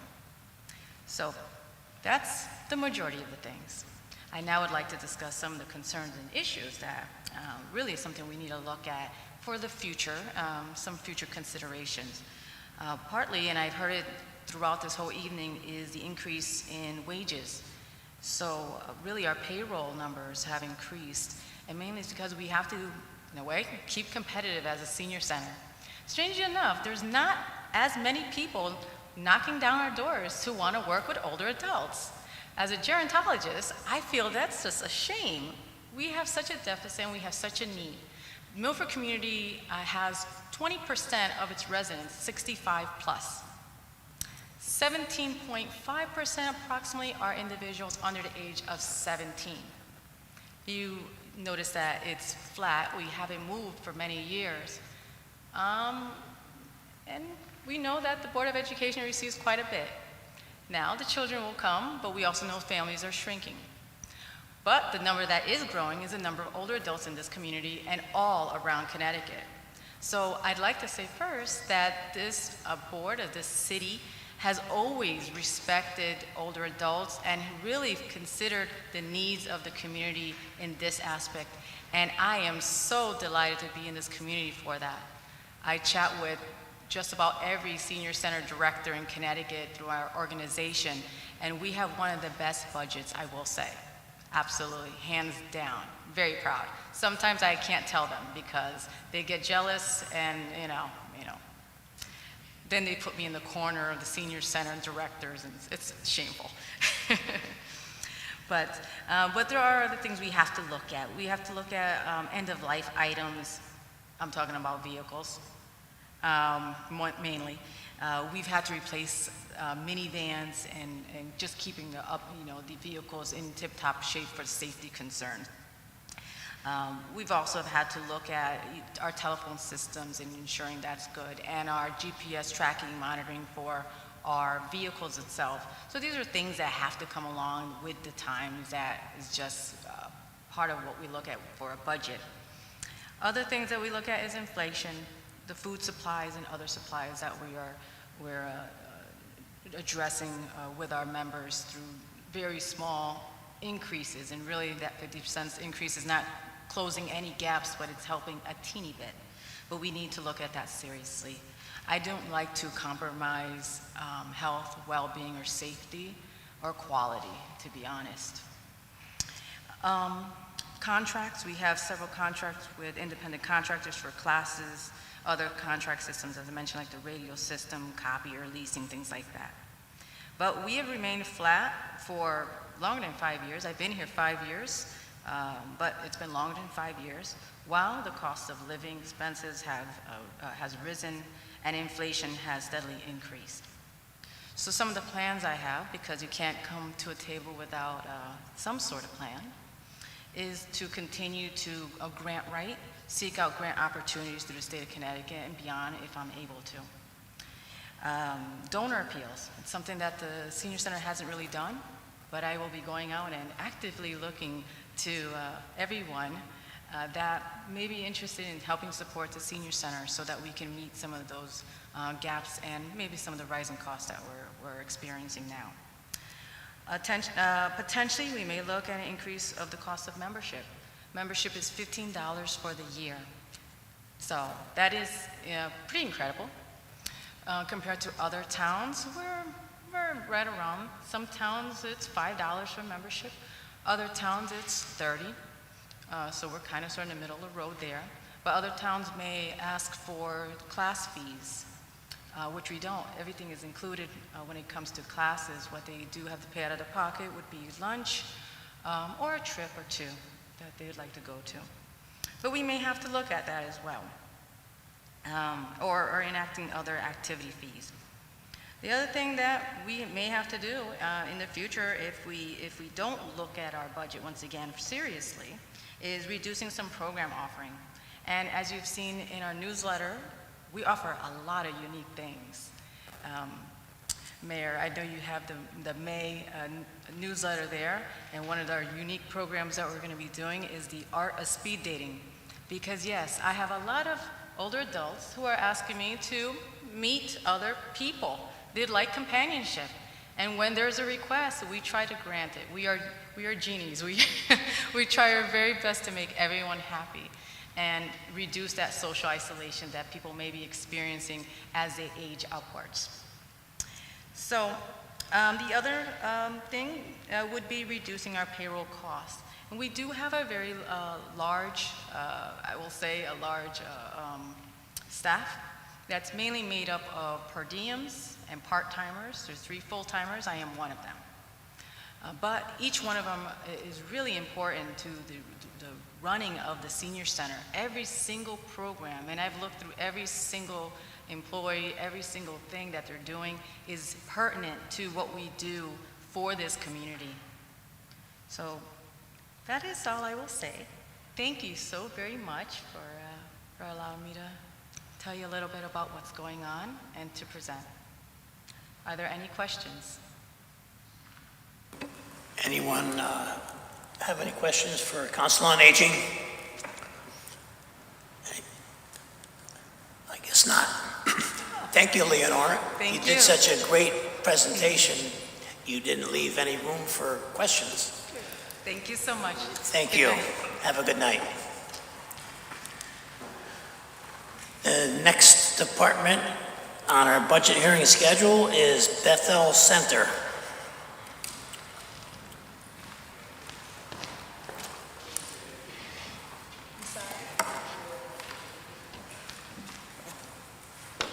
Good evening. Our board president, Justin Kobe, is passing around our Yay, packet Justin. for, yes, more information. More information.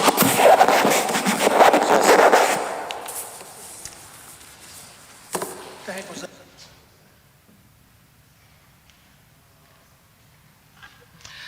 that? So good evening. I know it's been an incredibly long night after other many long nights. So thank you so much for the opportunity to come before you and to speak about the work of the Bethel Center. I'm Jen Paradis. I've been the executive director of the Bethel Center for about 5 years and have been with the organization for just about 10 years. Again, I want to introduce Justin Kobe, who is our board president coming in this year. Recognizing that there are some new faces here and that folks might not be familiar with the Bethel Center and all that we do. We're an organization that responds to homeless and housing needs for the city of Milford, but also folks that are in surrounding communities. And we could talk a little bit about why that is, but and provide support to folks experiencing hunger and food insecurity. We have 6 core programs. All of them kind of fall within a continuum because all of us are unique and not any one person experiencing homelessness or hunger is going through the same situation as someone else. We're all unique, we're all different. We really need to have interventions that support the individual person. Person-centered is how we refer to that. So we have homeless prevention services that we call diversion. That's engaging folks who are at imminent risk of homelessness. That's our largest and fastest growing program. It's our youngest and largest and fastest growing program because we are amidst a housing crisis in the state and in the country. And so we have 2 diversionists that are on the ground working with folks that are at imminent risk of homelessness. We also have an outreach and engagement program. We have outreach navigators that are in our community that are responding to folks who are unhoused or unsheltered in our community, connecting them to resources, whether it's meeting basic needs, whether it's connecting to housing resources. It's about building trusting relationships. Unhoused folks, unsheltered folks, are actually the smallest percentage of the folks that we serve at the Bethel Center. We often think of unsheltered homelessness as the largest or kind of the greatest example of people experiencing homelessness. It's actually reversed. They're just the most vulnerable, whereas homelessness existing in families and seniors and other populations are somewhat invisible or hidden to the kind of naked eye as we navigate around our community. But we have, we have folks responding to unsheltered homelessness or unhoused folks. We have 2 emergency shelter programs. One is a year-round program for men, women, families, and veterans. It's a 34-bed facility at 90 New Haven Avenue. And then we have a winter shelter program that's open mid-November to April 1st this year. And that is for 15 individuals who are experiencing unhoused or unsheltered homelessness and all about saving lives, right? And connecting them to larger systems. We also have supportive housing services. We have a small program called Liberty Point that's at 85 New Haven Avenue, right across the street from our main site.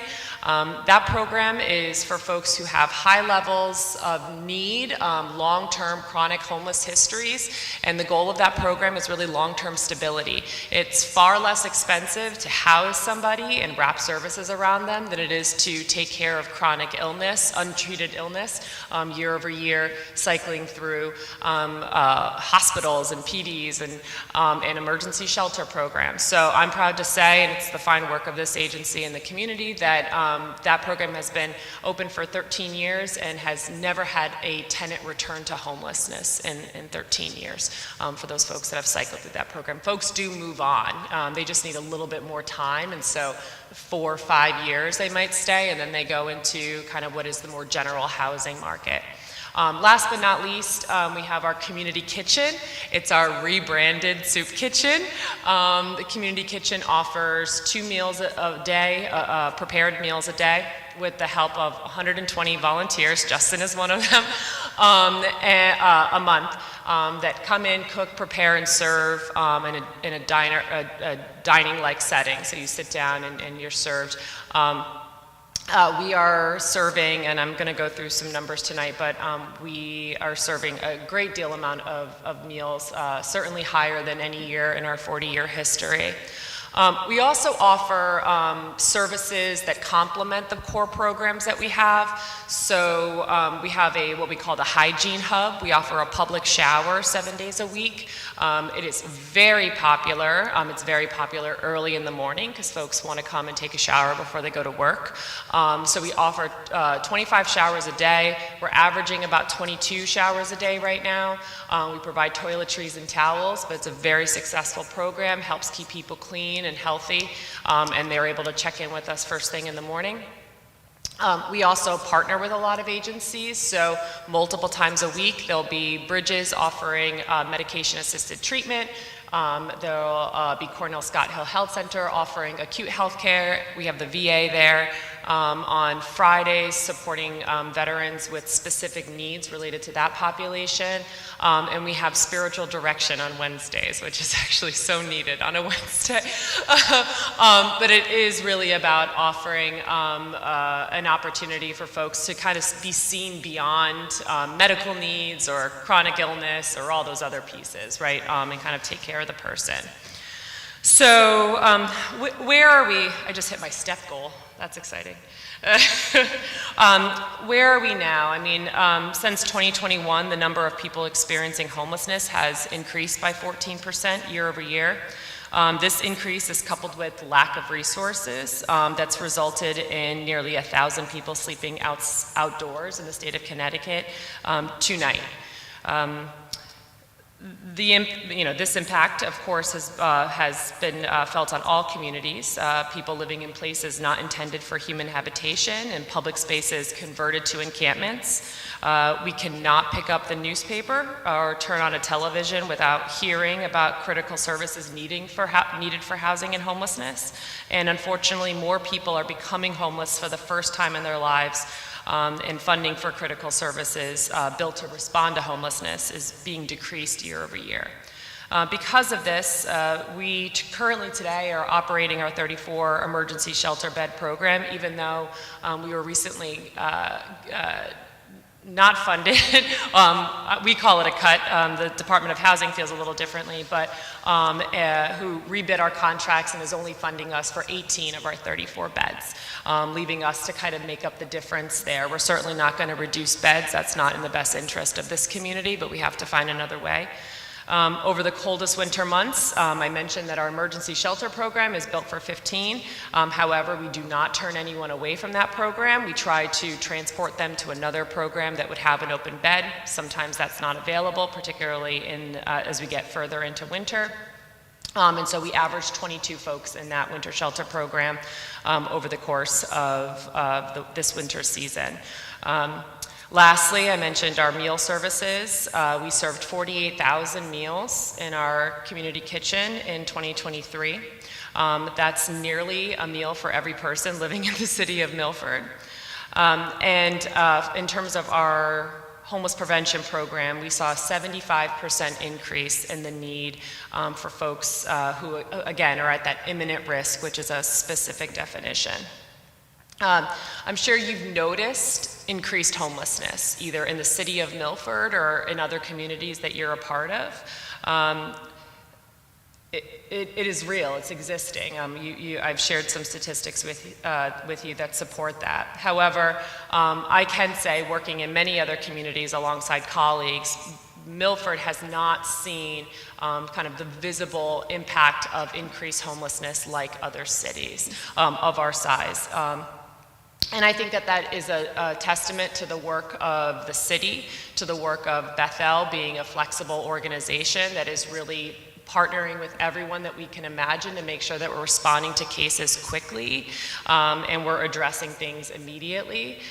We don't want to see growing encampments. We've worked incredibly hard to reduce the size of our encampments around this community over several years, and so we continue that work together. However, we know that if funding continues to decrease and the service need continues to increase, we are not going to be able to hold that line. So we'll continue to do really hard work, and we'll do that together. I know that's true. So I want to encourage us all to be thinking about what funding Bethel means for our community. This is an investment that pays out in the health and wellness of our city for generations to come. One of the articles I provided to you is research that indicates the significant cost savings that occur when practices like those, the best practices that we have at the center, are funded.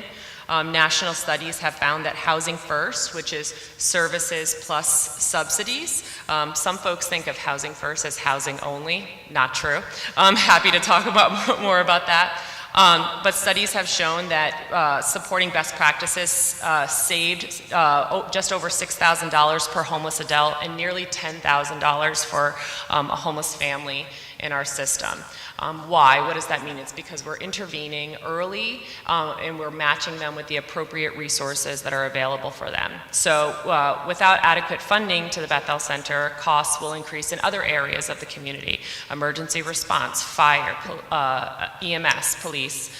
This was notably proven during the COVID-19 pandemic, when we were able to acquire rooms at Motel 6, and we effectively sheltered our unhoused population in Milford for a significant period of time, and EMS calls dropped significantly during that period of time, really to nearly none for folks who were experiencing homelessness, who were unhoused in our community. And why is that? It's because they had the community of the Bethel Center, they had the extended resources. We as an organization were funded kind of properly through that time to be able to respond. I promise I'll wrap up, but I feel like we get this time once a year, so I appreciate your attention. Sometimes it's hard to describe what the work of the center is and who works there. We talk about our services, but the individuals that are at the center day in and day out, this is their full-time job, their part-time job, sometimes one of their many other jobs. Who are they as people? And so I found the best way to explain that is to share the type of training that our folks receive as a part of their employment at Bethel. So our folks are trained in overdose prevention and Narcan, domestic violence prevention, human trafficking awareness, mental health first aid, CPR, AED, bloodborne pathogens training, motivational interviewing, trauma-informed care, housing first principles and practice, employment readiness, benefit support, fair housing policy. And I did not include all the leadership training that we make people take. As well as they must be well-versed in employment, transportation, childcare, healthcare, food resources to meet the unique challenges of every case. We are the lifeline to thousands of people who will need us today and tomorrow. We like to think that we are more than just a shelter and a community kitchen, but we're a center for hope and stability. The materials that we've provided you this evening include our 2023 impact report.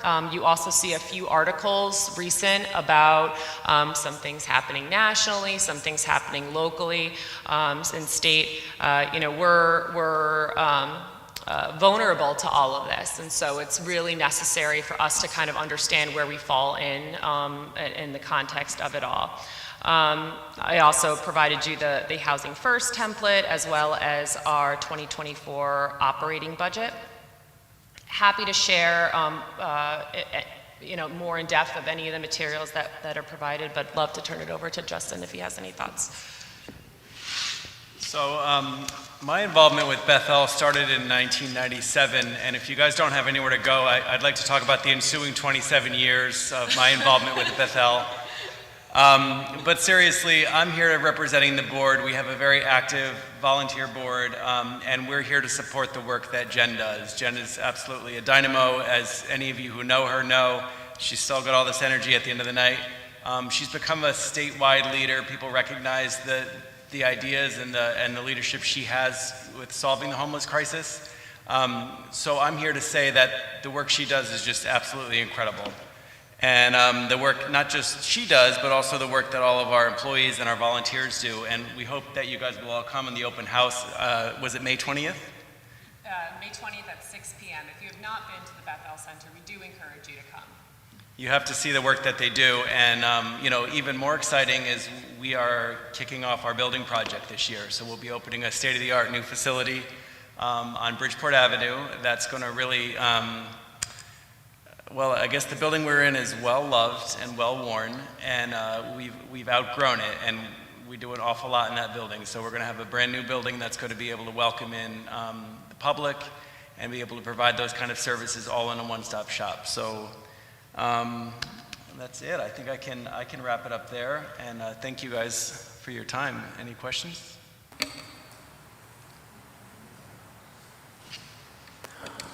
Alderman Fowler. Thank you. Through you, Mr. Chair. I'm looking at your legislative fact sheet, and what strikes me is that the greater New Haven area experiences a lot more homelessness than other areas listed. I'm just curious your thoughts about why that is. It's something that we've been really kind of thinking through and talking about for the past several years. We saw it starting to, Greater New Haven has always had high numbers, so it's not necessarily, has changed over time or it's been, startling. It really has to do with the housing market that has happened in the communities that are part of the Greater New Haven. So Bethel is an organization that falls within the Greater New Haven Coordinated Access Network. And so I know we talk a lot about this, but I think it's, why are we talking about New Haven when we're in Milford? So all of the resources for homeless service providers are connected through these coordinated access networks. So if Bethel did not do something as a service, we could quickly work with another agency that did. It's a great way to make the dollar stretch more, quite frankly. So, and give nice warm handoffs for folks that we're serving to other agencies. So just a little bit of background on that. What we've seen is just really rising rents in lots of places. For Greater New Haven, there's been in our community more folks who are experiencing homelessness for the first time. That is certainly related to a number of things. Most of it has to do with housing costs. And we're seeing folks, and this is really concerning, we're seeing folks that have already been a part of our services in years past. So we track recidivism by 3 years. That have been a part of our system within 3 years. So we're seeing both of those numbers inside of this number rise, of course concerning. We're also not able to do diversion in the way that we want to do, and that again is related to the housing market. So healthy diversion percentages should be 50 to 70%. Folks come and sit in front of you, and 50 to 70% of the time they're able to stabilize either in their current situation or move them on. Folks are getting to us too late. They're out of resources. They've burnt their bridges. They've been told to spend all their savings down in either paying back rent or paying for a hotel, or they paid somebody to stay with them or whatever. So they're coming to us with really nothing. So our diversion rates are not as high as we'd like them to be right now. They're below 50%. So it's kind of all of those factors. But like I said, we've kind of historically seen Greater New Haven have those higher numbers as compared to the rest of the state.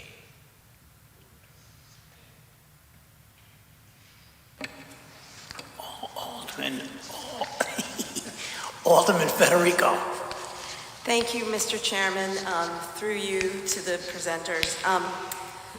I have a question about, it looks like you requested a $5,000 increase, and that didn't survive into the mayor's recommended or the finance board recommended budget. Can you talk about the thinking behind that $5,000 increase? And the reason I ask is because everything you've said, I'm surprised it wasn't more. Yeah. And then I'm surprised that, you know, it didn't survive. But can you just talk about how you arrived at that figure of 5,000? So, you know, we really tried to account for the vast majority of folks that we serve in our programs are from the greater Milford area. And I talked a little bit before around serving folks from other communities. People experiencing homelessness drift around to different communities. There is this kind of stigma of this phenomena that if you have services, people gravitate to those services.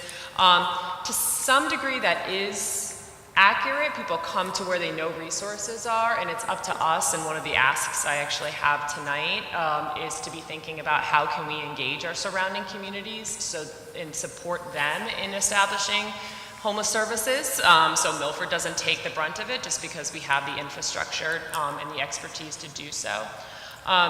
The 5,000 that we increased really related to two things that serves Milford residents. One, our community kitchen and the extraordinary increase that we saw on food services and the cost that came to the center. I mean, we've seen food needs increase year over year, particularly since the pandemic. But for there to be a 40% increase from last year to this year, I mean, we budgeted for 30,000 meals and we served 48,000.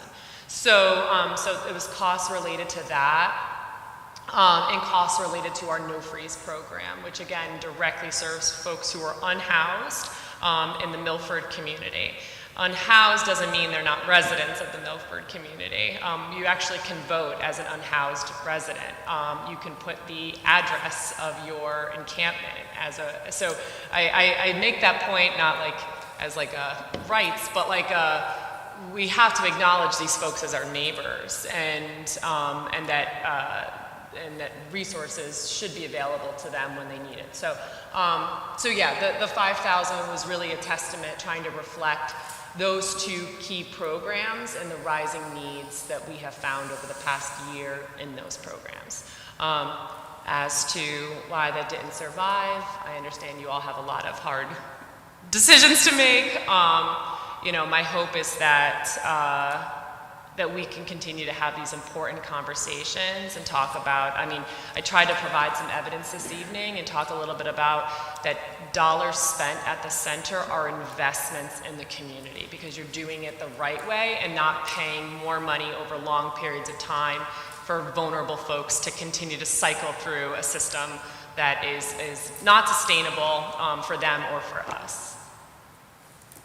Thank you for the excellent presentation at this late hour. I appreciate it. Any more questions for Beth Hill? Alderman Vitale. Thank you, Mr. Chair, through you. Thank you for your stamina and waiting to be the last ones. Just a couple of fast questions. What is your total budget and how much of it is granted? You have our operating budget with you. So our total budget is 1.5 million.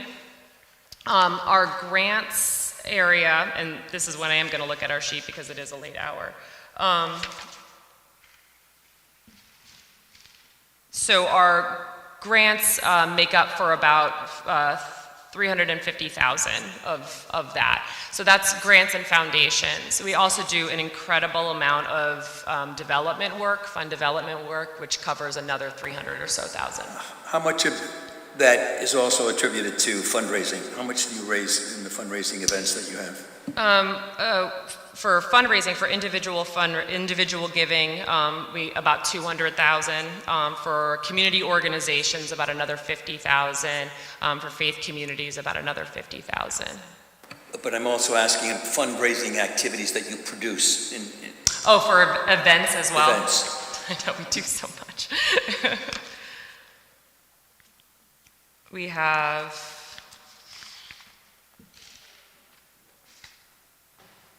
$175,000.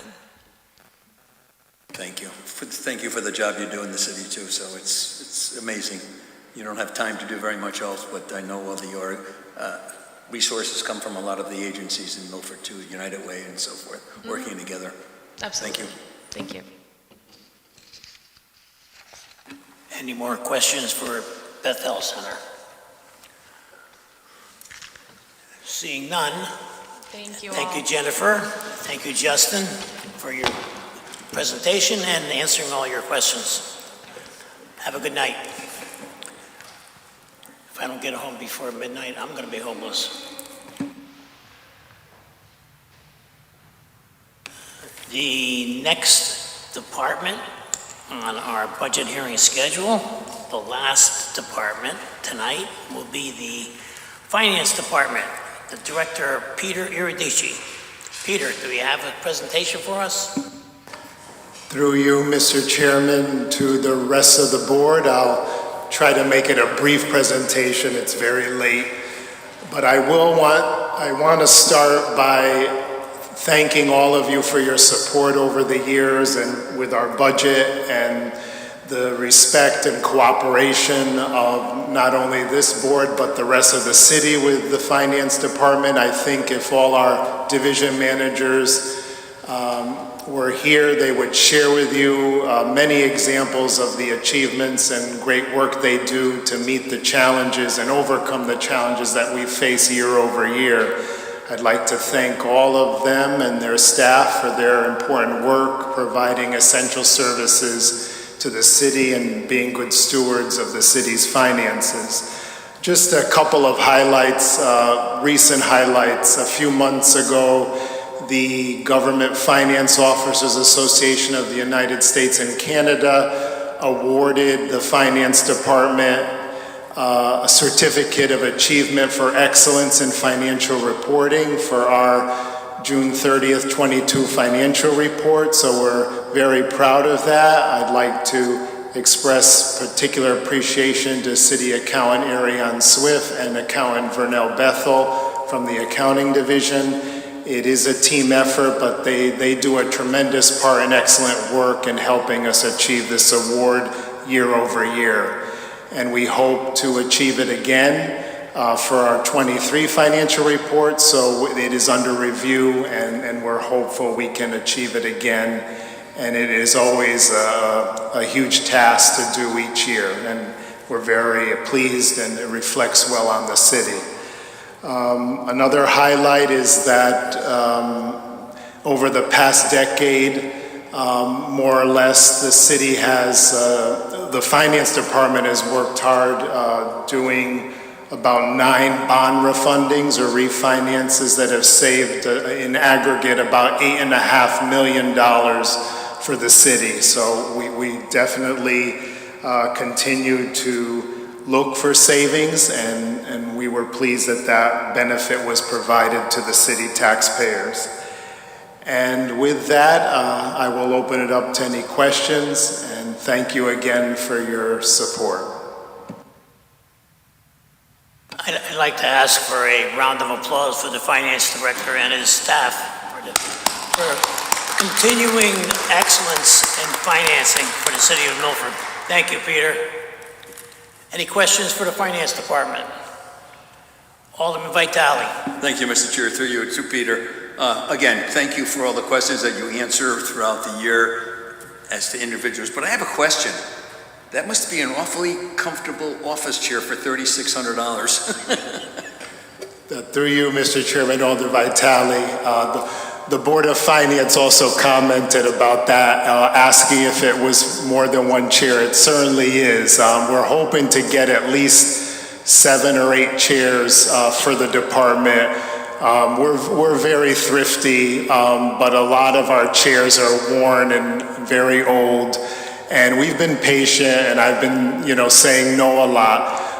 But this is the year that it really came to a head, and we said, let's make a start at replacing some of these very old, broken chairs, if you will. And so we're hoping for your support in funding for these 7 or 8 chairs at least. Thank you. I thought it was a reversal between computer software and chairs. Thank you. Any questions for the Finance Department? Yes, Alderman Casey. Through you to the Chair. Just give me a roundabout number.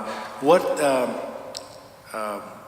percentage of taxes not collectible or go for closure and, you know, or not paid in the fiscal year, like last year? Through you, Mr. Chairman, to Alderman Casey, it's approximately 1 to 2% the most, so that it's a very low rate. So we're very pleased at Milford's high collection rate year over year. Thank you. Thank you. Any more questions for the Finance Department?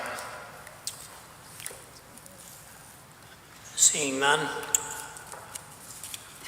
I will entertain a motion to recess until Monday, April 29th, 2024. So moved. Second. Motion is made and seconded. All in favor? Opposed? We're in recess. Thank you, everyone, for the